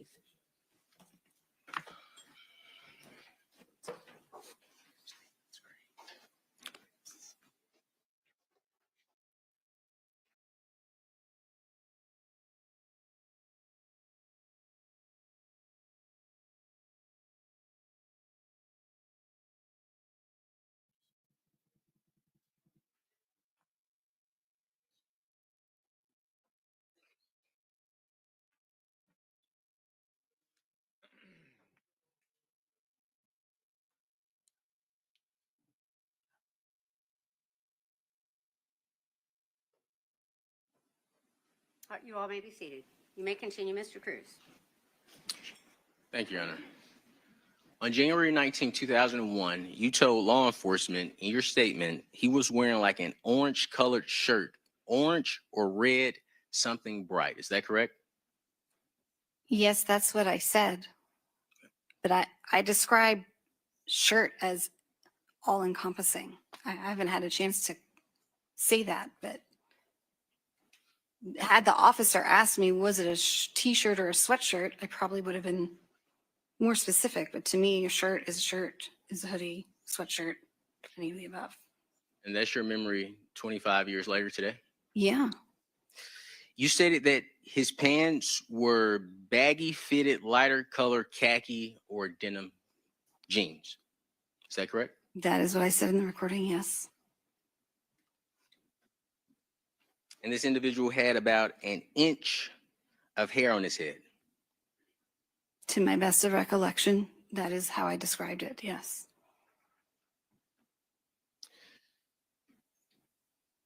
When you were asked by law enforcement what this individual looked like, your response was, I don't know.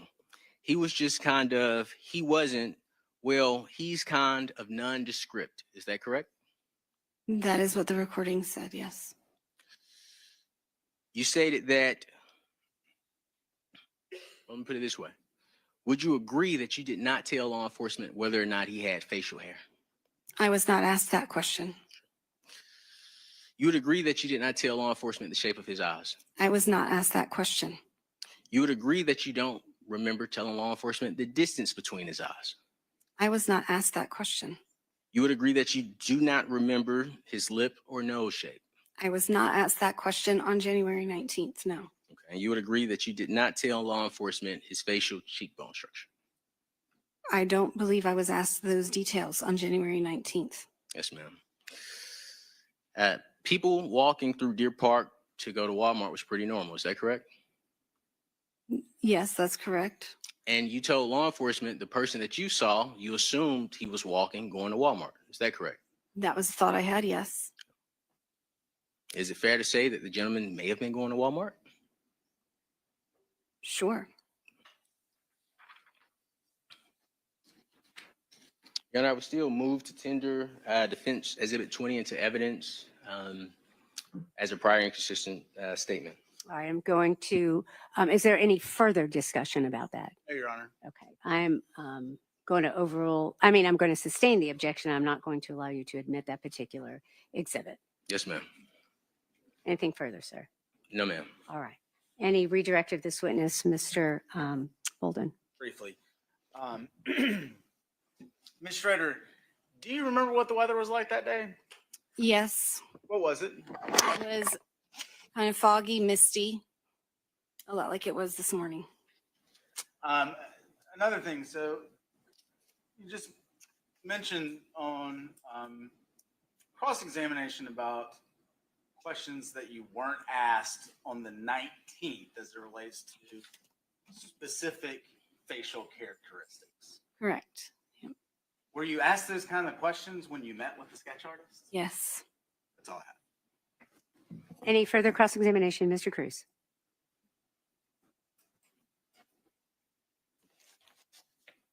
Of course you don't.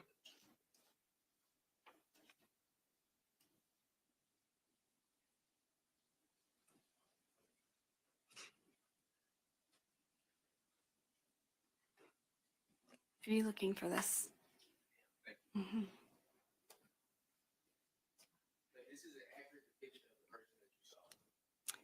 That is an accurate depiction of how I described the person I saw to the sketch artist. So this is accurate. To my knowledge, yes.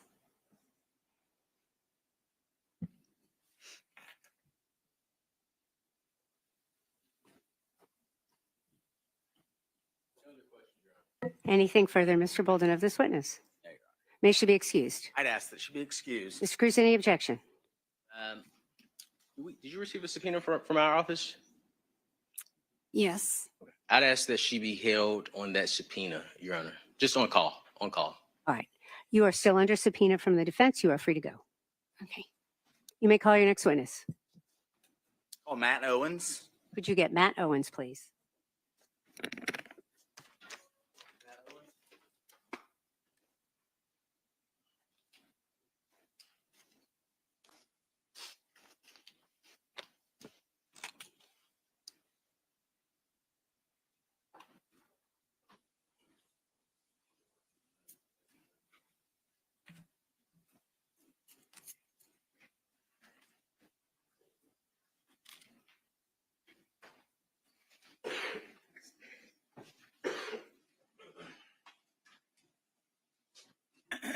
Sir, if you could raise your right hand, please. Do you swear or affirm your testimony in the matter pending before the court should be the truth, the whole truth, and nothing but the truth, so help you God?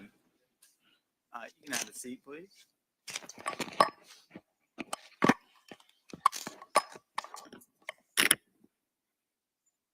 And sir, if you could state and spell your name for our court reporter. Matthew Owens, Matthew Owens. And sir, back in 2000, 2001, where were you living at the time? 147 Vaughn Drive. Okay. Your Honor, if we could have the Elmo. All right.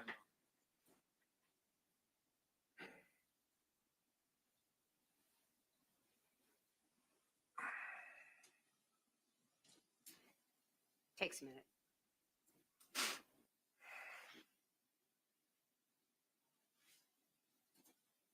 All right, Mr. Owens, this has been admitted into evidence as State's Exhibit 37. Do you recognize that to be an overhead view of Deer Park subdivision? I do. Okay.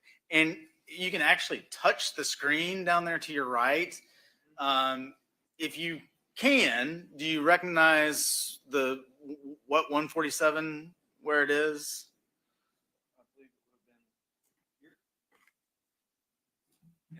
Your Honor, I think you might have to turn the I think it is on. Sorry. It is on. Oh, I'm sorry. Oh, is it a dot? I can't see that part. Okay. Gotcha. Could you make a circle just because I really can't see that? Okay. Thank you, sir. Back in 2000, 2001, who were you living at 147 Fawn Drive with? We had several roommates. Jay Anderson was one of the roommates. Reynolds McLean. I'm trying to recall who people were moving in and out at that time. Gabe Norris, and I can't recall the fourth. Do you recall the day when the house across the street, 160 Fawn Drive, was set on fire and there was a body discovered? I do. Was there anything about that morning that struck you as odd, sir? When I left for work that morning, I stepped into the driveway to get into the car and could smell smoke. It smelled like a house fire. You recall what time that was? It was about 8:40 to 8:45. And was there, you recall what the weather was like that day? It was overcast, sort of foggy, misty, kind of like today. And so that was on your way to work. Is that what I understood? Yes, sir.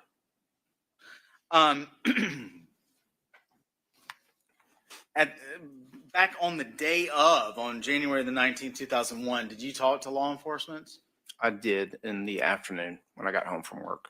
And did you describe what you had smelled on your way to work that morning? I did. You mentioned anything else of significance at that time? No.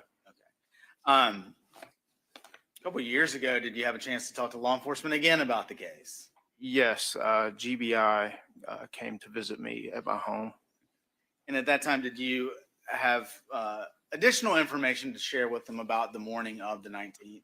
We spoke that occasion, and what I relayed to them, aside from what I noticed when I was leaving, was that earlier that morning when I was getting ready for work, we'd seen someone walking down the street and on Fawn Drive coming towards our house. And who was it that alerted you to that? One of my roommates, I believe it was Reynolds. And at the time, when you spoke to law enforcement back in 2024, when the GBI talked to you, were you able to recall a description of that individual at that time? Yes, the description of the individual was, probably.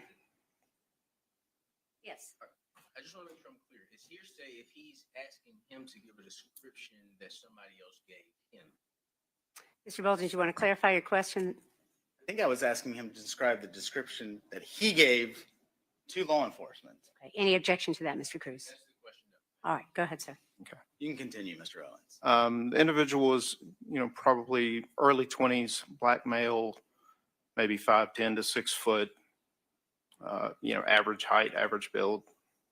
You recall anything about the individual's clothing or providing that description to law enforcement at the time?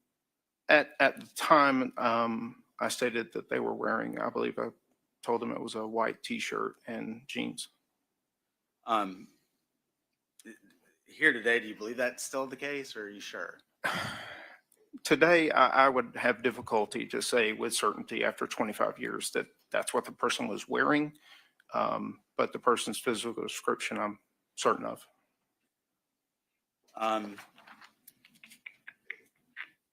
Mr. Owens, those are all the questions I have for you, sir. Sir, I am sure Mr. Cruz will have some. Thank you. Thank you. Cross-examination, Mr. Cruz. Thank you so much for your time today. I don't have any questions for you. May this witness be excused.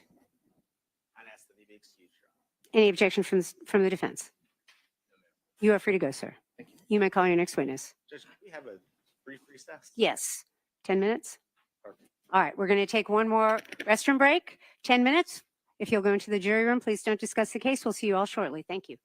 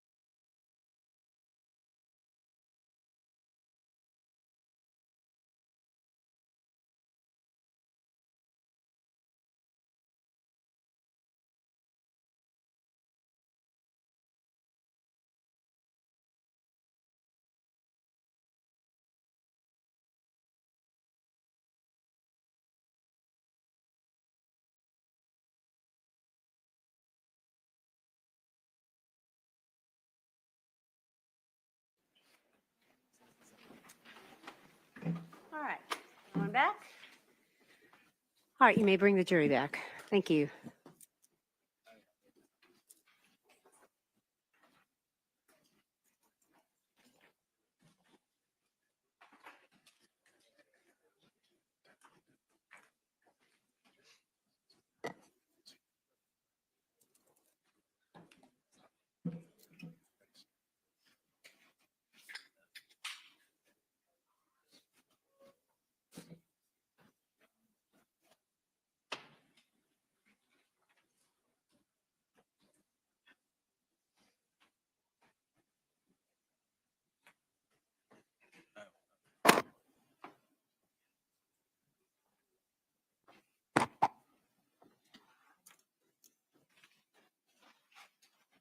You all may be seated. Mr. Yalmanchilli, Mr. Bolton, you may call your next witness. State would call Jennifer Corsi. Could you get Jennifer Corsi, please?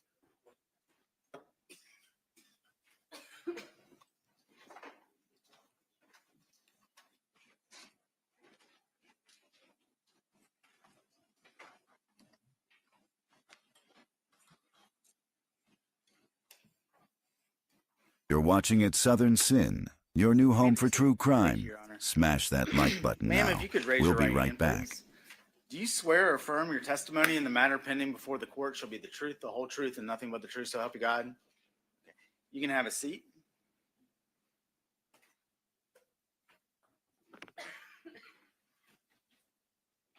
Good afternoon. Good afternoon.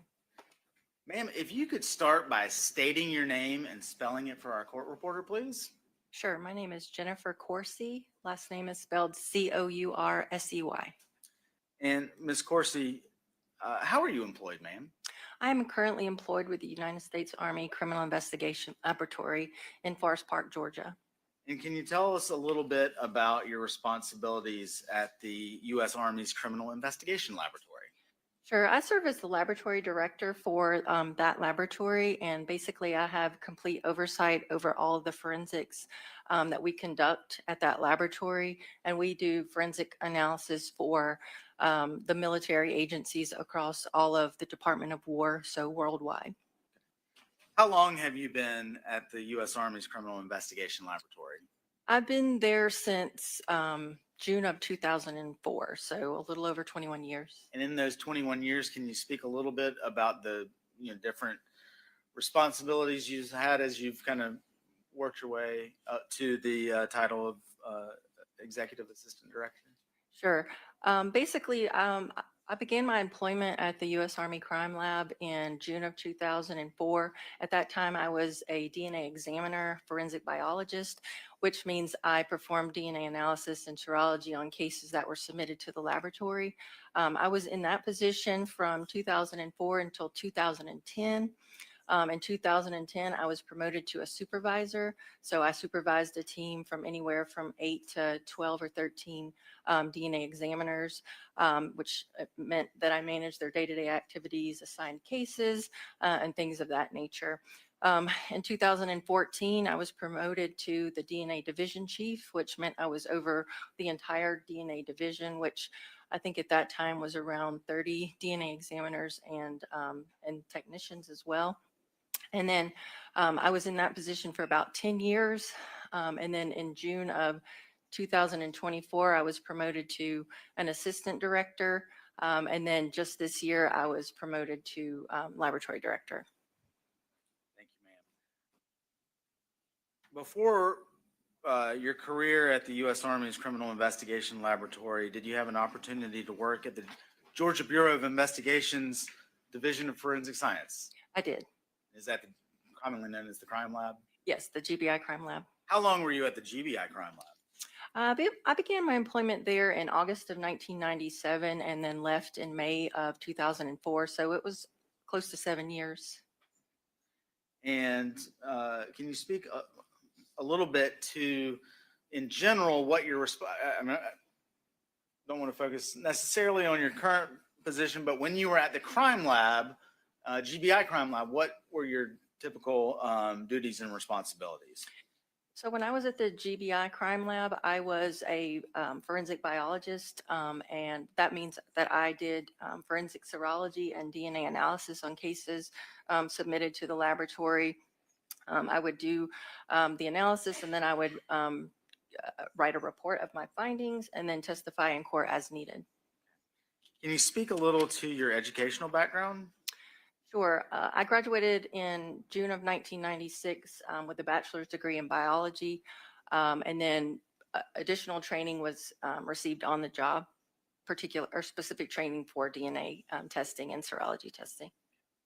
Can you describe any training that you've had that allows you to perform those duties that you just described as a forensic biologist? Sure. You know, you are required to be a forensic biologist and to conduct DNA testing. You're required to have a science degree, which I had a biology degree. Addition to that, you must have specific coursework, which I also had, which was my molecular biology, genetics, and statistics. Addition to that was a rigorous training program that had to be at least 6 months long, where it is basically you do a lot of reading, you do practice samples, you have lectures, you do demonstrations, you also have practical exercises, written exams, and then oral exams as well. And the training is usually concluded with a mock trial to prepare you for court testimony as required. Okay. Do you belong to any professional organizations? Yes, I do. I'm currently a member of the Southern Association of Forensic Scientists. I'm a member of the American Society of Crime Lab Directors, and I'm also I'm a part of the Council of Federal Forensic Laboratory Directors.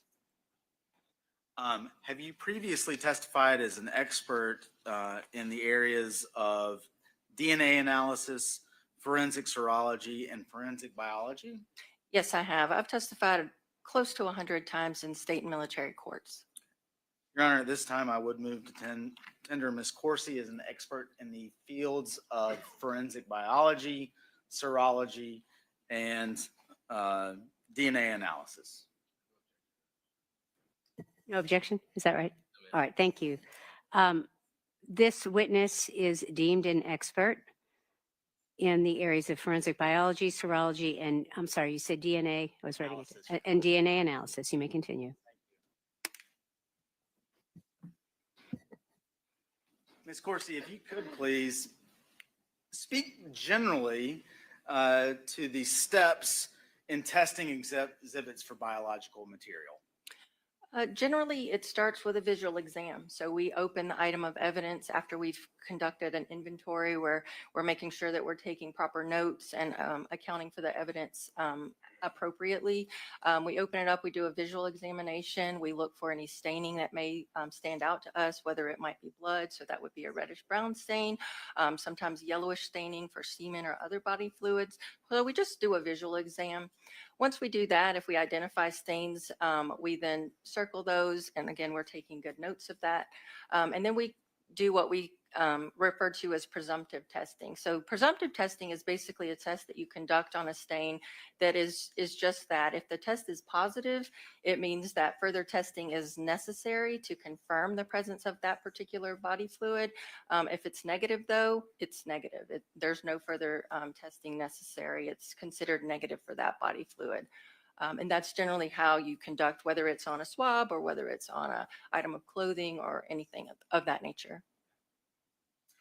And after a body fluid has been determined, what happens next?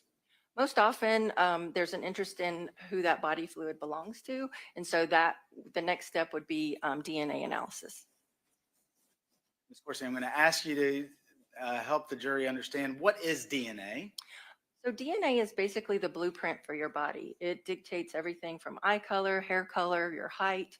You get half the DNA from your mom and half the DNA from your dad, and it changes. It stays the same throughout your life. It never changes. And all cells of your body have the same DNA. So that means we could take one sample of DNA from one type of cell in your body, so maybe like a blood cell, and compare it to a semen cell or some other type of cell in your body. Very, very much of our DNA from person to person is very similar. But there's a very small percentage, maybe less than 1%, that varies greatly across individuals. And that's the part that we hone in. That's the part that we look at for forensic analysis. And no two people have the same DNA except for identical twins.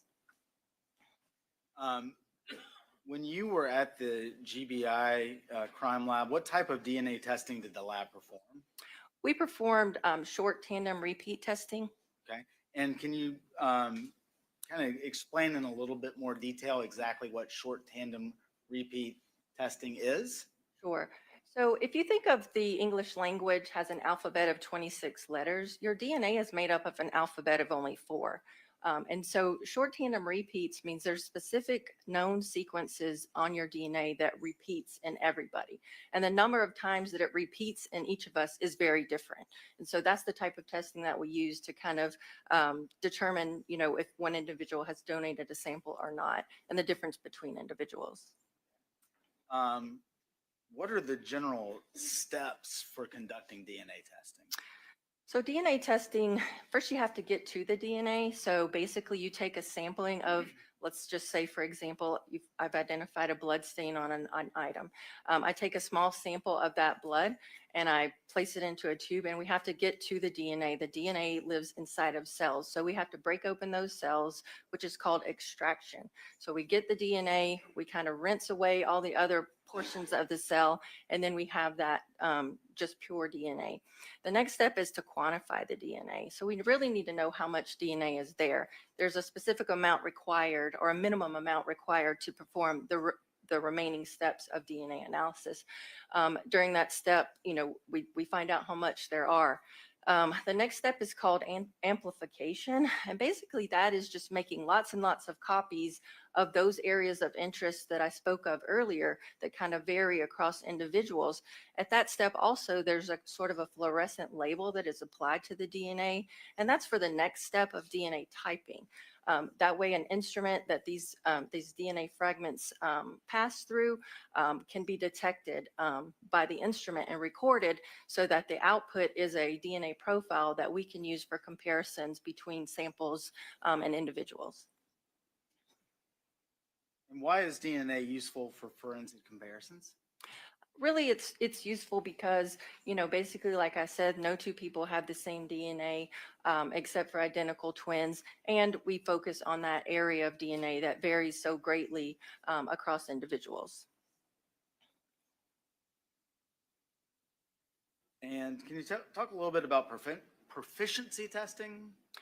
Yes, proficiency testing for a DNA examiner is required. We're required to do 2 a year, and that just allows us to maintain our competence. It makes sure that our skills are sharp and that we're conducting the analysis according to policies and procedures, and that we get the correct outcome. So proficiency tests are generated by an external company, and they know the results. It's submitted to the laboratory, and we do not know the results. We just perform the testing on it just like we would a normal case, and then we get our answers, our conclusions, and those are sent back to the agency that we purchased the proficiency test from, and then we get a report back from them to say whether we got the consensus result or not.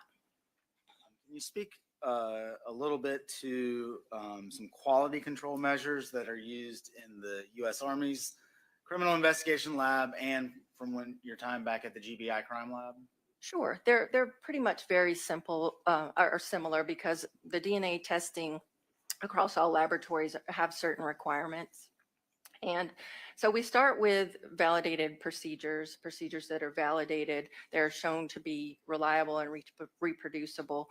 And then we have, approved policies by our laboratory.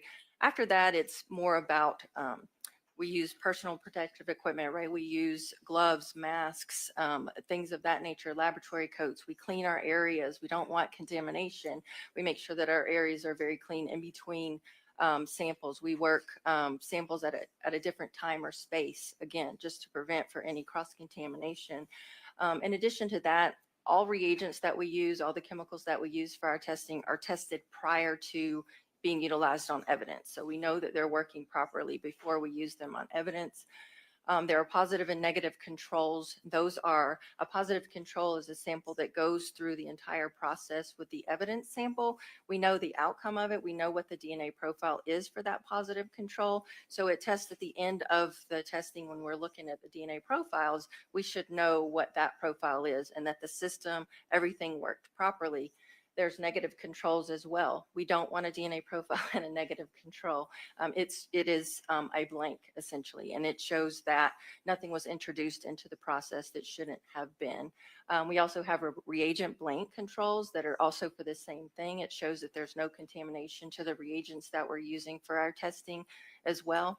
Additionally, at the end of our testing, when we have compiled all of our results and we've generated a report, we have another qualified examiner review that case technically to make sure, again, all policies are followed, procedures are followed, all the proper documentation is present. They also do an independent analysis of the data. So there is data generated and they do an independent analysis on it. And then they compare what they got as the answer to what I got as the answer and make sure they match. And once all of that is done, they kind of check off the case. That is called a technical review. Then there's one more review that is conducted before the case or before the report is released to the customer, and that's an administrative review. And that's basically typos, formatting, things of that nature, make sure there's no misspellings. And then after that, the case is released. Ms. Corsi, I want to call your attention back to January of 2001. I think we've established that at that time you were at the GBI crime lab. One thing I don't think I've established is, was your name different at that time? Yes, my name at that time was Jennifer Fincher. That was a first marriage name. And I only asked that because there's some reports with Understand that and that last name on it. Back in 2001, did you have the opportunity to conduct both serology and DNA typing tests on some evidence in connection with a case involving a victim by the name of Tara Baker? Yes, I did. Okay. I want to first start with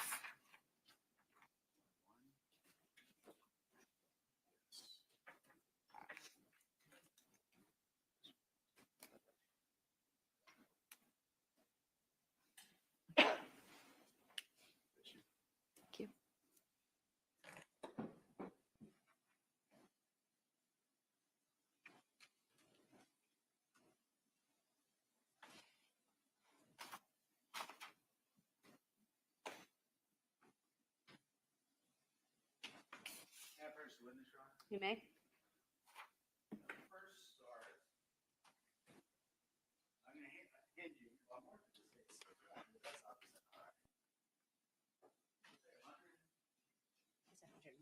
That's what I have. Ms. Satterfield, is that what you have? Thank you.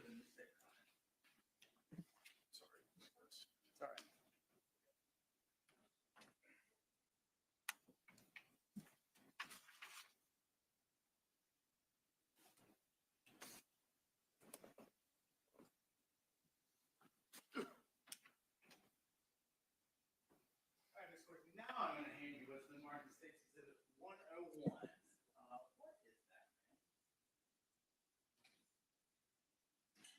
This is a final report issued based on my testing of the sexual assault evidence collection kit of Tara Baker.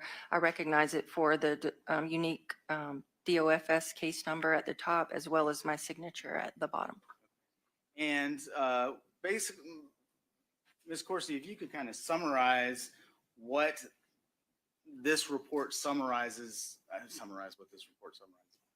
what this report reflects as it relates to your work in the early days of this case. Yeah, this report basically states that I conducted All right. Any response to the objection, Pearson? I'll rephrase your. All right. I'll sustain it and allow you to phrase if you choose to. Ms. Corsi, is State's Exhibit 101 a fair and accurate summary of your semen identification based on the case that we're here about today? Yes, it captures my findings and conclusions. I would move to Tender States 101. Any objection, Mr. Cruz?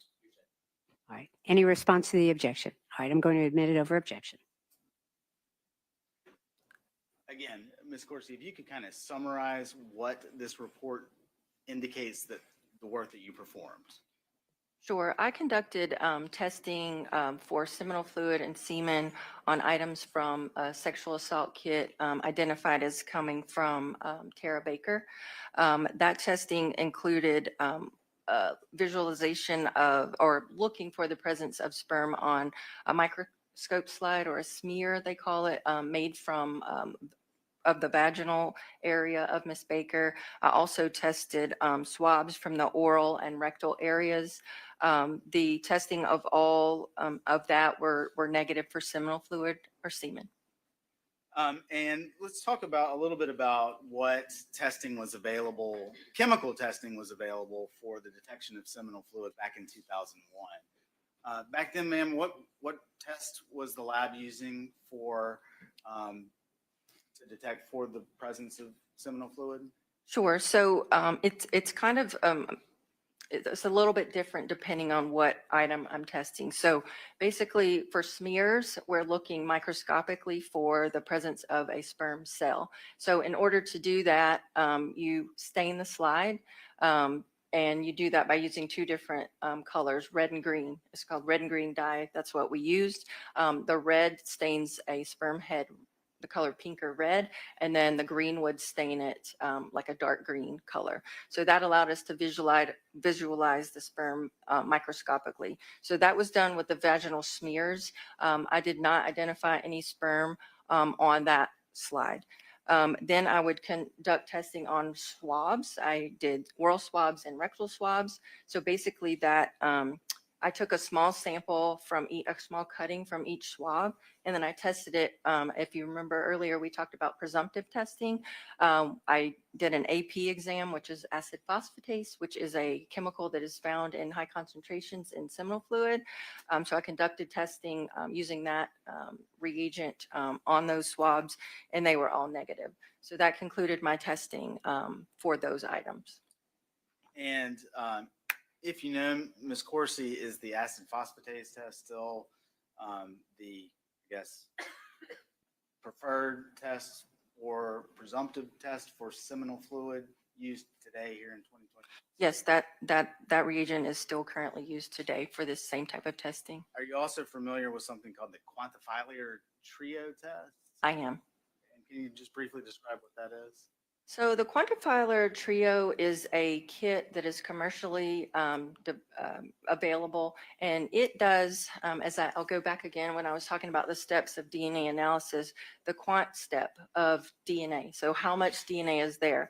So back when I did this testing in 2001, we didn't have that technology available, but now it is available, and basically it allows you to quantify the amount of DNA, but it also gives you some indication of if there's male DNA present.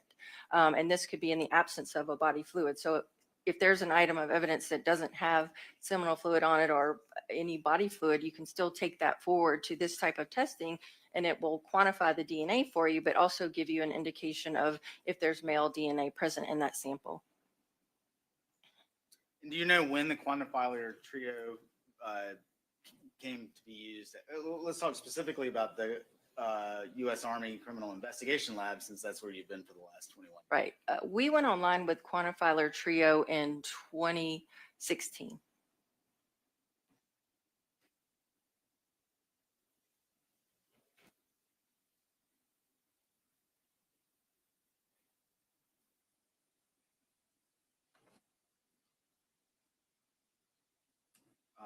Ms. Corsi, were you also asked to conduct serology testing on fingernails from the sexual assault kit of Ms. Baker? Yes, I was.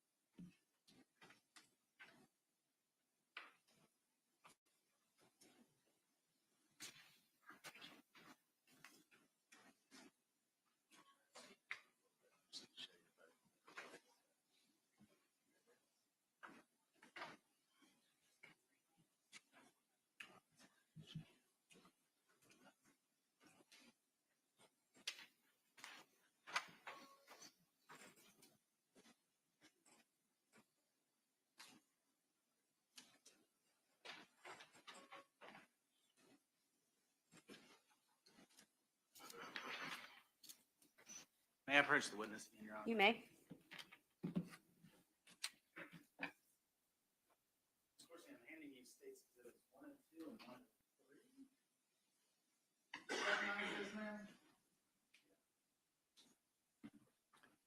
Yes, I recognize these as official reports I generated at the time of testing of the fingernails from the sexual assault evidence collection kit of Tara Baker. Identify it based on the unique DOFS case number at the top, as well as my signature at the bottom. One report contains the serology testing or the blood testing, and the other report is in regards to the DNA testing on the fingernails. I'd move to tender states 102 and 103. Any objection, Mr. Cruz? All right, thank you. Any response to the objection? Okay, I'm going to overrule the objection and admit 102 and 103 over objection.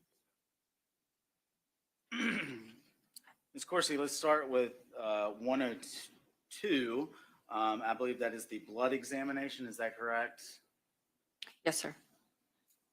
What does this report summarize, ma'am? This report entails the testing that I conducted on the fingernails for the presence of blood. Again, I performed chemical testing on the fingernails. It's presumptive testing, and it did indicate the presence of blood. Oftentimes, when there is an abundance of an abundance of blood or reddish brown staining on an item, we would go further to confirm the presence of blood. But in this situation on the fingernails, it was a small amount of blood. And so my report says in there that in order to preserve that sample for DNA testing, no further analysis was done at that time. And then the samples were submitted for DNA analysis. That's 102. Yes. Move to states 103. What does that report summarize, ma'am? This report summarizes the DNA testing conducted on the blood that was indicated on the fingernails. That DNA was found to be match Tara Baker or her identical twin.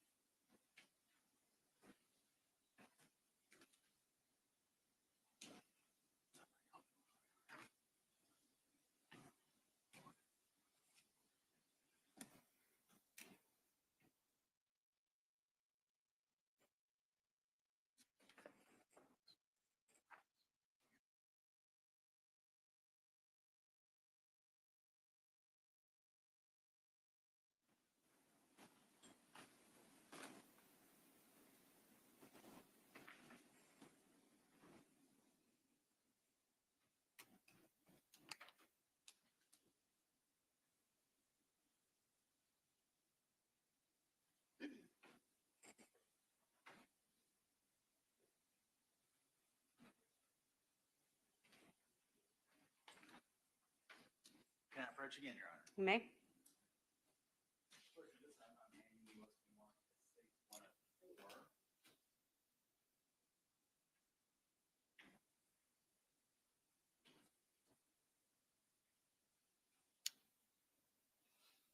Ms. Corsi, were you also, as part of your responsibilities associated with this case, asked to, I guess, check, for lack of a better term, certain physical evidence outside of the sexual assault kit for the presence of blood? Yes, I was. And states 104, do you recognize that, ma'am? Yes, this was a report I generated at the time of testing regarding multiple items of evidence to include stove knobs, 3 different knives. Yes, and it also has the unique DOFS case number at the top and my signature at the bottom. And do you, I guess, if you recall, what were the results of those particular tests? So my results were, there was one knife that I indicated the presence of blood on. That was item 15. The additional 2 knives, items 29 and 30, did not reveal the presence of blood, nor did the stove knobs, item 14, I apologize, 14. All of those were negative for blood. And is State 104 a fair and accurate summary of the report that you generated in connection with that that testing? Excuse me. Yes, sir, it is. Move to tender State 104. Any objection? It is, I'm going to admit it over objection.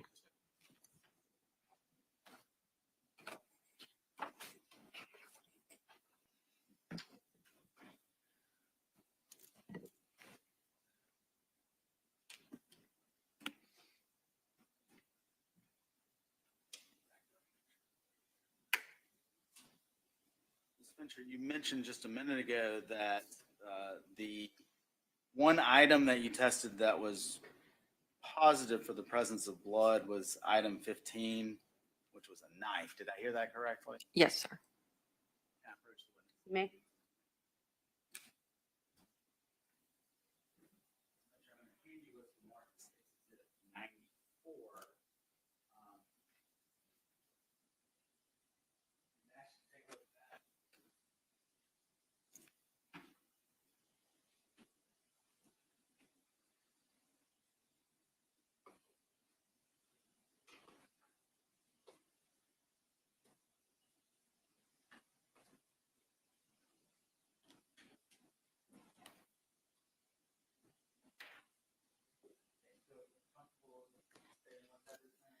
Yes, this is the item 15 that I referred to earlier containing the knife. I recognize it with the DOFS unique case number associated with this case.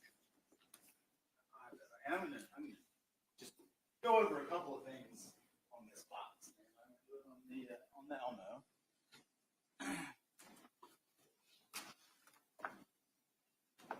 So you mentioned some unique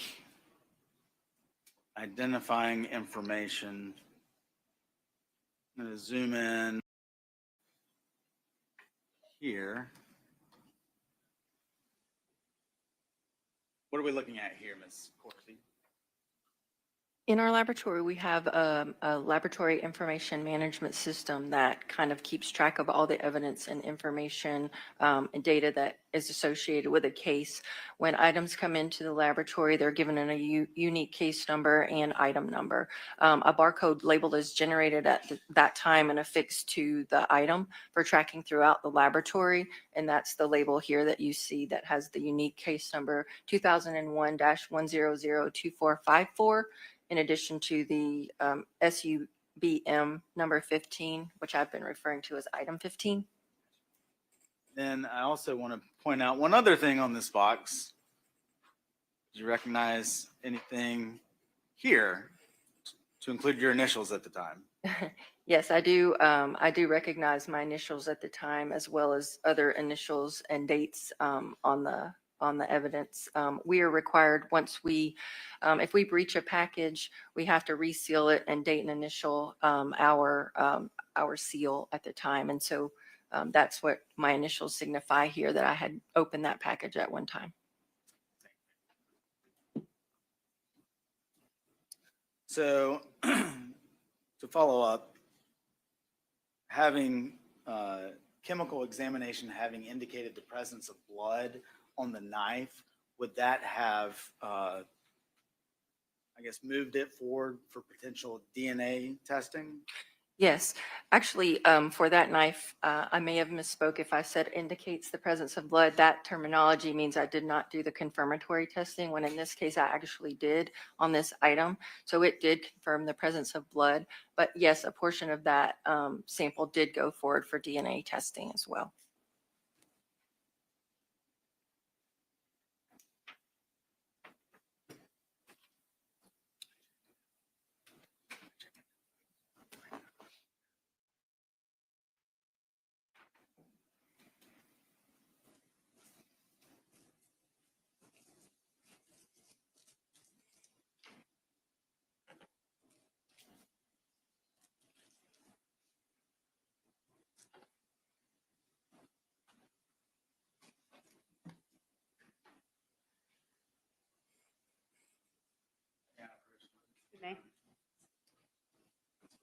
states 105. So, what is states 105? This is my final official report generated at the time of my testing regarding the DNA analysis conducted on the blood found on the knife, item 15. Okay. And is that a fair and accurate summary of the DNA analysis or DNA typing that you did in connection with the knife, item 15, which is also states 94? Yes, 94. Yes, it is. Move to tender states 105. Any objection, Mr. Cruz? Yes, ma'am. You're saying. I'm going to admit it over objection. Ms. Corsi, what did your results reveal as to, if anything, as to item 15? Yeah, my DNA analysis conducted revealed that the DNA from the blood obtained from the knife matched Ms. Tara Baker or her identical twin.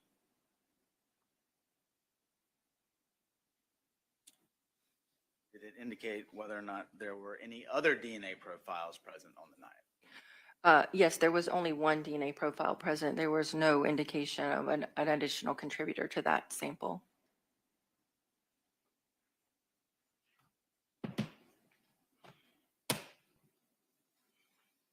Last one, I believe.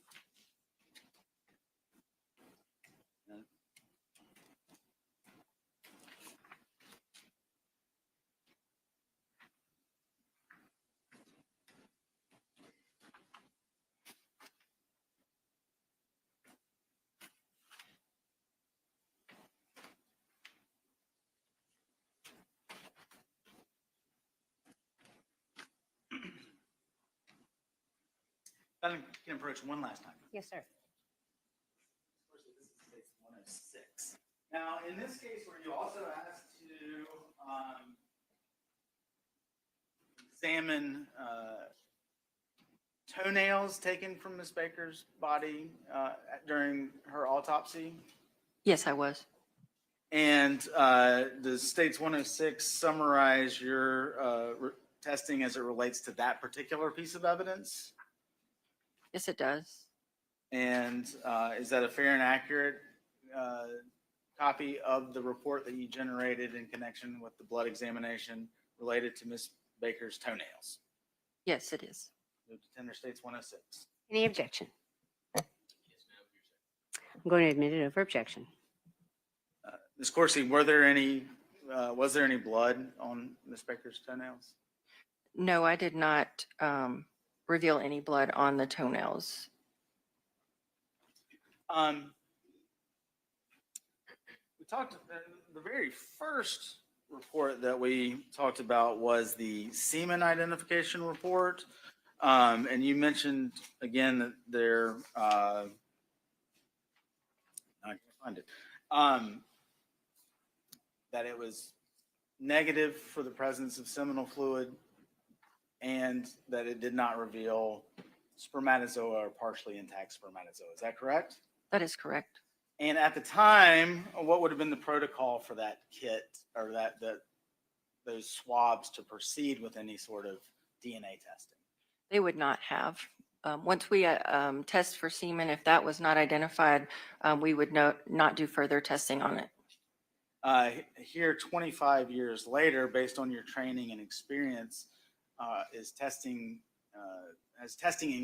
improved in sensitivity in that time period?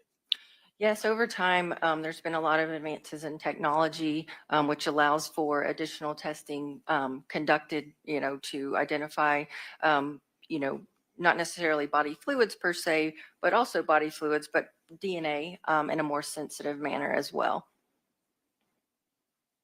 If I can have just a moment, Your Honor.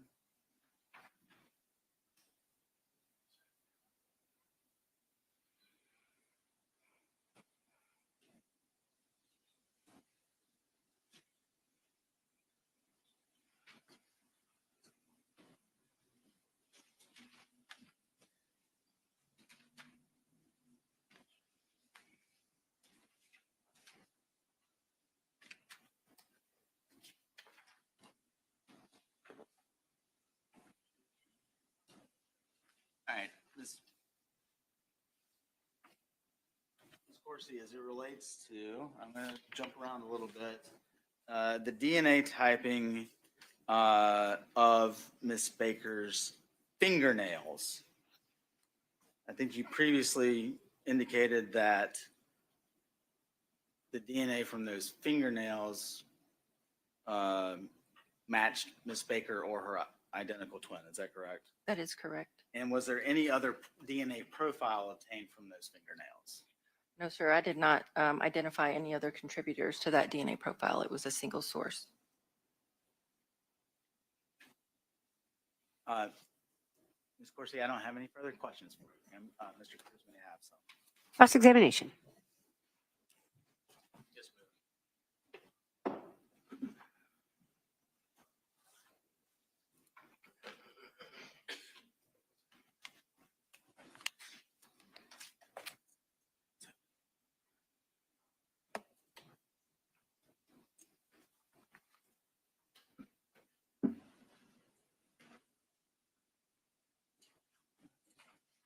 Good morning. Well, good afternoon, Ms. Corsi. How are you? I'm good. How are you? I am doing well. Give me 1 second. I have a couple of questions for you. Is that okay? All right, thank you.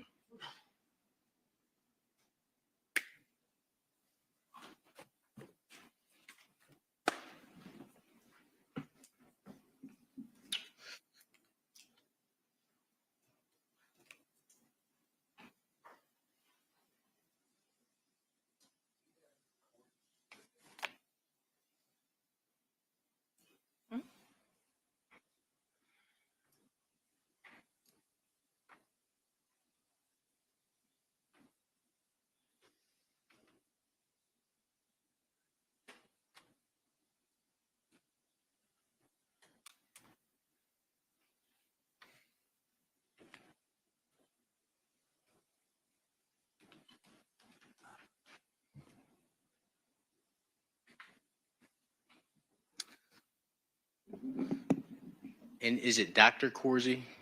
No. Just Miss Corsi? Okay, excellent. My name is Amai Cruz. I have the privilege and honor of representing Mr. Edrick Lamont Faust. Is it okay if I ask you a couple of questions? Sure.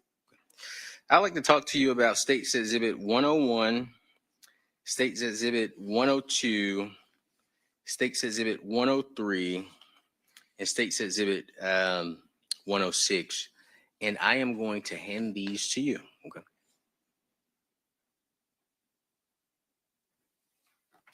Thank you.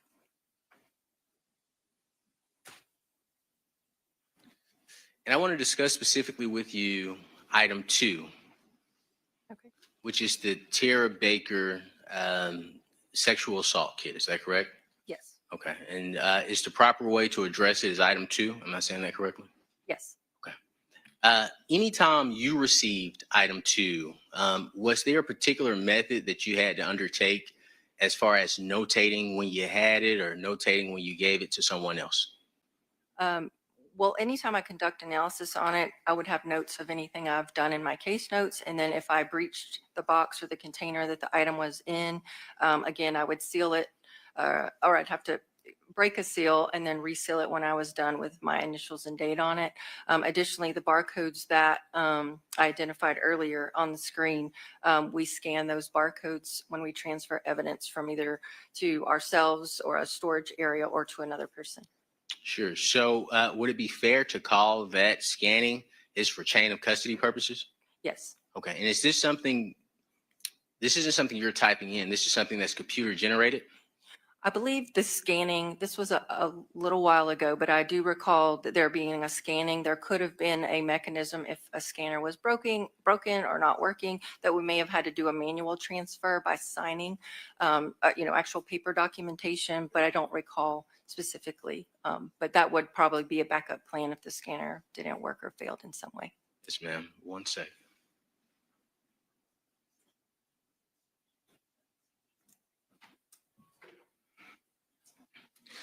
Can you, or do you recall all the items that are inside of item 2?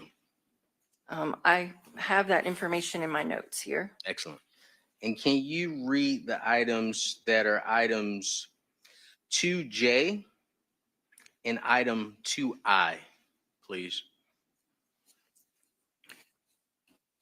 So I do not have those items listed in that manner in my notes. So I don't know what correlates to I and J or anything like that. Sure. Would the chain of custody report refresh your recollection?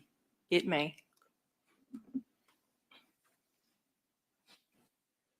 Okay.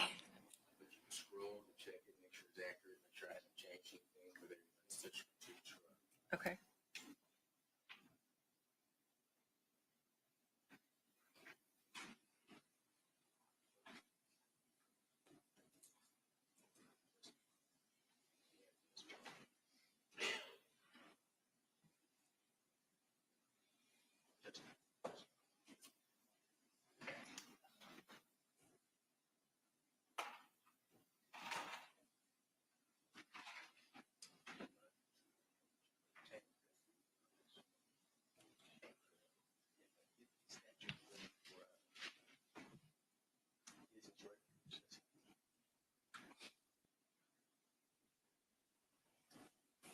And I want to let you know, take your time. I don't want to rush you. I don't recall the question if you had one regarding this. Sure. Well, does that refresh your recollection in regards to item 2I and 2J?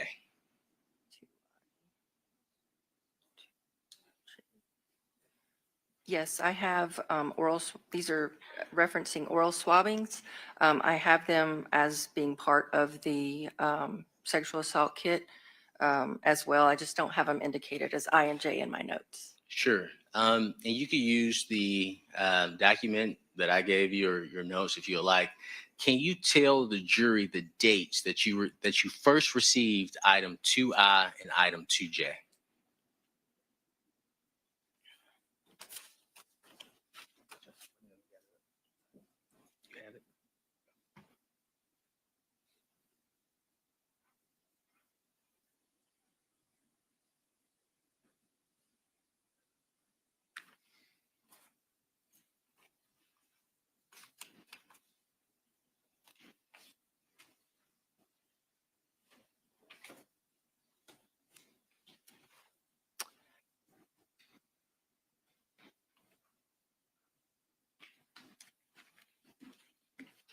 So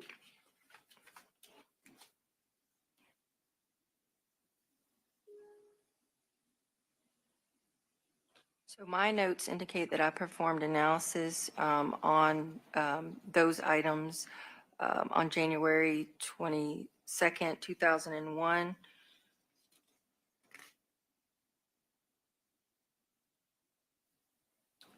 As far as the notes that I have with me today, I do not have exactly when I received it first. This document states that it was on your laptop, identifies it as being resubmitted on February 15th, 2024. How about the first time you obtained it? And I'll let you know this. I'm not trying to put you in the hot seat. You're not in the hot seat. Which date from either record did you first receive it?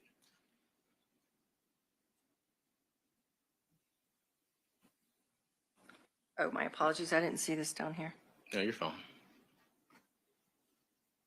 And you can scroll to 2I and 2J if you need to.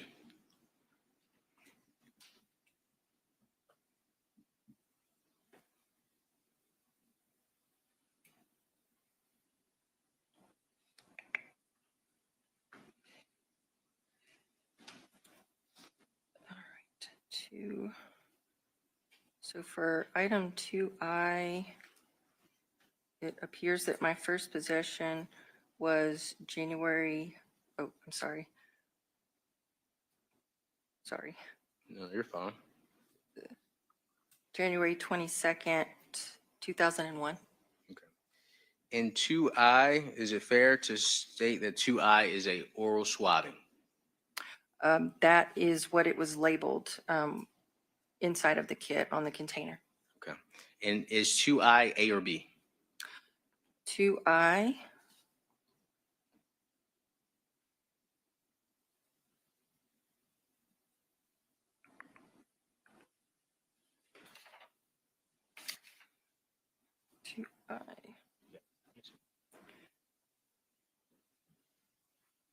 So I do not have it in my notes is that I have oral swabs A and B, but because I don't have that I and in the J, I'm not sure which correlates to which on this chain of custody. That's fair. You answered my next question, but you have it as oral swabs A and B. Yes. Okay. So to your knowledge, you tested oral swabbings. Is that right? Yes, I had two separate containers. I don't recall if it was a box or not, two containers that were labeled oral swabs. Okay. And would you happen to recognize these I should recognize them with my initials and case numbers on them. on this here? I should be able to see my case number and initials on there.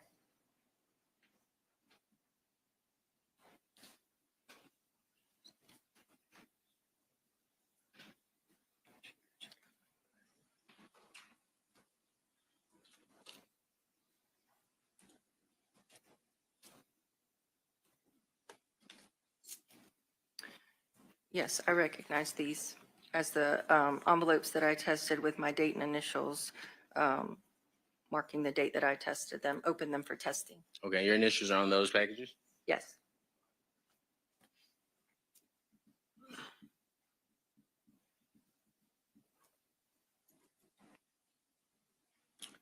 So as of January 22nd, 2001, you had oral swabbings. Is that fair to say? Yes. Okay.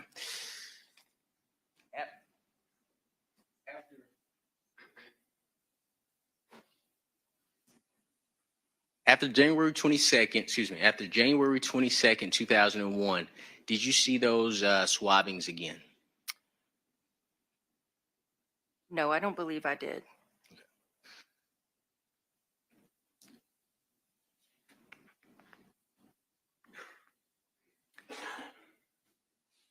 I mean, it is possible that they were, one moment, please. Take your time. I have a lot of notes.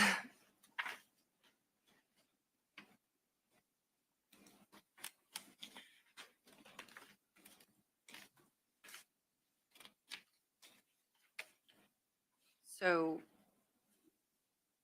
I imagine I saw them again, but did not conduct further testing on them because when I did further testing on the toenails that were in this kit, they would have been in there, but I did not make record of that because I went in just for the toenails. And what date was that?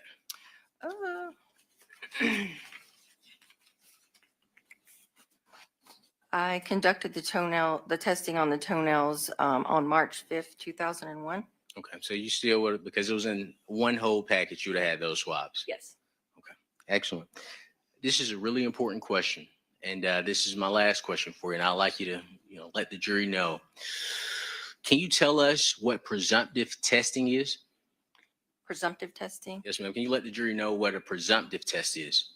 Presumptive testing, I believe, as I mentioned earlier, is a test that presumptively sorry, that's the wrong term. It's a first test that we use to kind of determine if any additional testing is needed. So if a presumptive test is positive, further testing is needed to confirm that particular body fluid. If it is negative, then at least at that time, we stopped analysis. My follow-up question to that. So if after a presumptive test, or let's say this, what does it mean when a presumptive test comes back positive? Can you let the jury know what that would mean? Yeah, when a presumptive test is positive, it means that it indicates the presence of that particular body fluid, but it does not confirm it. So again, additional testing would be needed to say for certain that that body fluid is indeed blood or semen or whatever you're testing for. Okay, and if you don't confirm the presumptive test, what does that tell us? It basically means there's an indication of that body fluid, and generally that sample would go forward for DNA testing to determine who the sample came from. Would it be fair to say that, I believe you said, let me not get it wrong. What's the type of testing needed after presumptive testing? Is it just confirmatory testing? Yeah, we refer to it as confirmatory testing. Okay. If confirmatory testing is not done, is it fair to say that we don't know whether or not that substance is present, whatever it may be? I wouldn't go that far necessarily, because when you conduct DNA testing, especially at that time, and considering the technology that was available, we retrieved a DNA profile from something. And what was tested for was blood. So to me, at that time with the technology available, I would be very comfortable to say that the DNA profile came from blood. And please forgive me. Please forgive me. So I'm not speaking of DNA testing. Sure. I'm not speaking of DNA testing at all. And please forgive me for not making that clear.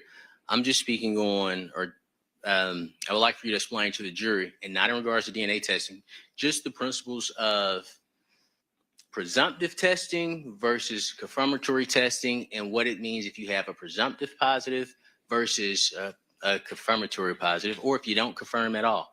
That's what I'm trying to get at. Does that make sense? Yes, sir. Okay, thank you. So when you perform only a presumptive test, and that is the standalone test, and no further testing is done, you cannot say that 100% this is that body fluid. If you do add the confirmatory test and do both in conjunction, and they're both positive, then you can confirm the presence of that body fluid. Additionally, though, in combination with DNA testing and a presumptive test for body fluid, that can also be confirmatory, as well as the DNA has to come from something. So outside of DNA testing, if we have a test that's deemed a presumptive test, we would need to do confirmatory testing to ensure that it's properly identified. That's correct. All right. Thank you so much for your service to this great country. I really appreciate your time. Thank you. Any redirect, Mr. Bolden? Go ahead. Follow up a little bit on some of the last questions. Did I hear correctly that presumptive testing, along with other environmental factors surrounding the test itself, may be helpful? Is that what I heard you say? Or something to that effect? I'm not trying to put words. Let me back this up. Is presumptive testing, in your opinion, helpful? I do believe presumptive testing is helpful, because there's a lot of, when you open an item of evidence, let's just say that you're looking for blood to see if blood is present. There can be all kind of staining on an item. If, for example, let's just say have a pair of khaki pants. You open up the pants, and again, you talk about visual analysis. So that's the first thing I would do when I open it up, and any stains would catch my eye. If you see stains that are reddish brown, those catch your eye, so you circle them and you do this presumptive testing. Well, many things can look like blood. Sometimes chocolate looks like blood. Sometimes, Georgia red clay looks like blood. There are many things that can look like blood, but doing that presumptive testing can initially go, okay, we can put that one aside because it's negative. I don't need to do anything further with that. Let me focus on any other stains that I see. And those stains that are presumptive, then you have to make a decision based on the case and the situation if you're going to go further to confirm it, or if it goes to DNA analysis, or it stops. Any recross, Mr. Cruz? Have you heard of Lugol's iodine test? I have heard of it, but I have never used it. Okay. Do you know what it is? I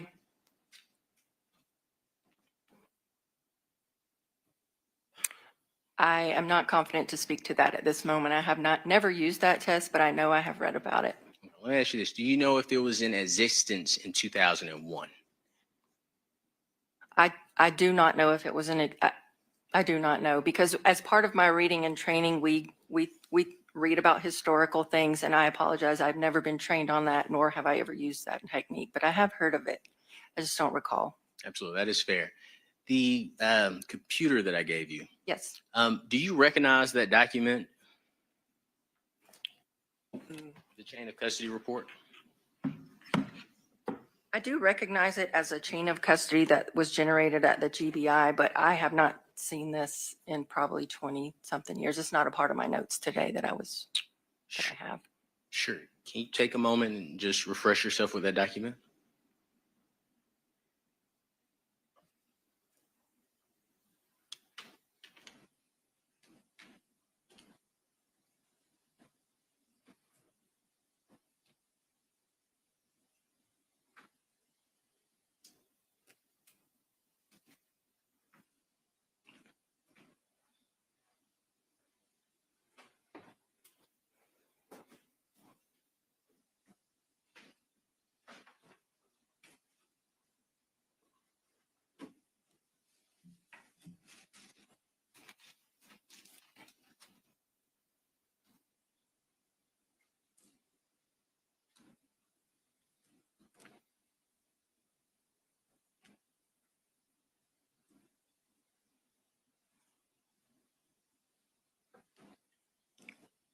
And just in regards to your, and just to say something, just in regards to your portion of that report, chain of custody report, in regards to items 2I and 2J, and the, I think the first page.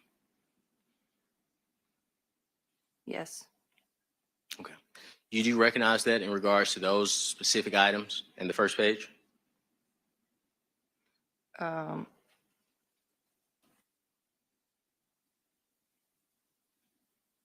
This first page, that's what you're. Correct. Yes. Okay.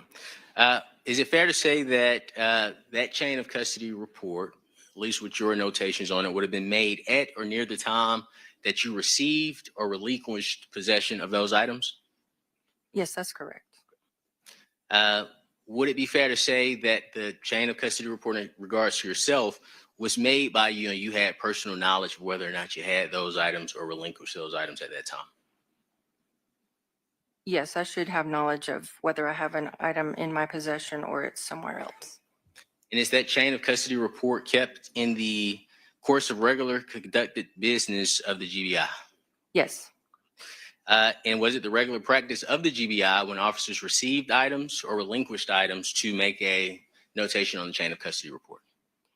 Yes, it should be noted on the chain of custody. And any time the evidence was received or transferred from a location to a location or a person to a location. Okay. And is that a fair and accurate report? Does that appear to be altered in any way? Again, I have not seen it in a really long time, but it appears to be what I recall as a complete chain of custody. There are items on here that I never had possession of, so I can't speak to that. But to your items, does that appear to be altered in any way that you had possession or relinquished possession at the times notated on that report? To the best of my recollection, it appears to be consistent. Your Honor, I am going to mark this USB as Defense Exhibit 21. It will contain a redacted version of the chain of custody report, only including items 2I and 2J, and Ms. Corsi's possession and relinquishing of items 2I and 2J. Does that make sense, Your Honor? Would you rephrase that? Sure. So I'm moving to introduce Defense Exhibit D21. Got that. Yes, ma'am. And what it would consist of is a redacted copy of the, and I can make it easier for you. It'll include Ms. Corsi's portion of possessing items 2I and 2J, which Ms. Corsi has identified as oral swabs A and oral swabs B, as well as the first page identifying items 2I and 2J as oral swabs A and oral swab B. All right, thank you. Mr. Bolden, any objection to the request for admission? Your Honor, we don't actually have the document yet. So like, I'm not exactly sure exactly what Mr. Cruz is intending to tender. So if he needs some time to produce it, because I just don't understand exactly what it is. I think I do, but I haven't seen it. So at this time, I would object. Once that document is produced, I'm happy to take a look. Sure. May I produce it to the state, Your Honor? Is that fine? Yes, and I will hold off ruling on that particular request until that process is done. You may continue your cross-examination. Yes, ma'am. May I ask this? Can it be conditionally admitted based on me? Because the reason I asked that, the witness will be gone. So I just want to make sure that it can be conditionally admitted on the basis of I don't think conditionally admitted is actually an appropriate way to handle it. That's fair. I have certainly heard the testimony. We can have it played back if we need to do that. I'll let you ask any other questions you need to make sure you've asked everything you need to. I'll let the state do the same thing. And then I'll hear from both sides after the document that you're talking about is produced to the state. Yes, ma'am. Ms. Corsi, you received a subpoena from our office? I don't believe I did. Thank you so much. I don't have any other questions for you. May I approach you? Yes. Okay, excellent. And any redirect from the state? All right. May this witness be excused. Thank you. All right. Mr. Cruz, the state is asking for this witness to be excused. Any objection?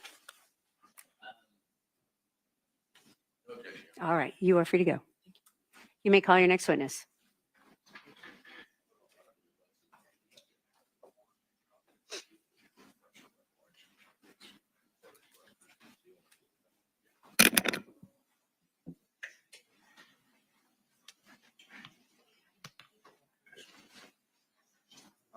I mean, she's working.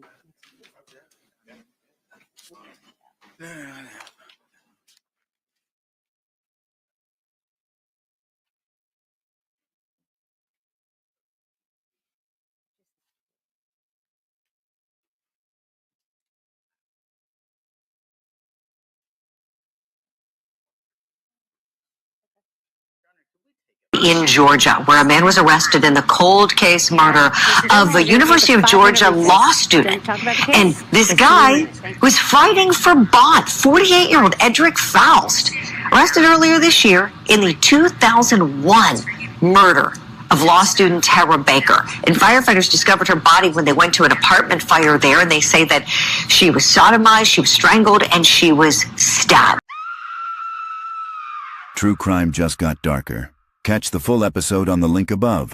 Subscribe to at Southern Sin today and hit the notification bell for more live original episodes Wednesdays at 8 p.m.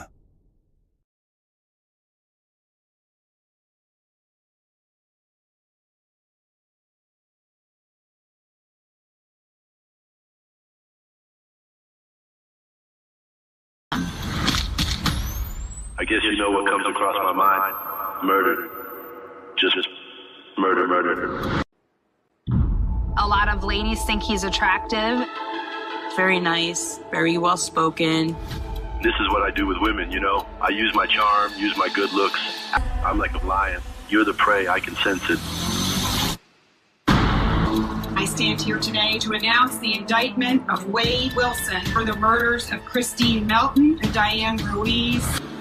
Both of them had been strangled. The last person that they encountered was Mr. Wade Wilson. He said he got back in the car and ran her over until she looked like spaghetti. I choked her out so she couldn't breathe anymore. I was on a rampage at this point.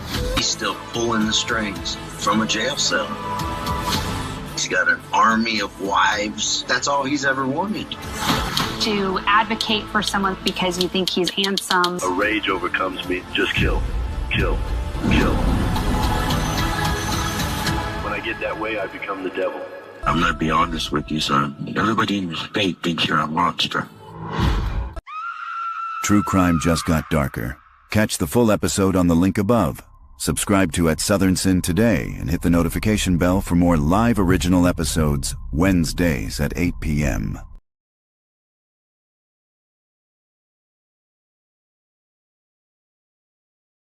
Teenager Sarah Grace Patrick went public on social media after her mother and stepfather were shot and killed in their own home.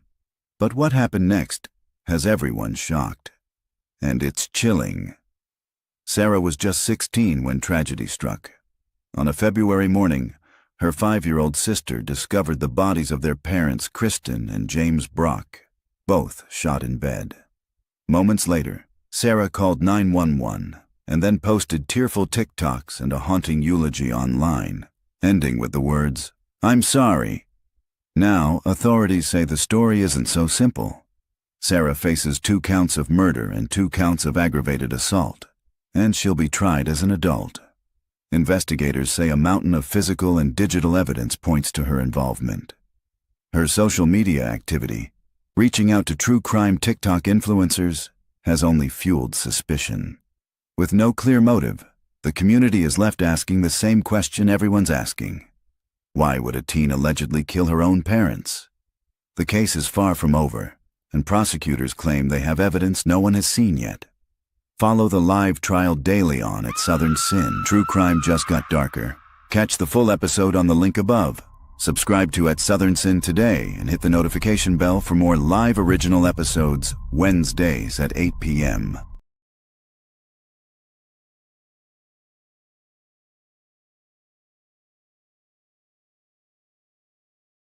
Rapper YNW Melly, whose real name is Jamel Demmons, back in a Broward County courtroom Monday as the state prosecutors and the defense are going over a number of different motions filed to see what will be admissible for Demmons' retrial. Demmons is accused of murdering Christopher Thomas and Anthony Williams, both childhood friends, back in 2018 after a late-night recording session, and then allegedly made it look like a drive-by shooting. His first double murder trial ended in 2023 in a mistrial after jurors failed to reach a unanimous verdict. That trial, with twists and turns that included allegations of witness tampering, passing messages in jail, and alleged plans to escape. All issues brought before the judge today to see what would be permitted to use in his new trial. Demmons faces a number of charges that include 2 counts of premeditated first-degree murder and witness tampering. And he is expected back in court January 12th on Monday at 8:45, where the judge will hear additional motions. That trial has been set for January 21st.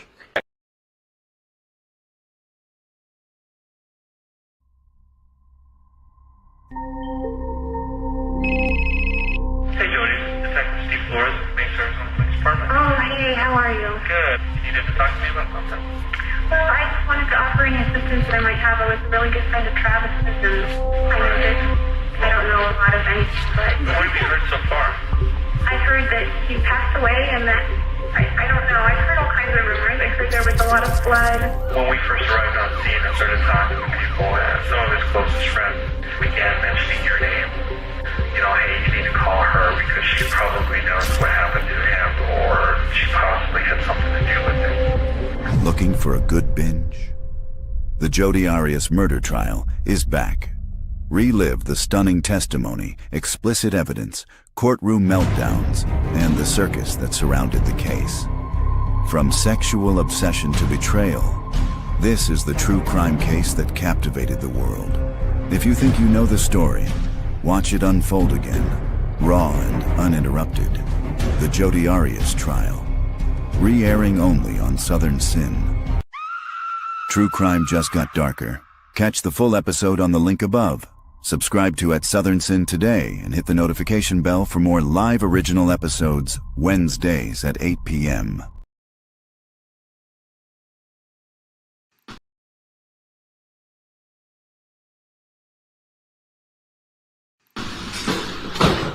Mr. Murray, if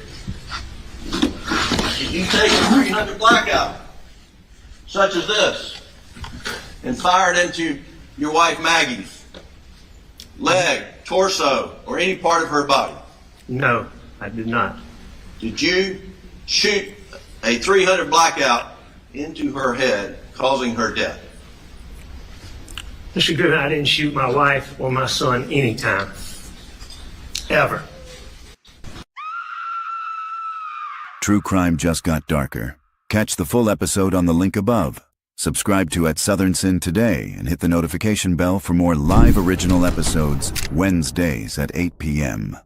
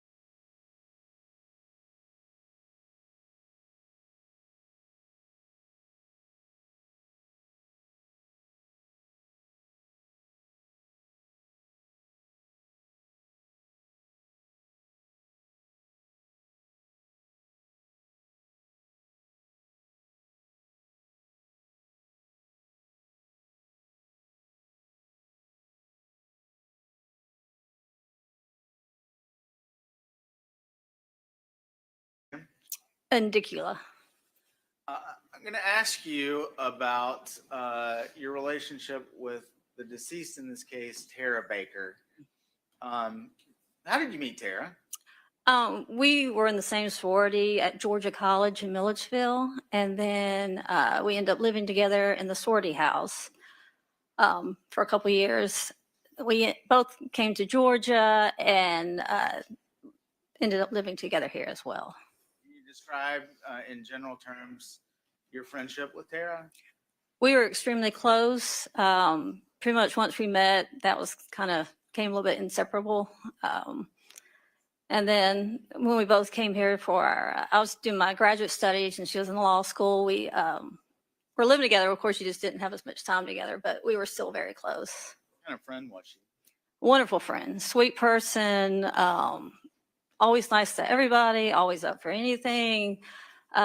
Very Southern belle, very someone that was very into her family. Like I felt like her siblings were my siblings by the time I knew everything about them, all about her mother, how wonderful she was. She knew my family pretty much about the same.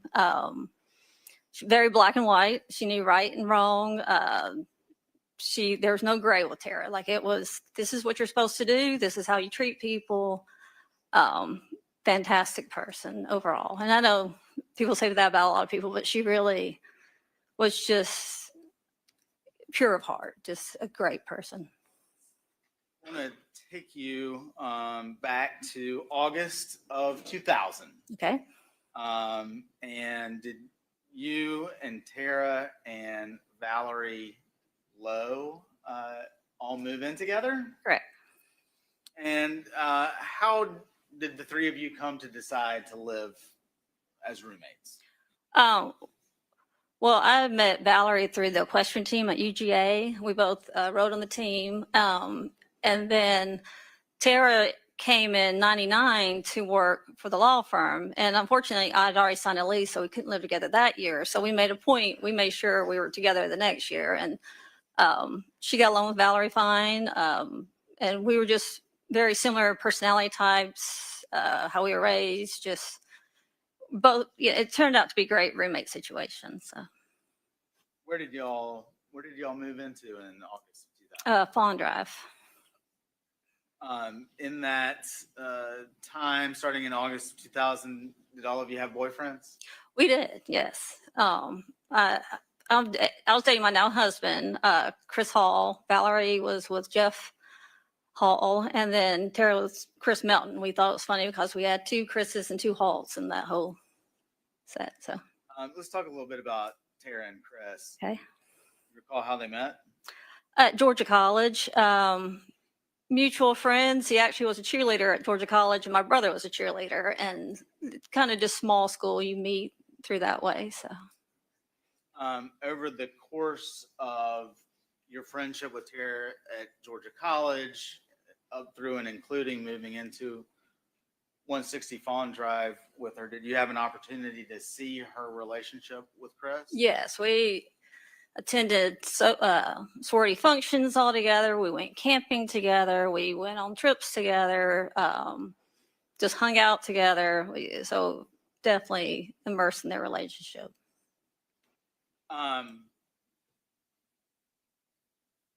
In that, again, that fall semester, so starting in August of 2000, where was Chris living at that time? He was living Jamestown Apartments, I believe it was, with Chase Guerin. Is that here in Athens? That's in Athens, yes. I'm sorry. Do you remember where in Athens that is? The Jamestown, right off of Millage, I believe. Can you describe for the jury kind of what, at least inside y'all's house at 160 Fawn Drive, what that fall semester was like? Well, I was starting my graduate studies. Tara was starting her law studies. Valerie was finishing her undergrad, and she was starting her grad studies the next semester, but it was busy. I mean, we were kind of passing each other, or we're just studying at all times. And then we had our boyfriends on weekends. We either would do something with the boyfriends, or we would do stuff together too. But it was just that time of your life where you weren't getting any sleep and you were studying and, just living your life. So. Do you recall during that fall semester occasions where Tara would spend the night over at Chris's Yes. apartment? Do you also remember occasions when Chris would spend the night at 160 Pond Drive? Not as much. It was mainly over there. So.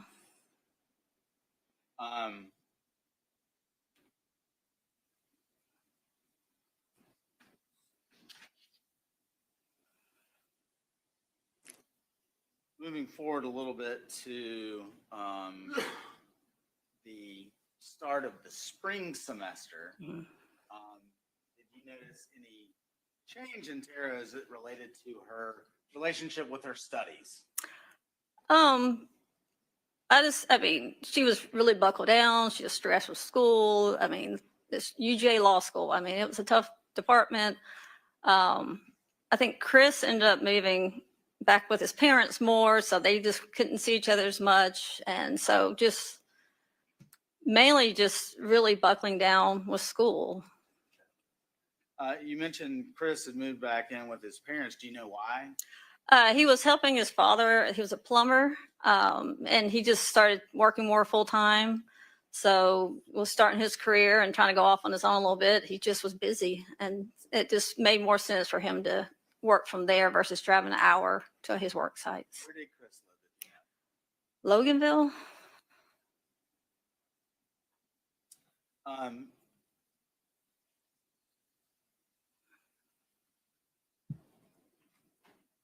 Do you recall a time when Chris gave Tara a Christmas present that year? Okay. Do you remember that? I know he gave her maybe a piece of furniture or something, or. And without going into anything that Tara may have told you, did you get an impression as to her reaction to that gift? Does that question make sense? Oh, anything he would give her, she was over the moon about. She just liked anyone to think of her. So usually if you just give her, you could have given her, I would draw a little picture sometimes when I was bored at work and she would hang them on her wall. That's just, she just liked anyone to think of her. So anything he gave her would have been wonderful to her. So. Turning to Thursday, January the 18th. Were you at the house at 160 Pond Drive that afternoon? Yes. Were you heading out of town that weekend? I was. My class for Friday was canceled. So my boyfriend was going to Georgia State and ended up going to see him. Do you recall being at home with Tara that afternoon? Yes, we had a long conversation because with her birthday coming up, I actually had a horse show that weekend, so I couldn't go to her party. And so we were talking about what we were going to do to celebrate later for her birthday. And then we're just catching up on everything for the week since it was rare for us just to have time to sit and talk. You mentioned the birthday. Do you remember what she was going to do? I think go to a couple different places downtown Athens with her law friends and some people she used to work with. Did she seem excited? Oh, she was thrilled. Yeah, I hated I was missing it. That was going to be, she was very excited. Do you recall Tara talking to anyone on the phone that afternoon? I think she and Chris talked on the phone, but they talked about every day. If you know, was Chris planning on coming in town that weekend? I don't remember if he could make the party, but I know he was coming in town and they were doing something for the birthday. All right, any response to the objection? I didn't ask to elicit any statements by anyone. I just asked if you did. It's implicit hearsay. I'm going to sustain the objection. Did Tara appear excited about the weekend plans? Yes, she was extremely excited about the weekend plans. And she was excited about seeing Chris.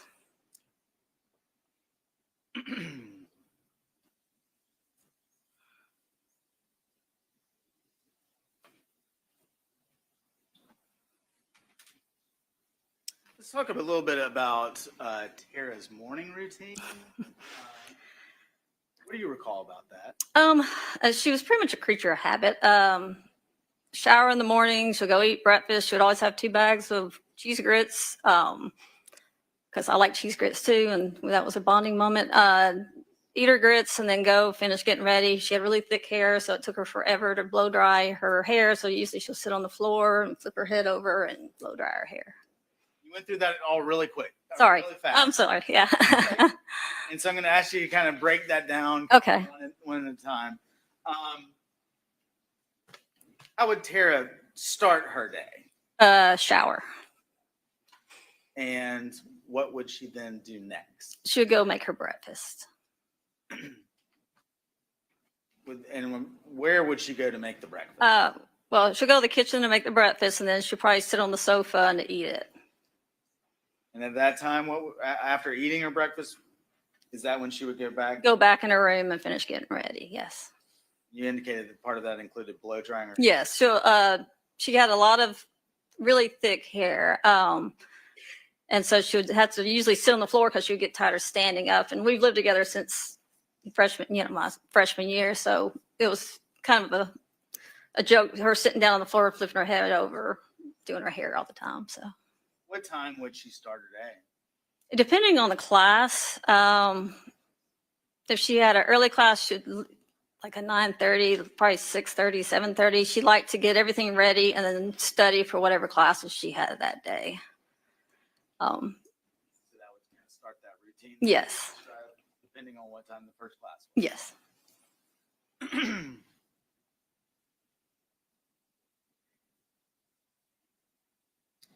In kind of the last months of her life, had you noticed anything significant about Tara's relationship with Chris? I think she was frustrated they couldn't see each other as much. Of course, with her schedule and his schedule now working full time, like every girl, she wanted her boyfriend to give her a little bit more attention. But I mean, I think I had the exact same complaint about my boyfriend at the time. So it was normal conversations you have with your friend about their relationship. Nothing off or nothing that would have caused me to be alarmed in any way. You feel like your relationship with Tara that you just described over the course of this afternoon, you would have recognized if there were... Oh, yes.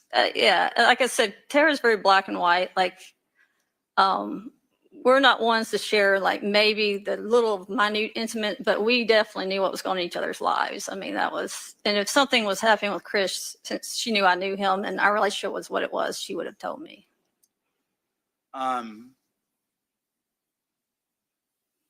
Ashley, or Ms. Hall, I'm sorry. Yes, sir.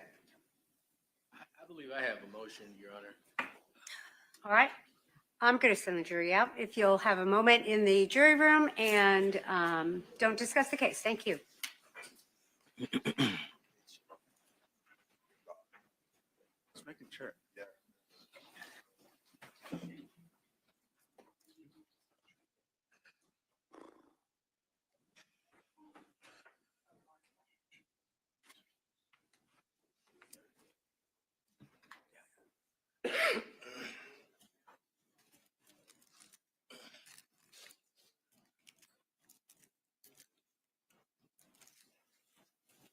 Y'all may be seated. You have a motion, Mr. Cruz? Yes, ma'am. And I'd just like to put the basis on the record. As the honorable court is aware, Mr. Faust has a restriction on his line of questioning that he could ask witnesses in regards to statements that Ms. Baker may have made to said witnesses. During the state's examination of Mrs. P.V. Hall, there's been intimations of, well, and I'll say what the exact statement was, that if something was going on, she would have told me. Well, we have evidence to the contrary, but as of right now, we can't confront that statement because of the honorable court's ruling. So before I move further with our motion, I would ask, would the honorable court reconsider its ruling in regards to our residual hearsay motion with the statements that we have that Ms. Baker shared through Ms. Ashley Peavy. Thank you. Mr. Bolden, Mr. Yeoman, shall you care to respond to the motion? It's asking the court to reconsider its ruling on our 607 before we move forward with any other motion. Our residual hearsay motion. I mean 807, excuse me. Your Honor, to the extent that the state has asked Ms. Hall to testify about anything that Tara may have said, I understood the court's admonition the first time and have intentionally stayed away from that. I don't think that I have failed to or I've elicited any testimony that would, violate the rule that requires notification. So I don't know exactly what Mr. Cruz is asking. All right, thank you. So first of all, your request for a reconsideration of a prior ruling is not properly brought in this manner. That's not an objection. And I think you're misinterpreting my prior order. And so I think it would be imperative, Mr. Cruz, to go back and review what my orders were about. If you want to file a motion to reconsider, you certainly may do that, and I will consider whether it is timely and whether I should take it up. But I think your interpretation of the court's order is not accurate. It is accurate, Your Honor. The order that you gave. I'm not going to argue with you, Mr. Cruz. I have made my ruling. Well, sure. Well, Do you have any other objection before I do. bring the jury back? I What move is your for a objection? mistrial. And the grounds we're moving for a mistrial on, Ms. Peavy Hall was able to testify that Tara would tell me if there was anything going on with her and Chris Melton. We've submitted to the court and filed a residual hearsay notice to address those statements that were made. The Honorable Court advised us that we could not mention anything that Tara Baker told Ms. Peavy Hall in opening, and we cannot ask any questions related to that. Evidence has come into this case contrary to our 807 notice, residual hearsay notice, and we asked the Honorable Court to reconsider its restriction on the defense that is not on the state and allow us to ask questions in regards to that. The door has been open, Your Honor. We're just asking for fairness at this point. Okay, Mr. Cruz, once again, you are misinterpreting this court's order. And I am think, not, Your Honor. Mr. Cruz, I'm not going to argue with you. Yes, ma'am. I'm just going to tell you what the court's position is.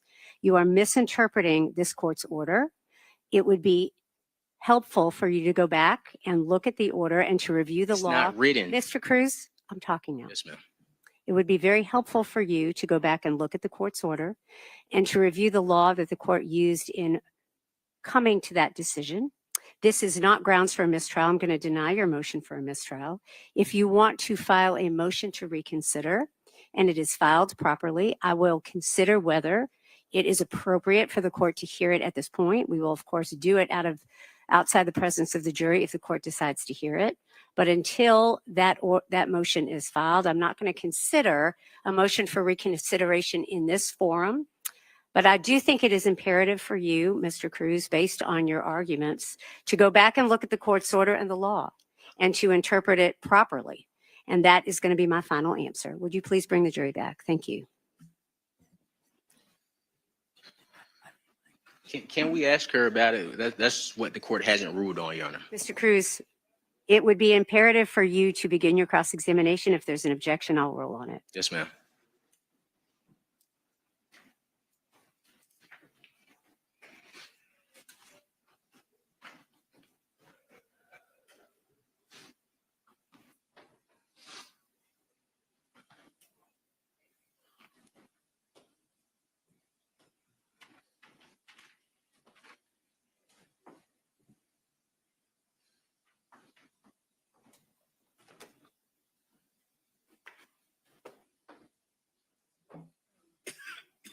You all may be seated.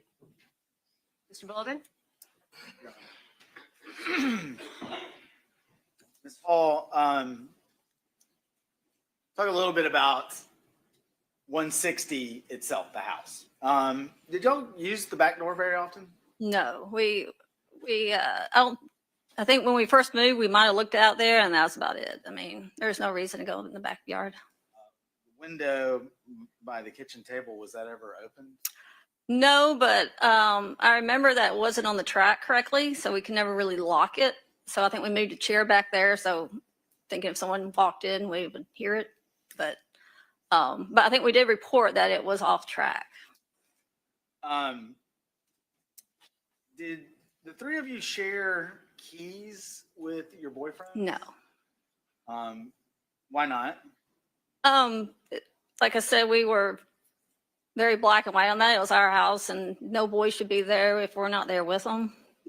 We were in law school, or grad school and law school, and just we're busy, and we don't need just a random person being there. And we were very respectful of each other's place. How did you learn of Tara's death?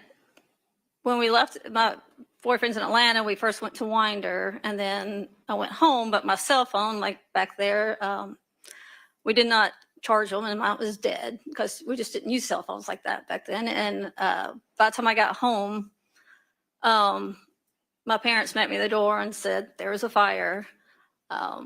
My immediate thought was Tara left a candle burning. She loved candles, and but then we had to load up in the car and go to Athens. And I think just, you didn't believe it because at that time we didn't know exactly what happened. We just knew there was a fire. So, of course, got to Athens and find out what happened. And I don't know, some of it's kind of blocked out. I feel like, your body shuts down when you get some type of that kind of trauma. But no, you're fine. No, I'm here to answer whatever you need, both sides.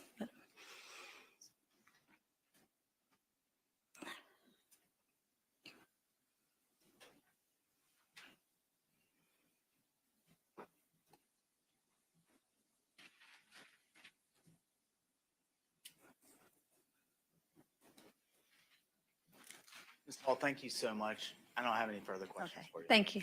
Cross-examination, Mr. Cruz.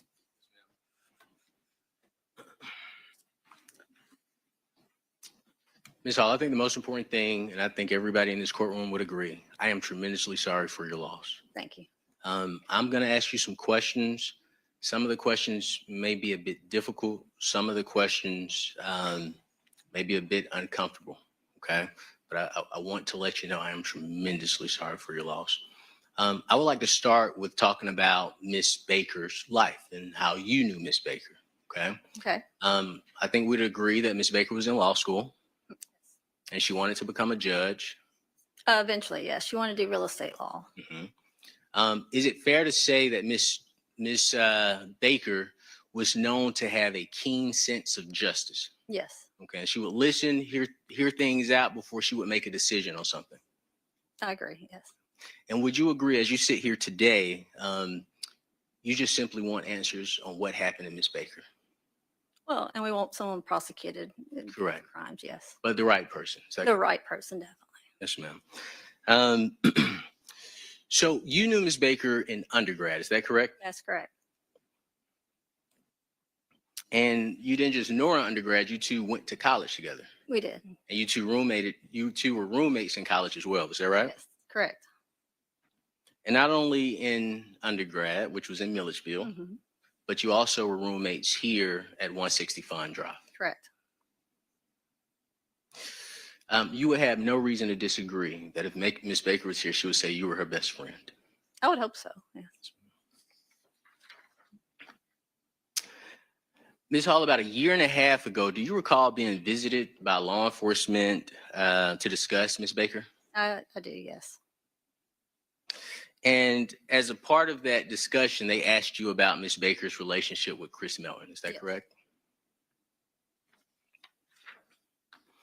And you didn't know Chris Melton just through Miss Baker. You knew Chris Melton because he went to undergrad with you two as well. Yes, I knew him before they ever dated. And I believe Miss Baker and Chris met at Georgia College. Yes. Is it fair to describe Miss Baker as, and if I say anything wrong, correct me, okay? Oh, yeah. Goal-driven and ambitious. Very much.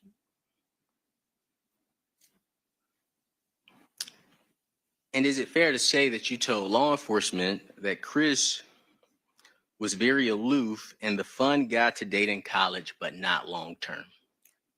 If that's what it says, then that's what I said. But yes, they had a lot of fun together, and I feel like they just didn't have a lot of time for each other at that time. So it was a possibility that like relationships do, sometimes they end, but that's not to me. That's up to her. So I have no idea if they would have broken up or stayed together, and we never will. So Yes, ma'am. That's fair. And you may have answered this. I just want to make sure it's clear for the court reporter. You described Chris as very aloof and the fun guy to date in college, but not long term. well, that was my opinion. That might not have been her opinion. Yes, ma'am. And Tara and Chris were a match you never thought would happen. Well, because she was very serious and he was fun, and what they got together, and it worked.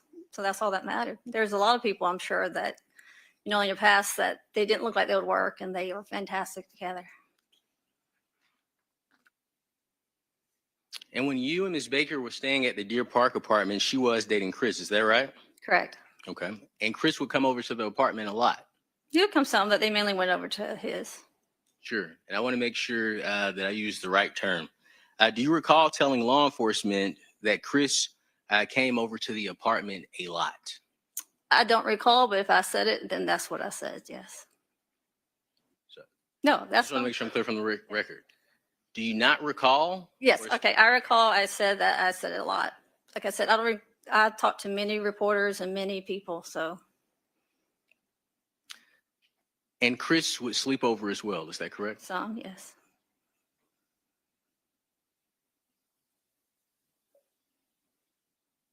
Based on your personal knowledge, you don't know whether Chris had been provided a key to Deer Park or not. Is that correct? Excuse me, the Deer Park house or not?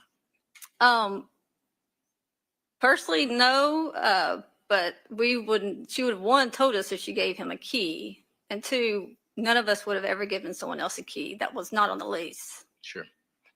And thank you for that. And just to make sure it's clear for the record, to your personal knowledge, you don't know. Of course, no one knows. Yes, ma'am. So. As Tara's best friend and as her roommate, would it be fair to say that you had an opportunity to observe her relationship with Chris Melton? Yes.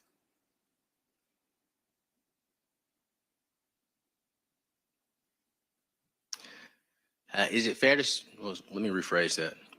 When law enforcement met with you, you told law enforcement, I think once she started law school, I think they started dividing a little. Do you recall making that statement? I'm sure I made the statement. The only thing I would mean by that statement is that he was starting his full-time job, plumbing, and she was trying to study. So they just didn't have the time together. And as I said before, that was just frustrating whenever you don't have the time with the person that you're with. Yes, ma'am. And you also told law enforcement, and I quote, I mean, there were cracks already that, it was just he was wanting more time. And she's like, hey, I'm in law school. Do you recall making that statement to law enforcement? I'm sure I did if you said I did, but she was in law school. She was busy. Yes, ma'am. That's a fact.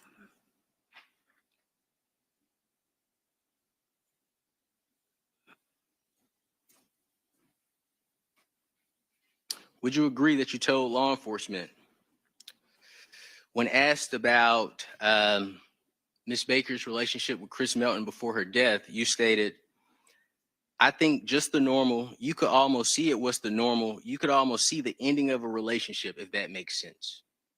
Well, that was my opinion, but does not mean that's what was happening. Sure, but that was based on your... No, it's just, as I said before, they just couldn't spend time together. And so it just looked like they're both busy. It did not mean one thing or the other. She was frustrated at the time. Again, does not mean that their relationship was ending. He was one of the nicest people ever and was always sweet to her, never showed any anger toward her. And you told law enforcement about the frustration around them not seeing each other. Is that correct? Yes, that's correct. And is it true that you told law enforcement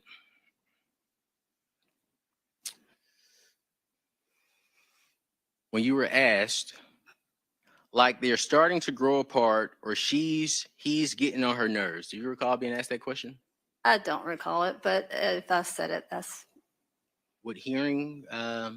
But also, you have to remember, we were asked so many questions by so many times that it was getting on my nerves at that point. So sometimes I might have been a little abrupt. Yes, ma'am. I know you mentioned that you don't recall it. Would hearing your interview refresh your recollection in regards to that particular question and what your answer may have been? If it makes, is there a reason for me to hear it? Ma'am? Is there a reason for me to hear it? Sure, we could talk about it outside the presence of the jury, but at this time, the Honorable Court has only given me permission to ask questions. Okay. So would hearing your interview refresh your recollection into the question that was asked and your answer to that? What exactly was the question? And maybe I can just answer it for you, how you need it answered. Yes, ma'am. You were asked by Agent Bigham, like they're starting to grow apart, or he's getting on her nerves. Your response was, I think it was just getting frustrated because, and I think they both were because she had to study so much. Do you recall making that statement? Well, I'm sure I've made it many times, but yes, she did have to study a lot. And when he had time, a lot of times she didn't. And when she had time, he had to work. It was what happens when people start their real lives. You have priorities and you just don't have the time to spend together. But that doesn't mean that he hurt her or did anything to her. Yes, ma'am. Is that a yes or a no to my Do question? I remember making that? Yes. Okay. I remember that statement. Thank you. Do you remember telling Elizabeth Bingham, and I think that was, once she started dating Chris Milton, and I think that they were kind of on the outs before everything happened. Well, they just didn't have, not on the outs, they just didn't have the time together. Do you recall making that statement? I'm sure I made the statement. I'm just saying that they did not spend as much time together as they had previously. Yes, ma'am. But you do recall making. Yes, I recall making that statement.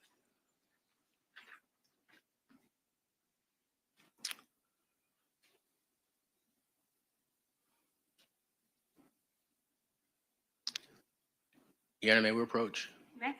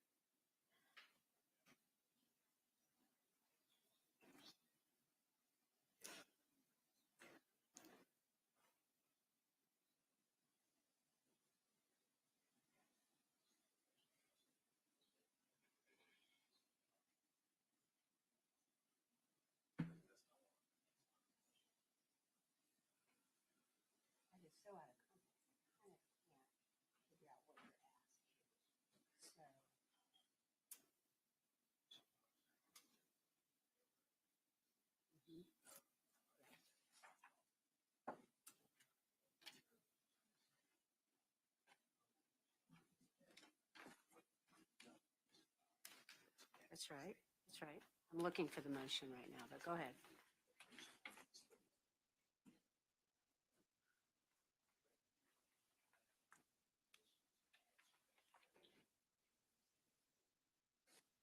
I think we're going to have to talk about this in more detail because I still don't sort of understand what you're asking.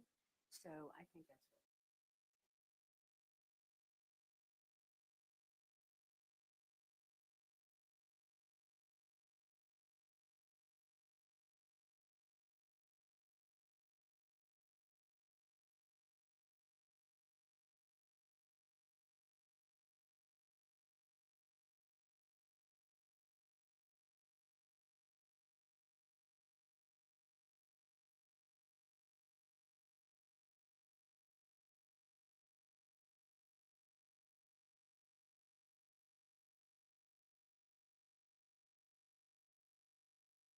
One other time. We are almost done for today, but if you'll go into the jury room, please don't discuss the case. Thank you.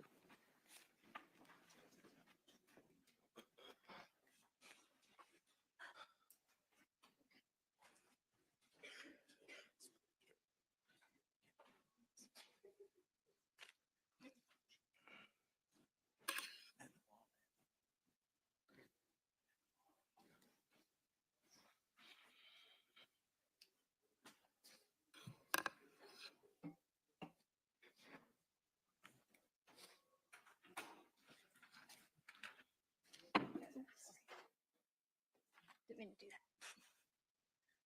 Y'all may be seated. Thank you.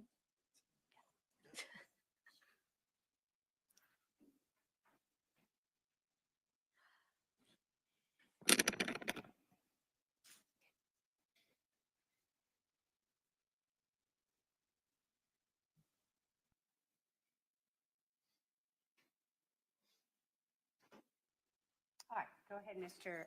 Cruz. And I have your motions that we were talking about. In general, I have all three of them that are pending. So I'm pulling up the one related to this witness. Go ahead.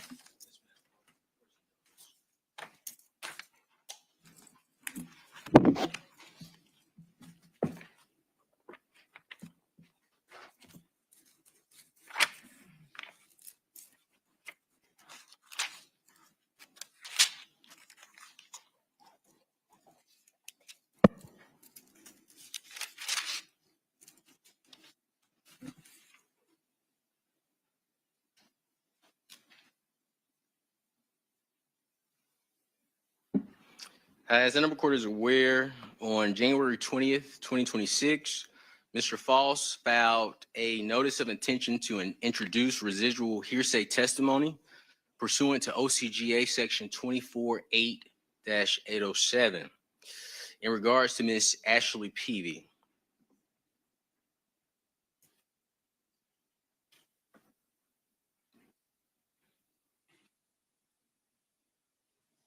In court's indulgence, Your Honor, my computer just froze on me. I have a hard copy, actually.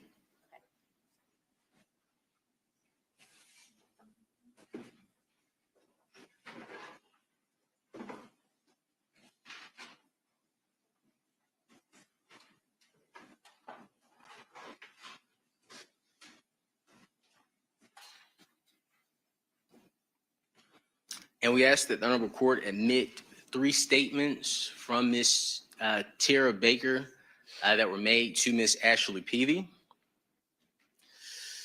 The first statement that we asked for admission of is Ms. Peavy stated in her interview with law enforcement that Ms. Baker confided in her that Chris Melton was not considerate and that she was doing a lot and Chris was not reciprocating. She didn't feel appreciated. The second statement from Mrs. Peavy Hall, please forgive me.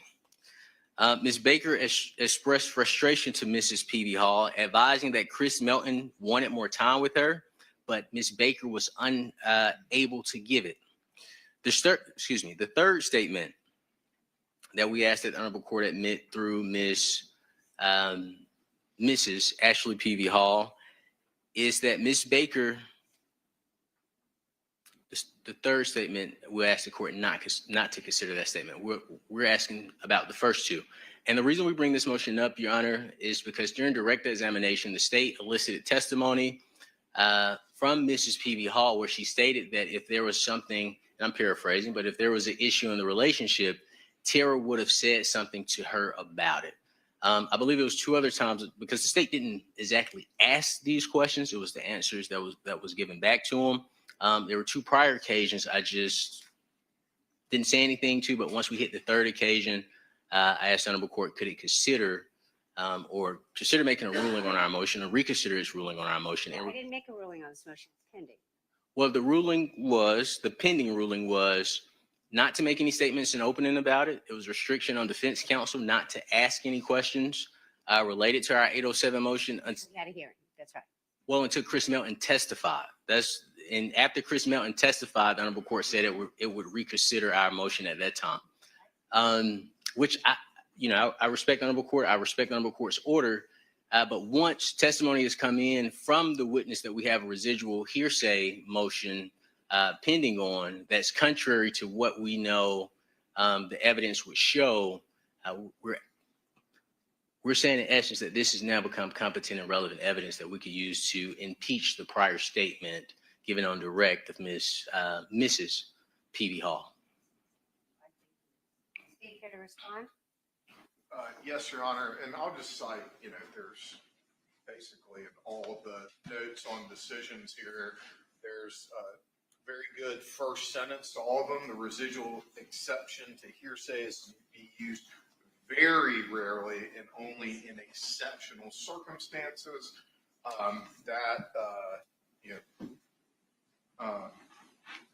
that holding is in Brooks v. State, 365 Georgia App 711.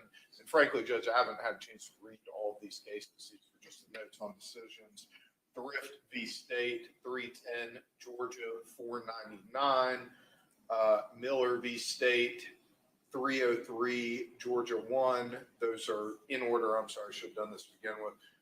2022 Court of Appeals case, a 2020 Georgia Supreme Court case, and a 2018 Georgia Supreme Court case. These are certainly not exceptional circumstances, Your Honor. What they are is a couple of statements cherry-picked about minor regular relationship complaints that parties would have in an effort by Mr. Cruz to cast a certain light on the relationship between Ms. Baker and Mr. Melton. This witness, and I would just state, the court heard the objection from defense counsel to statements similar to the statements he's attempting to admit, and it sustained that objection and directed the state to move away. Defense counsel is not seeking to admit the third notice statement. If we look at the first two notice statements, I don't believe there's a way to interpret those as being necessary in creating some kind of exceptional circumstance. The witness has acknowledged that there were challenges in the relationship that were created by a lack of time, and has not denied. She may not be familiar with each statement that Mr. Cruz has read to her that are purportedly quotes from the interview that she had with the GBI in 2024, but she has acknowledged that they had her perception of things may have been that they were drifting away, but she didn't have the ability to get inside of Ms. Baker's head, and her overall view of their relationship was nothing that caused her concern. I failed to see, residual hearsay is an extraordinary exception. If we think about all of the exceptions to the hearsay rules, there are well over a dozen. And so when you're going into this catch-all category, especially in a circumstance where you are picking random statements that Ms. P.V. Hall has referenced in talking about talking to law enforcement, and the only one that's close in time to the crime, the defense is not seeking to admit anymore. I'm not sure that there's been a date provided as far as when these statements were allegedly made by Ms. Baker to Ms. P.V. Hall. So that in and of itself, I think is a failure to show how they would be extraordinary. This would qualify as an extraordinary circumstance. We don't even know the temporal relationship to these statements. You go inside any serious long-term relationship or any marriage, and if we're going to pick out times where one party or the other made some kind of statement about being frustrated by the conduct of the other party, that certainly wouldn't be an extraordinary circumstance. And that's exactly what Mr. Cruz is describing here, Your Honor. So I don't think the court should let it in under 807.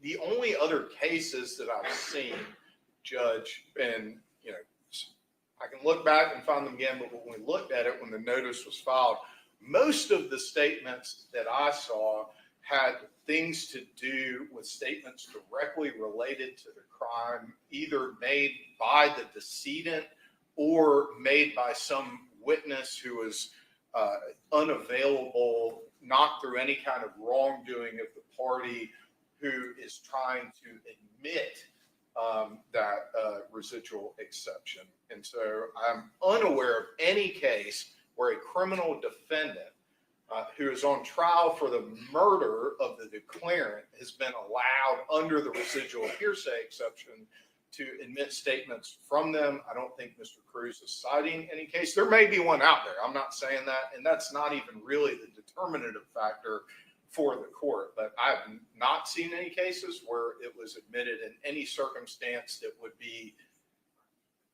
anywhere close to this. All right. May I respond, Your Honor? Okay. In regards to the exceptional circumstance, Ms. Baker is not here to speak for herself. As the state has clearly said multiple times, my client is the individual charged with Ms. Baker's death. So I have the burden of not only getting justice for my client, but also Ms. Baker. We're presenting the evidence that the state had and did not use. The exceptional circumstance is the state had all this evidence of Chris Melton's guilt for 24 years and ignored him. Even today, when I've given them, I've given you your own evidence, they still continue with the prosecution of Mr. Faust. Our position on the court notices is that Chris Melton did this. We're presenting the evidence to establish that Chris Melton committed this crime. And a part of that evidence is Ms. Baker herself saying, hey, these are the issues, or these are my feelings about my relationship with Chris Melton. Okay, thank you, Mr. Cruz. All right, so I'm going to move backwards from 3, 2, and 1. First of all, number 3 has been withdrawn by defense counsel, and I've noted that in the motion, and I will order it withdrawn, and that will not be allowed. Number 2 is has already been testified to by this witness, and so I'm going to deny your motion on number 2. This witness did articulate what you are seeking basically to introduce in number 2 of this motion, and because of that, your motion does not meet the standard for the court to grant you the ability to have any of those statements introduced under 807. With regard to number 1, I think what is important for me to tell you is that the state's comments that your request, Ms. Tara Baker confided to Ms. Ashley Peavy that Chris Melton was not considerate and that she was doing a lot and Chris was not reciprocating, she didn't feel appreciated, is very vague and general in nature. I will let you at this moment, in support of your motion, voir dire question this witness about that moment that you seek to introduce. It's outside the presence of the jury. The court cannot make any determination about your request because of the vagueness of that particular statement. I don't even know what the statement is that you're seeking to introduce. The way that you have written it in the motion, and you may have just done it to put the court and the state on notice, and that's fine, is a general sense of what you're insinuating. Sure. But I know you're asking to introduce a specific statement. Yes, ma'am. I'm going to ask you to, if you choose to, Yes, ma'am. question this witness outside the presence of the jury about what it is you want this court to admit, the specific statement, but it also needs to have the specific supporting testimony, the foundation that Mr. Yalamanchili was referring to. Yes, ma'am. Because it is not proper under 807 for the court to admit statements that are not particularized, that are not associated with something very specific. Just sort of a general request is not appropriate under 807. And so in the context that perhaps you were just giving the court notice of what you wanted, I'll let you voir dire or question this witness if you choose to, and then I'll let you cross-examine sort of, or redirect, or whatever you want to call it also, and I'll make a decision. Sure. Thank And you. that's with regard to number 1 in your motion. Thank you, Your Honor.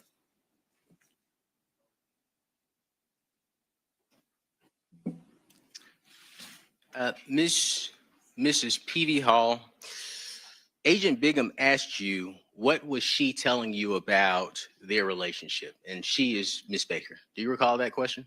Okay. Do you recall that question? Yes. Okay. And your response was,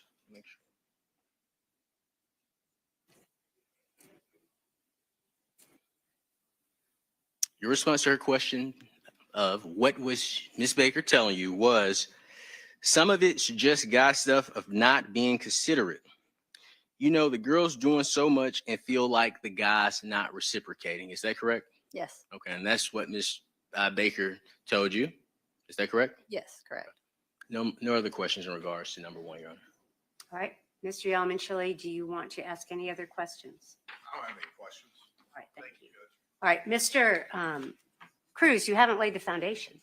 I mean, I don't know when these statements happened. I don't know what circumstances the conversation you're asking to introduce happened between the victim in this case and this witness. It's a general conversation. You haven't laid the foundation. I'm going to deny your motion. Yes, ma'am. You may bring the jury out.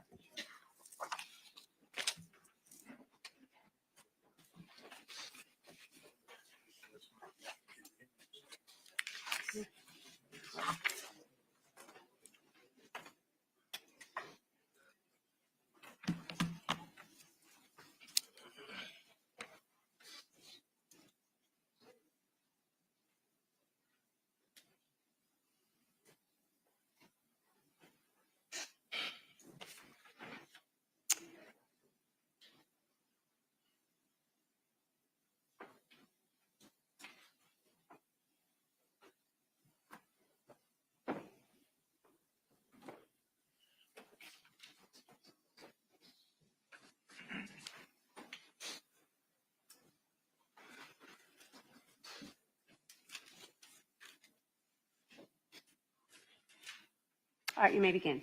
Okay. I'll continue. Yes, ma'am. Thank you, Your Honor. Your opinion of Ms. Baker's relationship with Chris Melton was that Chris Melton was not treating Tara well leading up to the time of her death. Is that correct? My opinion was she was frustrated, but that does not mean that he wasn't treating her well. Do you recall telling law enforcement he liked to flirt with other girls and everything else too? Well, not everything else too. That probably was a little bit extra, but he was very friendly, but so was Tara. They were both very happy, friendly people and talked to everybody. My specific question is, did you tell law enforcement that he liked to flirt with other girls and everything else too? Yes to your question.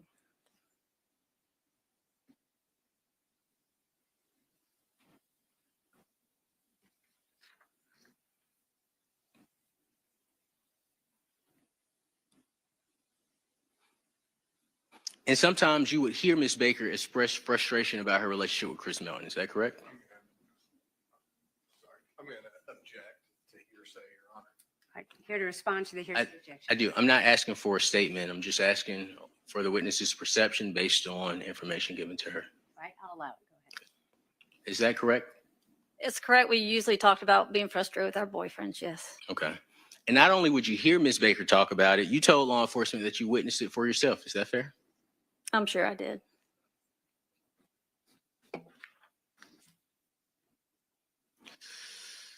Now, we've agreed, or I believe we've agreed, on a couple of things regarding your knowledge of Ms. Baker's and Chris Melton's relationship. But based on your friendship with Ms. Baker and you being Ms. Baker's best friend, I think we all would agree, I think both sides are on the same page that you were the person that she considered her best friend. Is it fair to say that Ms. Baker was not the type of person to speak ill of Chris to others to avoid making him look bad? To a point, yes, probably. But she would still, if something really bothered her, she would have said something. Just to make sure I'm clear for the record, in regards to my question, and if you can, just yes or no, but you can always explain. Is it fair to say that you describe Ms. Baker as the type of person that would not speak ill of Chris to others to avoid making him look bad? Yes. She would also do it for me too, probably. But now, again, I want to go back to Ms. Baker as the person, because I think that's the most important thing, tied with the most important thing in this trial. You would agree that Ms. Baker was not a pushover. no, she was not. She was very assertive, She was quite assertive. but she would speak her mind if something was wrong. Well, yes, but yes, she was not pushy. She was not loud. And even as best friends, you two would get into disagreements. Of course. So it is fair to say that she's assertive, not timid. Is that correct? She had things she was timid in. Okay. But just speaking her mind. She would have to be very, either something upset her to where she had to speak her mind, but she wouldn't just say something to somebody to say it. Like, she was not one to insult somebody, even if though she had a different opinion. That's fair. Do you recall law enforcement asking you about racial biases of Ms. Baker? Yes, Okay. And is it fair to say that you advised law enforcement that she did not have any racial biases? I did. But you did say if you did her wrong, she might not ever forgive you. I did. Yes. Were you aware of the incident the week before her death between her and Chris Melton?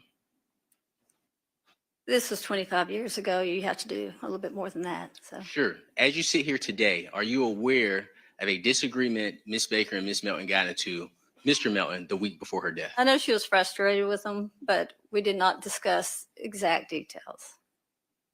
Okay, just to make sure it's clear for the record. Are you aware? I am not aware of the exact confrontation that they had. Yes, ma'am. Now, with these lines of questioning, I'm going to ask you some very personal questions, but I am not going to mention the topics. I'm not going to dig too deep, okay? So I'm going to speak in general terms. Is that fair? Yes, sir. Okay. During your interview with police, and again, I won't mention the topics, but do you recall being asked some questions about your knowledge of Ms. Baker's innermost private life? Yes. Would you agree that you told law enforcement, or let me change that. Would you agree with the statement, people do things without telling people, it doesn't matter how close you are? I agree with that. You would also agree with the statement that there are certain things, if they occurred, Ms. Baker would not advertise to anybody. That's. Can we approach? You may. Your Honor, I would ask if there's objection. The state just makes the objection, Your Honor. Well, y'all been coming to the bench this entire time. So why don't y'all come up here and I'll make a determination of whether we do it here or I send the jury out. Yes, sir. Hold on.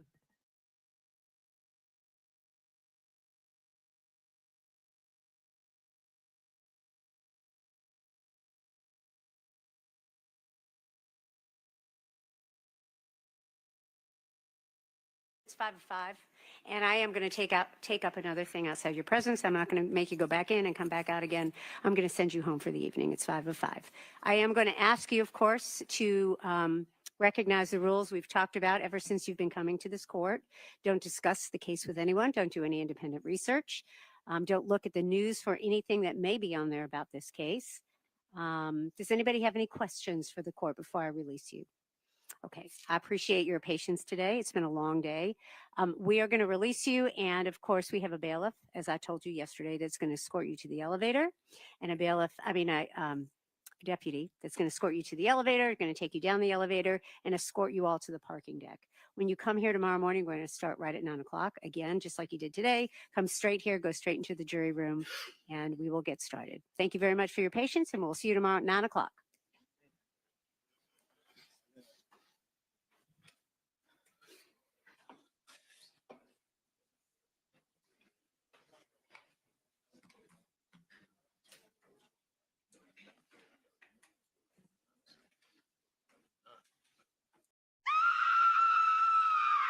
True crime just got darker. Catch the full episode on the link above. Subscribe to Southern Sin today and hit the notification bell for more live original episodes Wednesdays at 8 p.m.